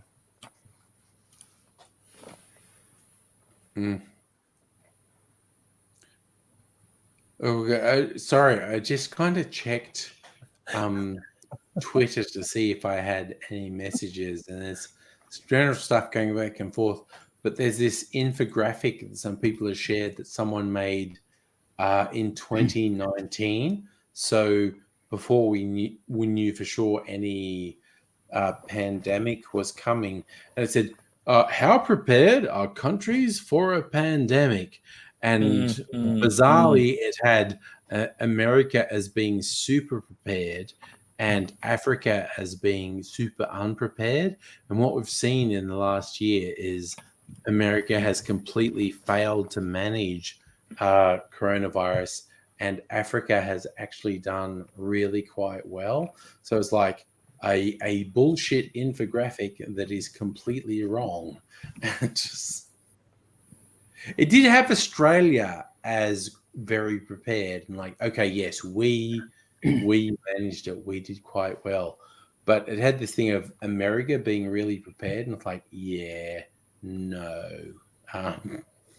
America is kind of bullshit land. But there were two reasons for it. The first one was Trump politicized the idea of wearing masks. Yes. You know, as soon as he did that, it became a political thing.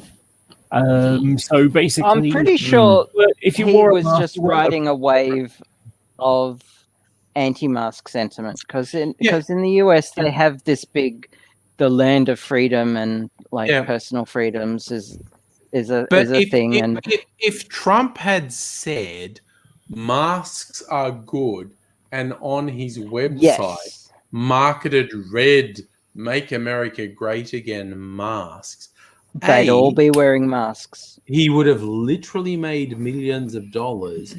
B, America would have probably suffered 50% less deaths from coronavirus. But his insanity pushed America to hundreds of thousands of unnecessary deaths. It was fucking more than 250,000. They're like a quarter of the entire world's cases and deaths. It's really fucking weird. Yeah, unfortunately, we're one of the worst by per capita. The UK did not do well on death rate per capita. That is true. No. I have to go. I have to bow out. That's my fair. My pain levels just went through the roof. Oh no, that's fair. And I have to go lie down and call fucking this food place and get my money back. What are you doing? Yes. All right. Now I have to bring my computer box over to you at some point, and maybe a bottle of whiskey to encourage you to work on it. Sounds good to me. That's a plan. That's a plan for the future. See you later, everyone. Good night, Abigail. Bye, Abigail. Hope you have a good weekend. Hope you feel better tomorrow. Thank you. Bye. Bye. Oh, what's it? It's like it's only 12:30, which is actually comparatively early. Okay, I've got one for you. And Laura, what do you have? I think I need to upgrade this with Boris Johnson. Sorry. Okay. Graphic from Laura. Add to stream. Where are we? There you go. The internet. We're staring at a massive cock. I haven't switched on the laptop. So yeah, that's your reflection.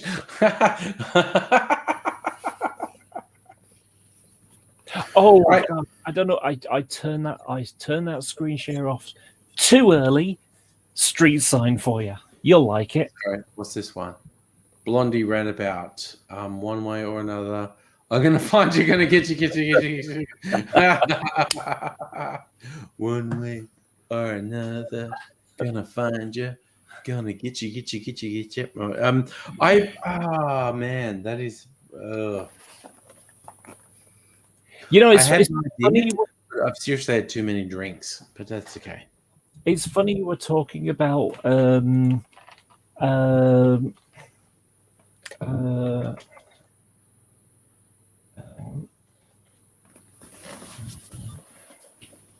no? Okay, I'll tell you what, just before coming online, I had this urge to watch Wham Rap. And because I remember when it first came out, I did not understand the extent to which the core of Wham Rap was them saying, having a job is bullshit. I just want government benefits and I'm going to party. Because I ended up buying the 7-inch single of Wham Rap, and the B-side is this kind of pseudo live thing that's just George Michael going, do you want to have a job? And the crowd goes, no. Are you going to have fun? Yeah. And then I watch Wham Rap, and it's like, no, the entire song is about having a job is bullshit. When you're young, you should just go out and have fun and fuck people who say you should have a job. Just get some benefits at the party. And it's not subtle. But when I was a kid when that came out, I don't know, I was thick as shit. And I didn't realize the extent to which the Wham rap was just saying having a job is bullshit. Let's just get some government benefits and go out and party. And but then I bought the 7-inch single, and the B-side is literally just saying, do you want to have a job? No. Are you going to have fun? Yeah.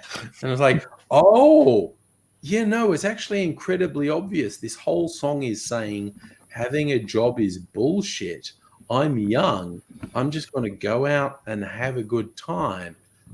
Also, I watched the video for the first time in ages on YouTube, and I went, oh my God, George Michael is so fucking young in this video, because he's literally only about 20. I kind of remember George Michael in his 30s with a beard when he was doing slightly more sophisticated music. But you go back and look at Wham Rap, and he's about 20, and he's so young, and he's so pretty, and it's like, oh my God, the passage of time does terrible things to all of us. Yeah, I remember, what was it? The funky one. What's it called? You're too funky with me. I don't know. All I remember is I still know the Wham Rap. If you're a pub man or a club man, and also Freedom. Jetpack guy with a hip hi-fi, white cool cap with a trilby hat, maybe leather and studs is where you're at. Make the most of everything. Don't let hard times stand in your way. Give a wham, give a bam, but don't give a damn, because the benefit gang are gonna pay. Sorry, your turn, Laura. No, that was good. Freedom 1990, I think, was the song. Well, yeah, because Wham did two versions of Freedom. The original one was I Don't Want Your Freedom. I Just Want to Be Your Full-Time Guy. And then almost 10 years later, George Michael did a song called Freedom that was I Don't Belong to You, You Don't Belong to Me. Yeah. I every now and again I'll just like watch YouTube videos of songs, and it's like, oh, it's brilliant, some of the stuff there. But one of that I watched the other day was Tom Petty, I Won't Break Down. And some of the lyrics in that are just like bang on. I mean, you know, here's one, and apologize, I don't do singing brilliantly. Well, I know what's right. Dun, dun, dun, dun, dun, dun. I got just one life. In a world that keeps pushing me around, but I'll stand my ground and I won't back down. And it's like, brilliant. You know, that's my tune right now. I know what's right. I know what's right for me. I got just one life. The world keeps just pushing me around. I'm going to stand my ground. And I went back down. Yeah, I have to admit, okay, so like one song that I think is astonishing, Eric Clapton's song, Tears in Heaven, because I'm not a huge Eric Clapton fan, but his infant son died because Eric Clapton was living in an apartment building very high up, and the housekeeper left the window open, and his quite young son fell out of the window and died. Like, you know, the fall from the window was quite hard, killed him. And Eric Clapton wrote a song about his feelings called Tears in Heaven. And it's like, I'm not a huge Eric Clapton fan.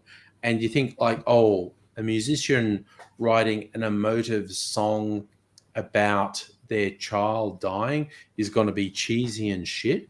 But Eric Clapton's Tears in Heaven is a fucking amazing song. It is a very good song. And I say that as not an Eric Clapton fan, because what he went through with his fucking child falling out a window and dying, and he wrote this song as like a memory of his child. Dude, I'm not even a fan of yours, but that is a really fucking good song. There's I've been watching all sorts of ones, and one of the ones that has been a bit of an earworm for me has been, oh my gosh, I can't believe I've forgotten his name. Gary Newman. Okay, sorry, go ahead, Gary Newman. And one of his first big song was Electric. Our Friends Electric. Our Friends Electric. Yeah. Well, there's the original version, and then a couple of years ago he did a new version, and he did it with 9 Inch Nails. Oh, and wow. It's so good. Oh, God, I'm going to have to look that up. That sounds really good.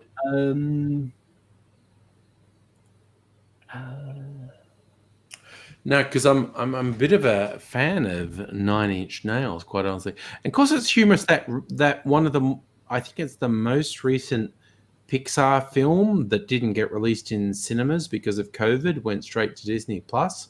It's called Soul. The soundtrack is actually done. It's not listed as 9 Inch Nails. It's Trent Reznor and the other individuals. But it's basically a Disney Pixar film has this award-winning soundtrack done by 9 Inch Nails, which is really fucking weird, quite honestly. But I've been a fan of 9 Inch Nails since the 90s when the Downward Spiral album came out. And that's the one that's got Hurt on it. And Johnny Cash's version of Hurt is just astonishing. Like The Man in Black, the man with about a 50-year career in music, the fact that he could pick up this music by a guy who's a generation after him and just go, oh man, that music means something. And Johnny Cash's version of Hurt just fucking gets... I listen to it semi-regular, and I love watching the film clip on YouTube because the clip Johnny Cash did for Hurt also has... It's like it shows the shut down Johnny Cash museum where everything's gone to shit, and also has his wife June in it, and both he and his wife June were dead less than a year later. And it's like every time I watch that video, it's like, dude, this is so fucking intense. What's that one you were sharing, Laura? A YouTube video of... Oh, yeah, Gary Newman of Friends Electric. Okay. I'm going to have to look at that. I can't play it in the stream because I'll get a fucking copyright strike because fucking YouTube. I would love if during these streams we could play music and play clips and stuff, because that would be so much fun with the whole hanging out thing and whatnot. But what I found multiple times, playing even 5 seconds of music gets an actual... It's not a copyright strike, but it's just things saying, hey, you played some copyright stuff during your stream, so now the copyright holder might run ads against your video in the future. It's like, well, that's okay because it's a live stream. And I know some people watch it back afterwards. People have told me, particularly if they're doing chores or stuff, they like having the stream running because it's like having someone talking to you while you're doing stuff. But so I kind of avoid playing copyrighted stuff because YouTube's content match works on a couple of seconds of material. So the the cool thing about that track, I don't know if you want to copy it and stick it into your live chat. Oh no, oh yeah, okay. For anyone who wants to see it, copy. I am just going to put it there because I'm not going to watch it tonight. But if I remember another day, I definitely want to watch it. Yeah. So And Laura, you can also make people moderators on your thing. So if I could do that, if I was one of them, I could just put that link in myself. Oh, right. Okay. So, yeah, another time I might, but I've had one or two too many drinks to look at how the settings on this stream. Angry is over tipsy. A little tipsy. I'm a little tipsy. You're over tipsy now. I'm not going to have another drink because I've had enough that I'm in the happy state. I definitely need to fucking lie down sometime soon, but I won't have a hangover and I won't feel fucked up. There'll probably be a slight sort of tummy unsettled. I'll spend Saturday going, yeah, I'm slightly unsettled, but that's okay. Question is, when was the last time you ate?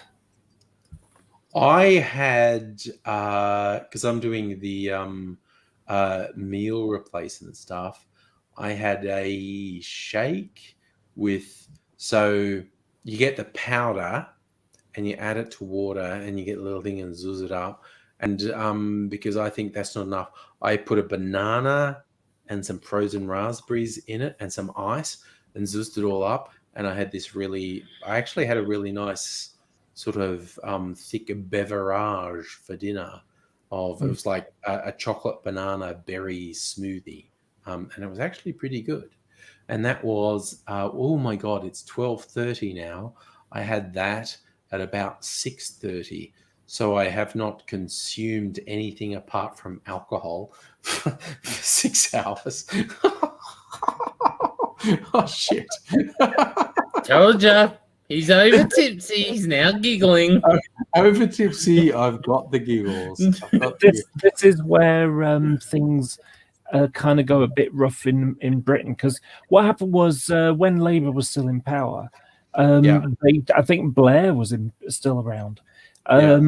They decided they were going to start having European drinking hours or continental drinking hours. Yeah. Which meant that instead of having all the pubs and clubs in town shutting at 11 sharp and everybody being kicked out and everyone trying to get a taxi at the same time and people falling out and having punch-ups and, being quite a nuisance, that, they decided that they would spread it around a bit.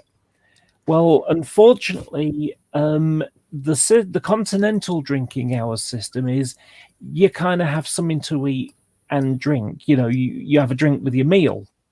Yes. But the British people, we don't really do that. And unfortunately, we've got an escalating craziness when it comes to drinking attitudes. Yeah. So if you're being social, you have a drink. Then it went to the more you drink, the more social you're being. And then it went to the next stage, which is if you can remember the night before, it wasn't a good one. The one thing they relaxed in Australia with COVID was the delivery rules for alcohol. Now you can just order alcohol online and get it delivered. So, without exaggeration, in the last 2 weeks, I've had 1, 2, 3, 4, 5, 6, 7, 8. I've had 10 bottles of alcohol delivered to my home in the last 2 weeks. So that's it. That's it for me buying alcohol for a while, because that's a lot for a 2-week period. But yeah, they absolutely relaxed the alcohol delivery laws. They used to be very strict. They just went like, oh, everyone's at home and they're going to fucking hate us if we don't let them have booze. So bottle shops can stay open and we'll relax the delivery laws. But with venues like in Australia, a lot of them, they've gone like, okay, we're limiting the number of people you can have indoors. But in a lot of things, they're going, oh, we're going to let you have outdoor seating, that the previous licensing laws didn't let you have outdoor seating, like on the footpath and stuff. So one of my favorite places in Melbourne is called Bar Americano. And Melbourne's kind of famous for, well, it's got secret places down lane. But for Bar Americano, you have to go down a lane, and then you have to go down a smaller lane that runs off that lane, and then you have to go down a smaller lane that runs off that lane, and then you find Bar Americano. And it was a very small place. Inside, they could only fit about 12 people. They had to put tables out in the laneway that they were never allowed to before. So with the COVID rules, they can actually serve more customers than they used to be able to serve before the COVID rule, because they always wanted to have outdoor seating in the laneway, but the licensing authority said, no, you're not allowed to do that. But now to try and get hospitality happening, they're going like, yeah, you can have sort of outdoor seating. So Bar Americano can now serve more people post-COVID than they used to be able to serve pre-COVID, which is kind of weird, quite honestly, but I like that. They're more expensive than other places, but the guy who's behind Bar Americano has been running bars for like 20, 30 years, and he's got this whole fucking science lab set up there. You see all this stuff, it's like centrifuges and fucking condensate. It seriously looks like a mad scientist's labs from like a 1930s to 1950s Frankenstein movie, because they distill and stir stuff, and it's real one of a kind sort of cocktails. But I don't know why I'm spending all this time. Oh, I know why I'm doing that, because I'm fucking drunk. So you know, I think one of the saddest things I've ever seen was I was at the local off license. You know, it's like, if you don't know what an off license is, it's a bottle shop in Australian terms. Sorry? In Australian terms, an off license is a bottle shop. It's where you buy bottles of alcohol to take away and drink somewhere else. Yeah, pretty much like that, except for that they all have, you know, you can buy everything. You know, it's like a mini supermarket kind of thing. Yeah. You know, and they sell alcohol as well. And, you know, they've just got age restrictions on it. So, you know, if you have a card proving that you're over 18, because that's how old you need to be. So I remember I was at the off license. I was just getting some groceries and bits, and I was dawdling because I was listening to these two young guys, and they're probably, you know, 18 and 20 years old. Yeah. So they'd only just been legally allowed to drink. So they were trying to decide what they were going to have. And, you know, what about this one? Oh, no, I don't really fancy that and stuff like that. But ultimately, when it came down to it, it was, yeah, we'll get that one because it's got more alcohol. We can get drunk quicker with it on it. Yeah. And that's just sad, you know. It's like, it wasn't about the taste. It wasn't about the, you know, the flavor or, you know, anything. It was all about, we need to get drunk, and this is the one that is going to best do it. Oh, I just noticed Abigail is still in the chat. She's saying, based on what I said about Bar Americano, isn't that the Croft Institute? I will have to check that out. The Croft Institute is a laneway bar in Melbourne that I've still never been to. They had this thing, they did everything, the Croft Institute, like it was a scientific thing. The bar staff wore lab coats and would serve you drinks in beakers and test tubes and whatnot. But because it's down a laneway, Abigail may well be right. The Croft Institute might have table service in the laneway. Fuck me, I have to go out and get drunk in the city sometime soon. What are you doing there, Shieldsy? What the fuck is that? It's a ruler. Is that a ruler? What have you done? Right. I'm gonna have to go to bed. I'm like You've yawned twice. Quick question: how's Aidsy? I haven't seen him around for a couple of weeks. Sorry, Laura, what was that? How's Aidsy? I haven't seen him around for a couple of weeks. I have not had contact with him for a couple of weeks. I should message him tomorrow because I'm going to do another live stream tomorrow. Well, it's now post midnight, so it's tonight. But today. Saturday night, I'm going to do another live stream. During the day, I should message AZ because things were not going super good for him, which is why we haven't seen him, because he was trying to sort. So I need to find out what's happening. Hope he's doing all right. Well, don't forget, go have a watch of that video. You'll like it. Yes, I will. So that was in the chat. So I'm going to try and catch up with AZ. So either he'll be here tomorrow night, or I can at least do an update on him tomorrow or tonight. You know, fuck. Who cares? Tomorrow works. Yeah, Saturday night. Okay, trying to pretend I'm not an alcoholic who stays up all night on the fucking internet. Failing miserably at that ruse. But yeah, I'm going to go to bed. So fare thee well, fabulous people. Yeah, should be back at 8 p.m. Eastern Australia time. That's also real Eastern Australia time, not Shieldsy. You're on fake time. We're in real time. No, I'm on real time. Daylight You're on saving. fake time. You're all wrong. UK's the centre of the world. So GMT. GMT is actually the center of the world. But anyway, gonna go to bed. Fare you well, you lovely people. See you again soon. Bye for now. Bye.